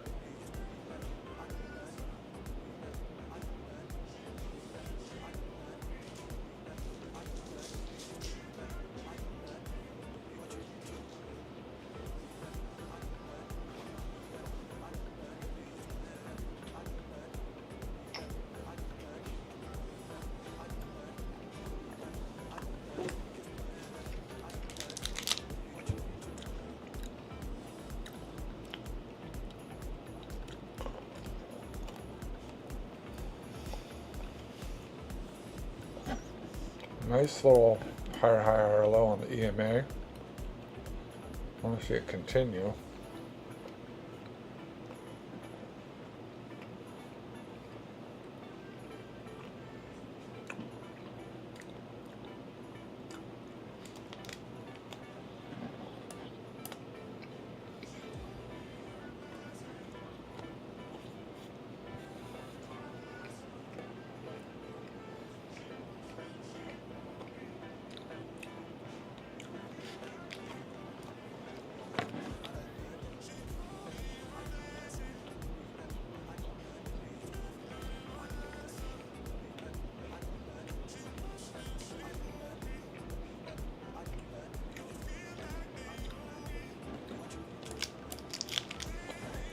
So really on this day,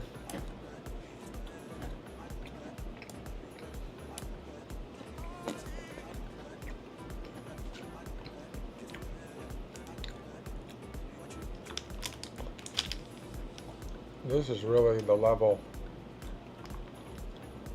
should have taken off of on the 1 hour. I'm sorry.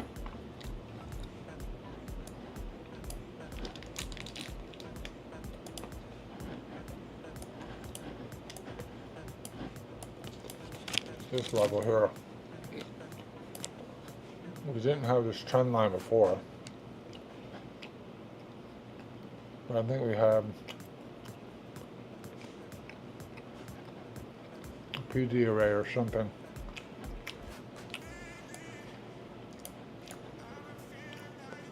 I have to look back what that was. I think there was a 4-hour pivot point or something. I think I've remade them since then, but this did hit a level, and I wanted to see it reject, and I don't know at what point I would consider a reject. Maybe on time frames. Which one are we looking at here? Okay, here. So 45. So once we saw it start to reject, but look at all this movement. That's the thing that was kind of crazy today, is this 30 minutes came all the way down and all the way back up. Started here and went up, all the way down and all the way back up. Then we created this new one. So we're not seeing like fair value gaps until we get down to, so 1 hour, it's all a fair value gap there, but that's, you're kind of missing the boat at that point. So on 45 minute, we saw 45 here. That's also missing it. 30 minute. So from 30 minutes, we saw a fair gap being made, 89. That's 20 points. You really need to go down to the lower time frame, but we didn't even see that much movement. Like, we didn't see fair value gaps being made off the rejection off that. So I don't know, this would be like a no trade day. We didn't see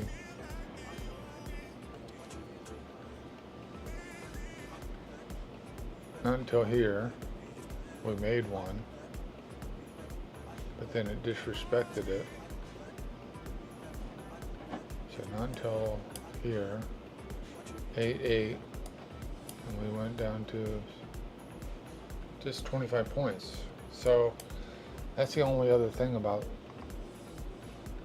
like this strategy that I'm doing. You actually get more points on the day that was even possible a lot of times. And I'm talking about points, not just, I'm saying points per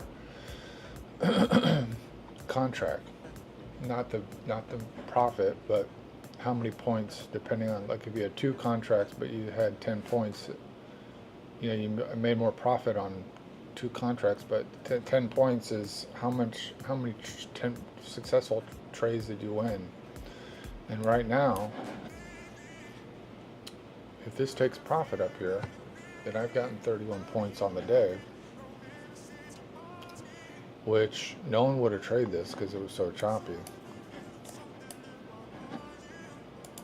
Let me see if I go to a lower time frame. So that's where it went, and did we make any fair? Okay, so we did make a fair value gap. So we'd had to go into the 1 minute, but we would not have seen that kind of reversal until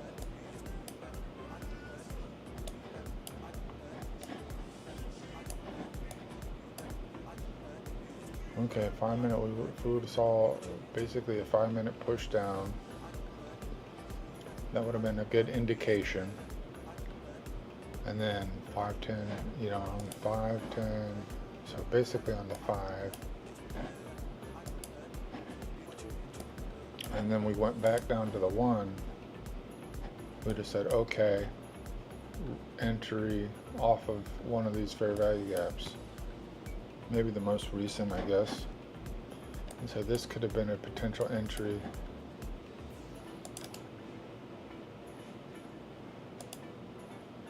We're going down again.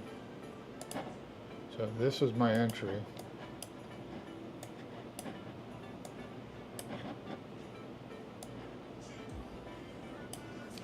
That's 43 points. It's a 5, almost 6 R&R with stop loss just above. So that had been 7 points.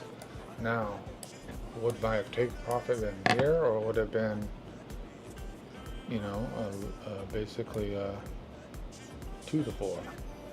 Probably 2 to 4. That would have been 17 points. Now, could we have set our to our trend line, which I think we passed through 36. So that's when I'm torn, because I feel like this strategy, as long as you don't get stopped out, then you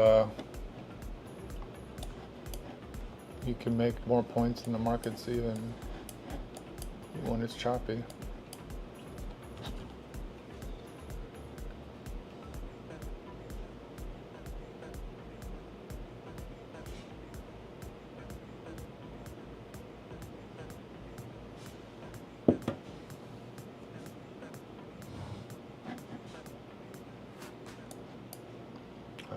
So now we got this, we've broken this little trend line, heading down, should hopefully react off this 2 hour line here.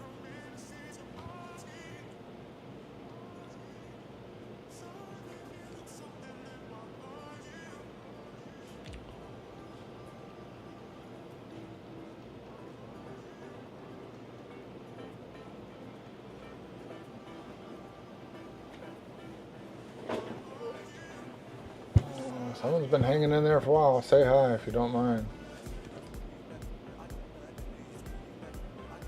Give me some love, or like and subscribe or something. If you're learning with me. If you got any tips or anything, let me know.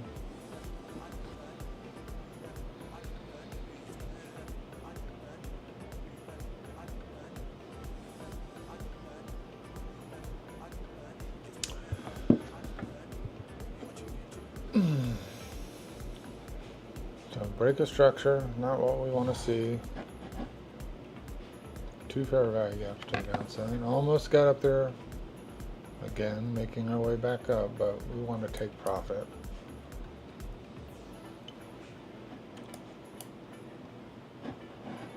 Let's see what we get no buy. We got a little bit of sells. Volume is thinned out a little bit.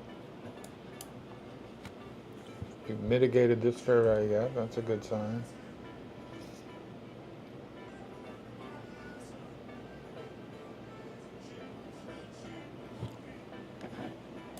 So once you've created the fair value gap with this wick, and it comes down and it goes back up, actually whatever this current level is on the highest candle, that's the new level to break. So if we make another candle in 10 seconds, this is kind of our new level. The fair value gap is no longer value. This supersedes that level. So created a fair value gap. You want to see it break that level. Okay, perfect. And then that's a good indication that we might want to continue up.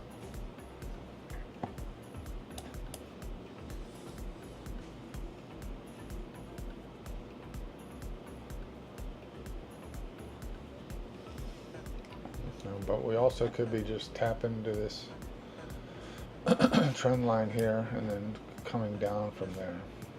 So we'll see if we can hold this fair value gap in the next 25 seconds. I don't like the wicks.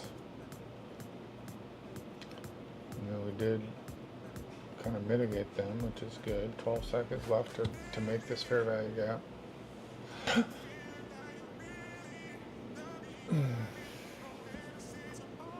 Okay, I like that.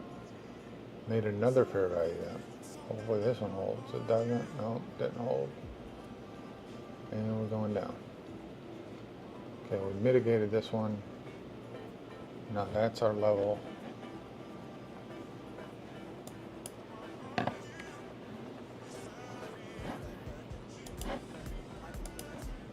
If it breaks this level, then it's probably going to go down even more.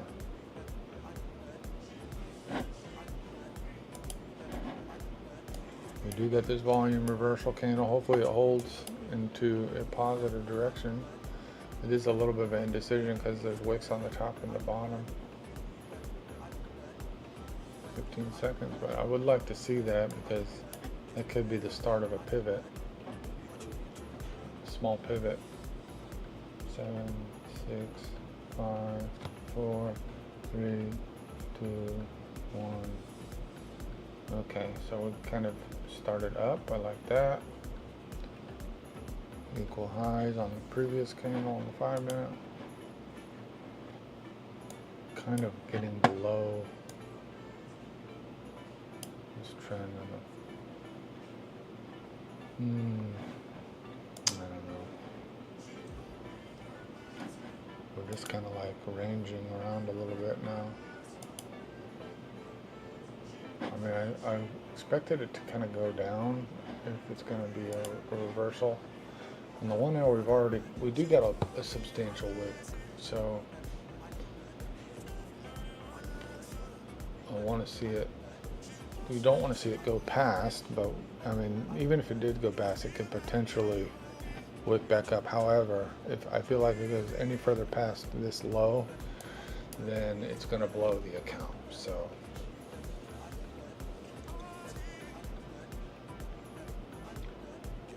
we're actually $700 in profit still on the account, despite having this crazy trade going.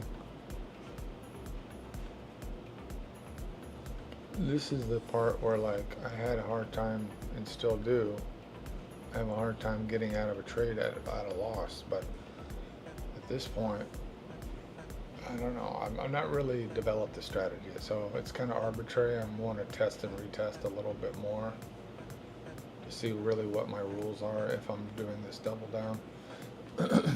So basically I don't mind blowing the account, because if I do, that means it's not working. And until I could sustain this account for longer than 2 weeks and really make strides in profit, then it's just not working. So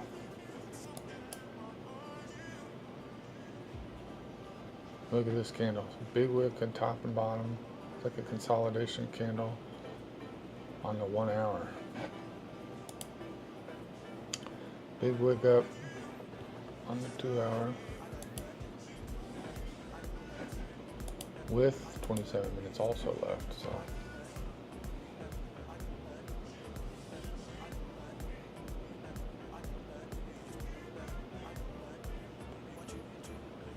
kind of getting lazy to stick around and watch this and do this, because it's make or break anyways. So you want me to stay in and keep streaming, or do you want me to turn it off? Let me know which one you want to do. Stay in stream or turn it off. It's now a bullish candle again. That's a good sign.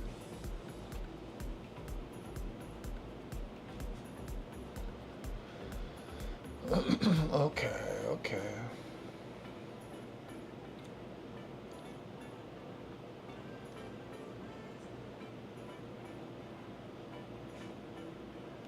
Kind of like that. Kind of like the motion of it now.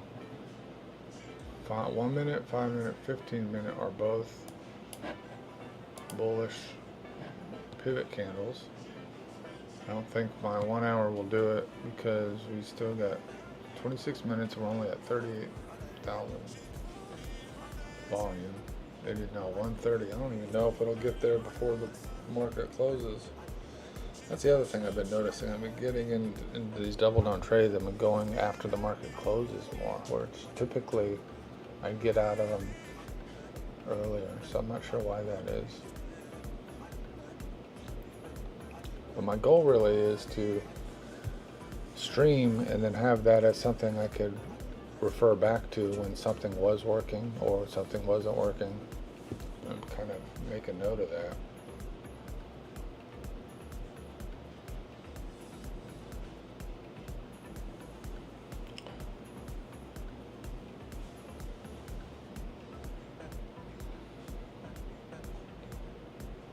But I've only been in, let's see, it's been a year last May, so I've been, since I even started my trading journey, so it's like a year and 2 months basically. And I think it was around March that I actually started to shift to have profitable days. So it's been a very short period of time that I'm really kind of getting my bearings on what strategy to use and how to look at the charts and the different variables and confluences and things like that. So I'm not really disappointed. I think this is all part of the process, and it'd probably take a good solid 2 years, I would expect, to be before I'm profitable. And I don't mind, paper trading until I get that point. But it's a matter of showing up, putting in the time, and I think that's the real key. It's kind of like the 10,000 hour rule. Actually, I'm curious, what would be 10,000 hours? If I'm doing 3 hours a day, 5 days a week, that's 15 hours, times 4 weeks a month, that's 60 hours, times 12 months, that's 7,020 hours. $10,000 is quite a few years. I'd like to learn before that, but I think it could make a bigger wick before it wants to go back up. Maybe even below, but this is, a trend line now. It's not like an official trend line because it's only 2 touch points.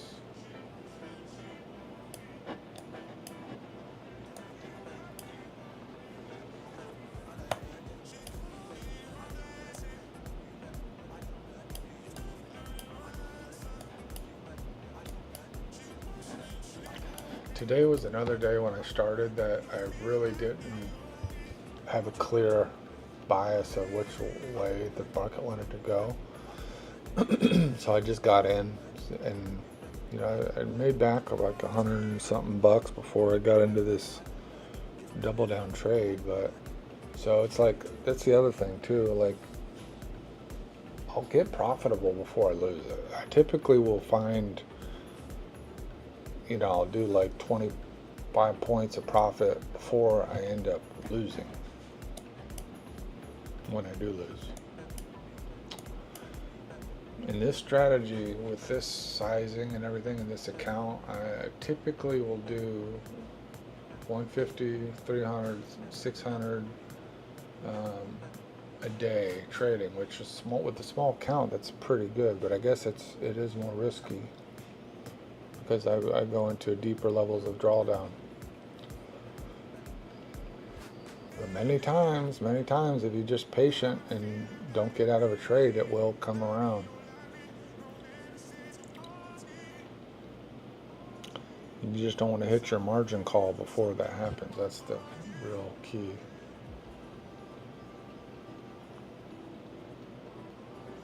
Let me know in the chat if you got any pro tips, or if you're learning, or introduce yourself if you've been watching a while, or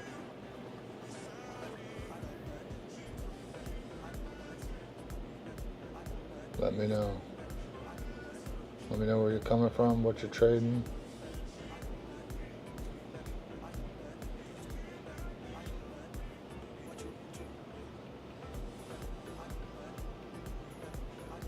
I can see I've been talking this whole time this happened.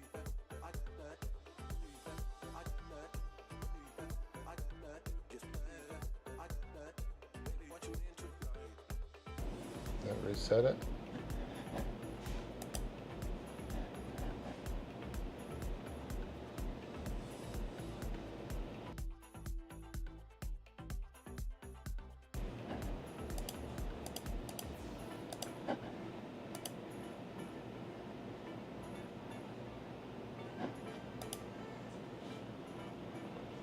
Been talking this whole fucking time. No one said anything. I don't know if it'll work still or not. We'll see if it resets it. Okay, big move down. Yeah, it reset. So I've been talking this whole time. The stream wasn't working. So big wick down. Is this gonna turn around, or is this it? Is it gonna shred our account here? We've kind of broken through this little mini trend line, but we are wicking back up. Tapped into this. Okay, heading down again.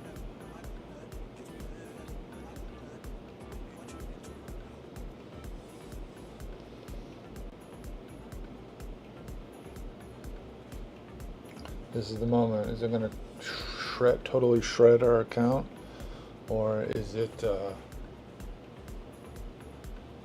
going to turn around on us?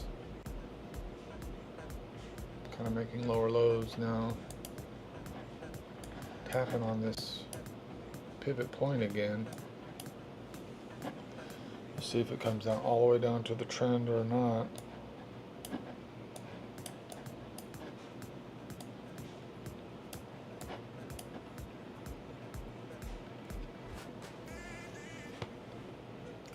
I don't know if any more news has been coming out or not, but I feel like that's definitely played a big part in what's been happening today, because the market has been crazy.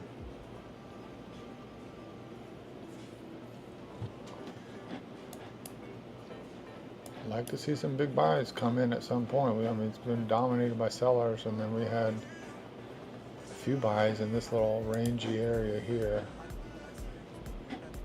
Had a lot of tweezer bottoms on the lower time frames. A lot of wicks up and wicks down.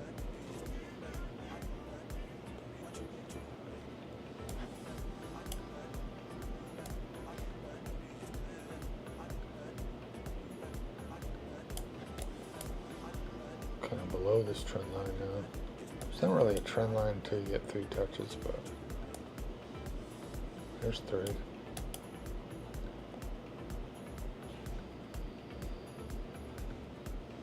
Big wick up. I mean, nice 1 minute candle.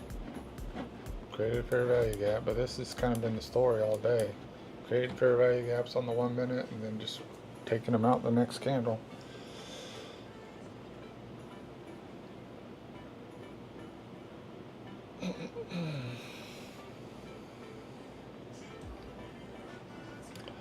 A strategy I had before I started doing the double down strategy was taking small wins, and then if it's basically with this PD array strategy on the one, even on the 1 minute, I think I was like trying to get a better look, like say on the 15 minute, try to enter in on there and then take it as far as I could go, like just keep resetting and taking a bunch of like small trades. and that kind of was working. I was doing it with like 3 contracts on the ES, micro ES, 3 to 5, and I would pass evals in a day, and it seemed to be working well, but I feel like it was a little too chaotic and I was just taking too many trades. So I tried to space it out by using this double down kind of strategy. And it's basically, I am staying in trades longer. Like this trade I've been in for a few hours now. And I don't know, I wanted to have different approaches and different fields and try to learn something and just be kind of a well-rounded skill. I don't know if I wanted to just focus on one. I wanted to be able to be adaptive and see different angles of the market moving. And I think I've since then gotten a little bit better about reading the market. So I play by play, I'm analyzing, I'm looking, and I have made some indicators I feel like have been helpful, like these volume reversal, mainly around volume. Aside from just looking at this volume, I have a lot of indicators that I made with ChatGPT, one being the reversal. So if it's yellow, that means it's higher volume than the previous one in the opposite direction. Kind of shows you like a pivot within volume. And then I've made this heads up display here, which will tell you the volume right next to the price, and next to that is the previous volume. So you kind of really real time keep an eye on the volume and then in respective to the previous candle, which I feel is important. And then I've created this, like the Fabio, the scalper Fabio, whatever his name is, the Italian guy. He has these volume aggressive bursts as part of his strategy, so I made something similar. It's probably not as accurate because the real-time data does not work the same as the one he uses. It doesn't have as much real-time order entry data, but it's something, and I do feel like it kind of paints a picture of when the market's going or when it's starting to turn around. If you have big aggressive buys at the bottom of something. So I feel like that is valuable as well. And look at here, we're breaking highs, previous highs. So we got some aggressive buys now. That's a good sign. We have one at the bottom, and that's probably gotten stopped out somewhere along the way, and that's might have what led to this. Okay, we got another fair value gap, market structure shift. That's good, all looking good. Let's see if that will hold for 48 seconds. We still are 1 hour, probably won't reverse anytime today because the volume is dying off.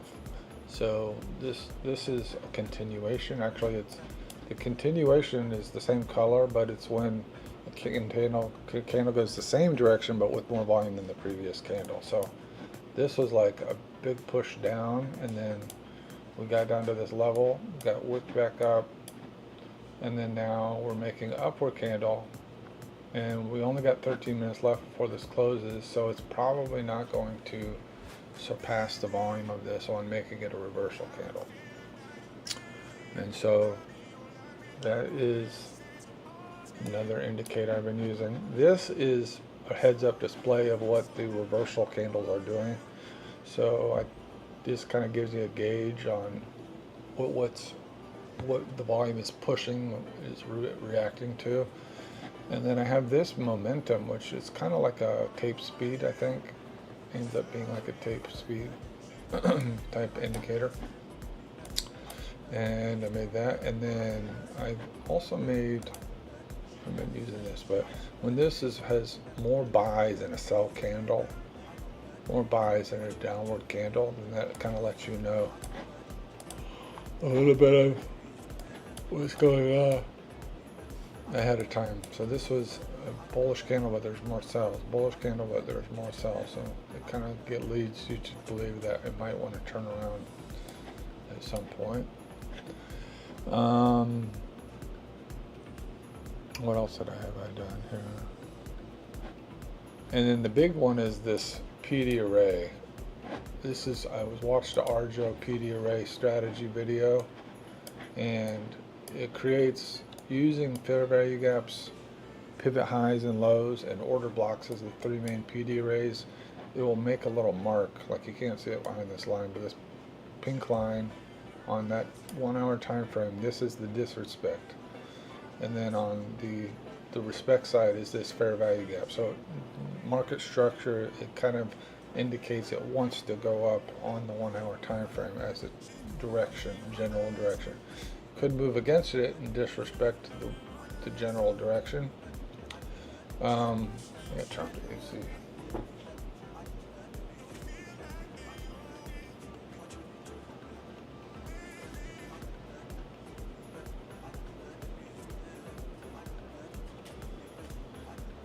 But it's just like an easy way to identify what is the next pivotal level. So even on like the 1 minute, it made a fair value gap, so that's like our disrespect level, and this order block is the respect level. It's moving against it, so once it moves against it, then it changes what our next natural disrespect is. So if it goes against it, then our next natural disrespect will probably be order block or something. Boy, I thought we were moving up, but we're not.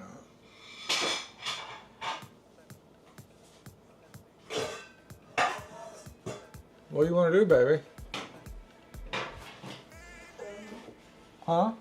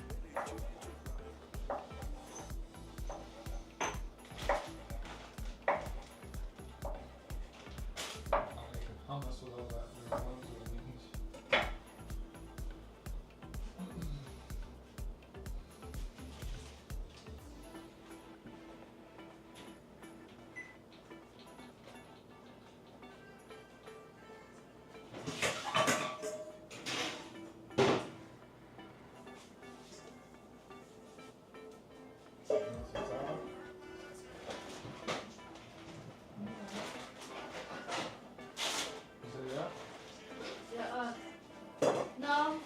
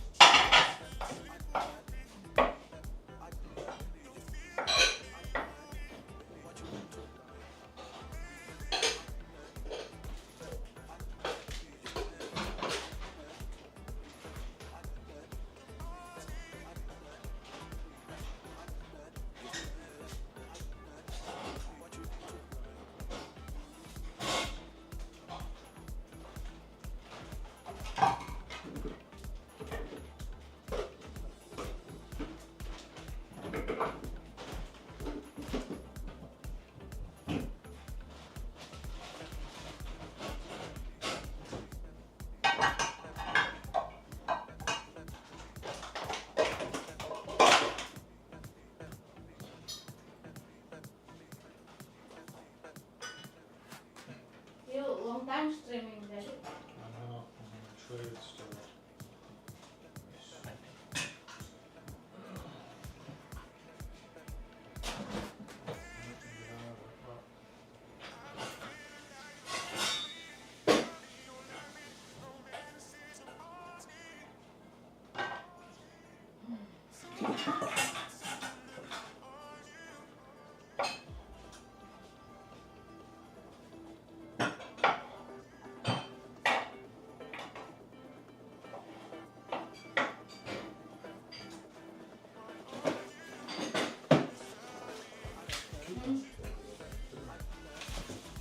Yeah. Well, that is okay.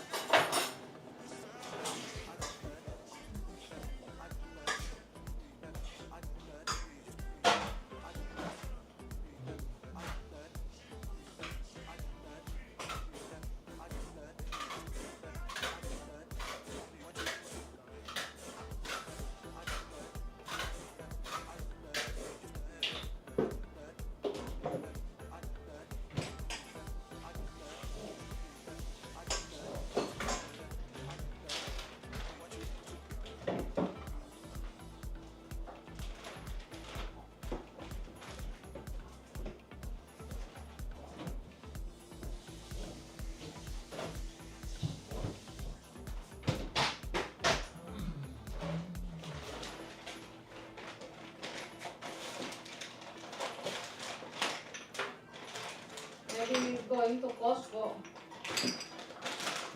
and drop the flowers for Mama June.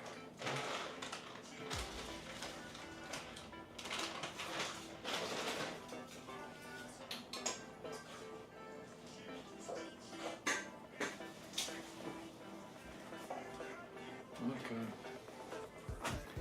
Well, not looking good. Not looking good at all. Not looking good at all.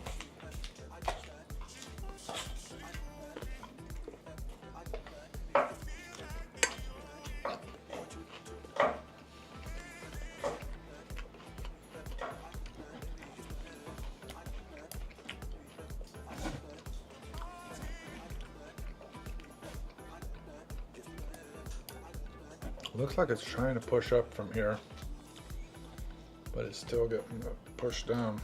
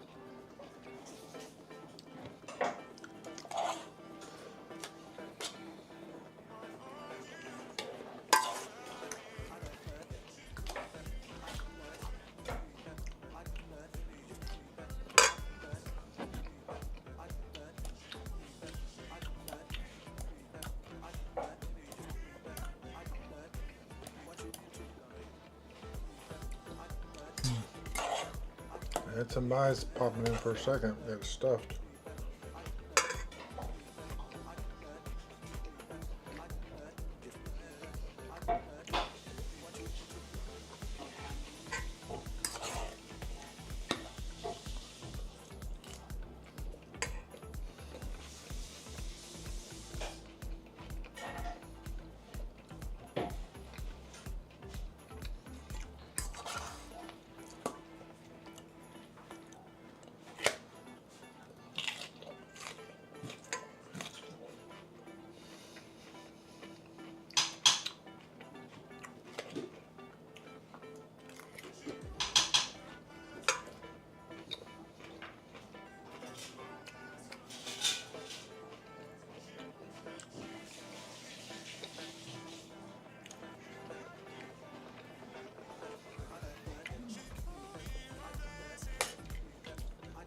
I'm not getting my hopes up, but it looks good.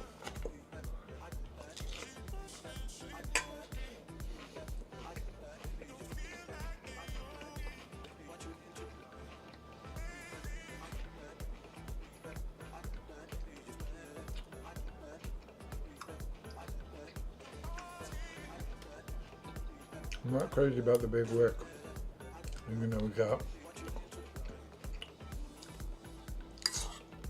large buy there.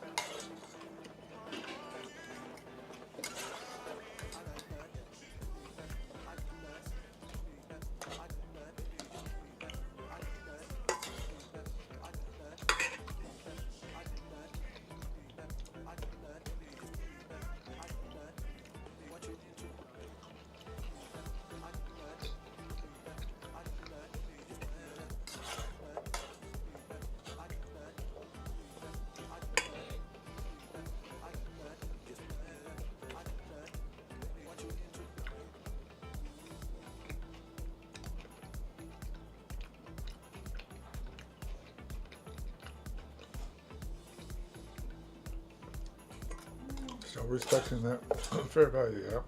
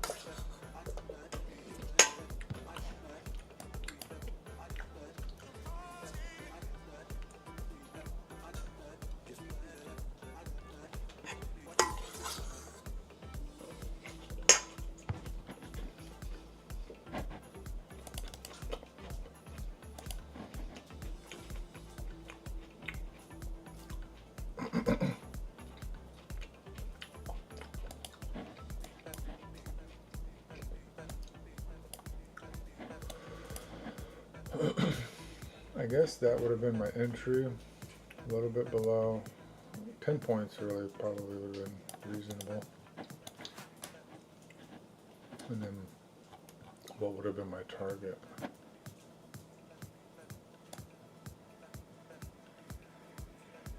And you kind of gotta like shoot for the stars or at least a 3 to 1.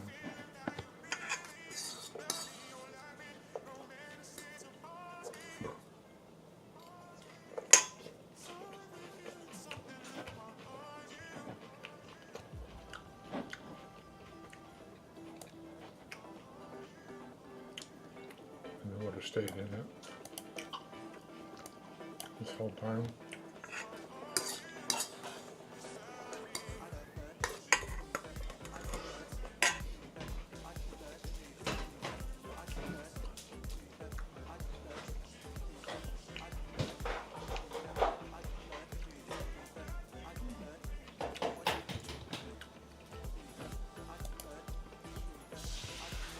So I would have hit a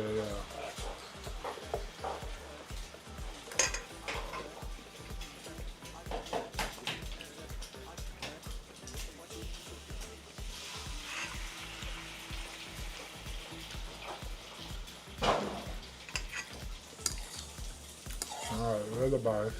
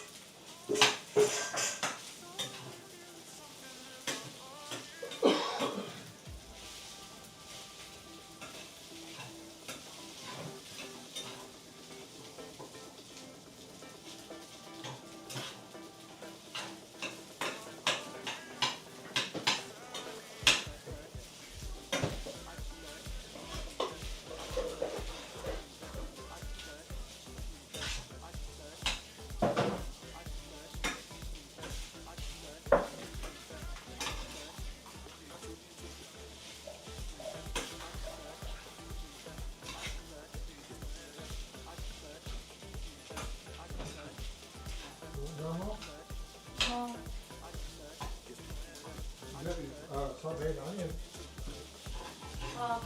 Later.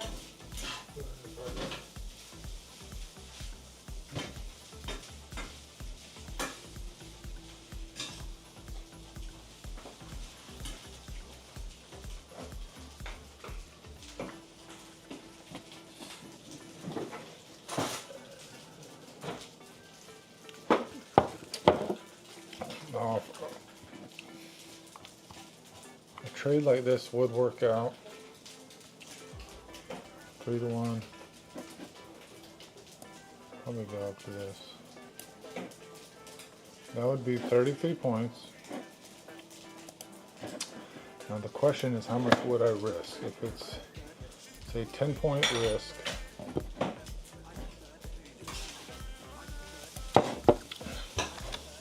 times 5 would be $50. 10 times 15 would be $150.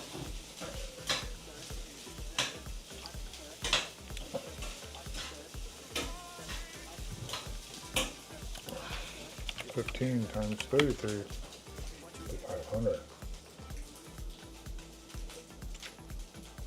That'd be a pretty solid day.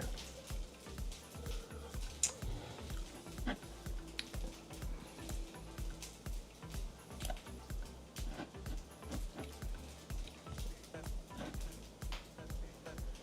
mean, that's what they all go for, is like 4 to 1.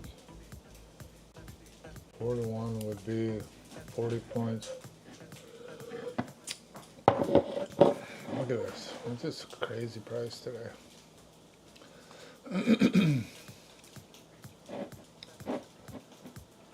So would that be a better strategy? I'd be risking and potentially probably losing $150, but then I would make 40 times 15, $600.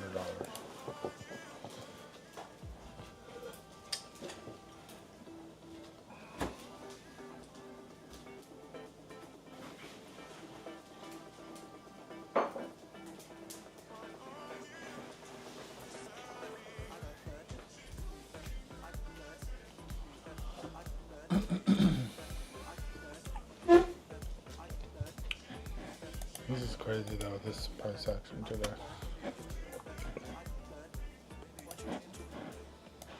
Look at that, I had mostly buys here. We just had this big leg down. Damn shame.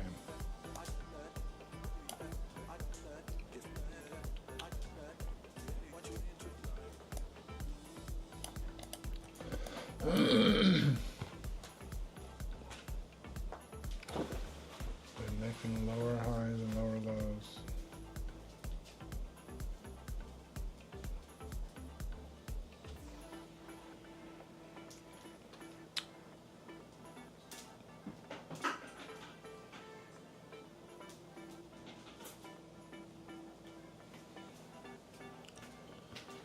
Alright, I think I'm just gonna let it ride. I'm sick of looking at it.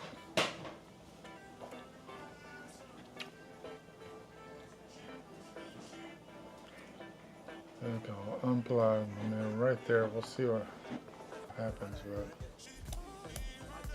We made some pushes up, and we got close a couple times. That's where,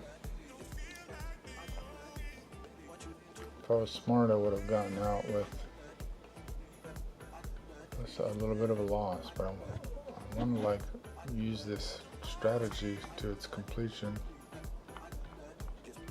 Again, making a fair value gap. Again.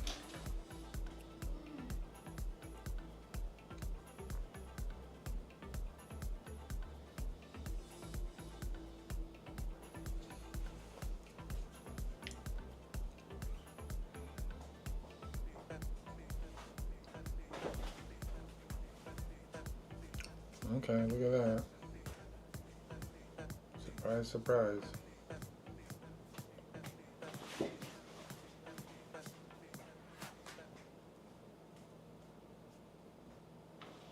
Okay. Some big boy movement here. Fair value gaps, mitigating fair value gaps. Okay, let's see, yep. Yep. Is this going to tease us like the last time? Let's see if we break this high, which we did the last time too, but then all the way down.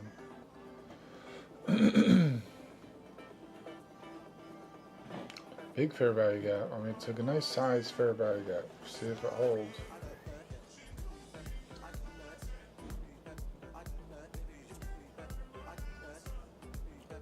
Big move down.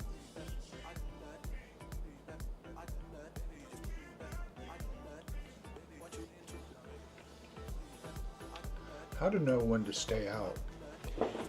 You know, what day looks too choppy or whatever.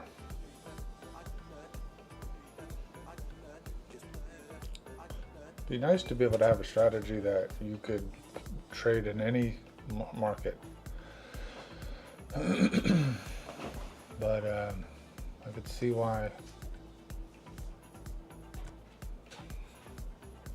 I do think I am curious now that with what I've learned, I have not done like a proper 4-to-1 type trading strategy. I would like to see how much loss I do get.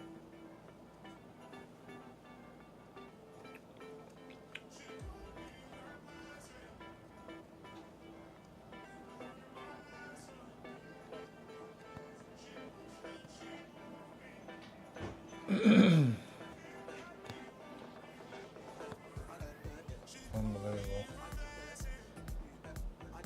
Usually this strategy is good, but I think I've already tapped myself out with the double downs too early. Otherwise, I probably would have been out of this trade with a profit already.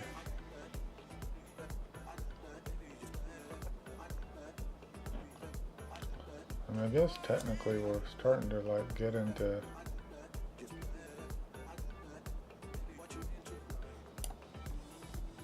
breakout territory here.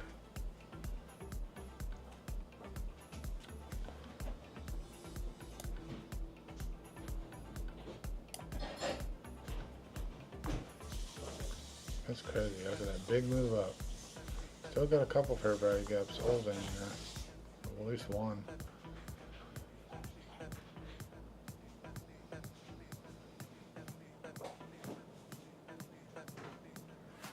Alright, I think I'm gonna unplug the camera and say goodbye.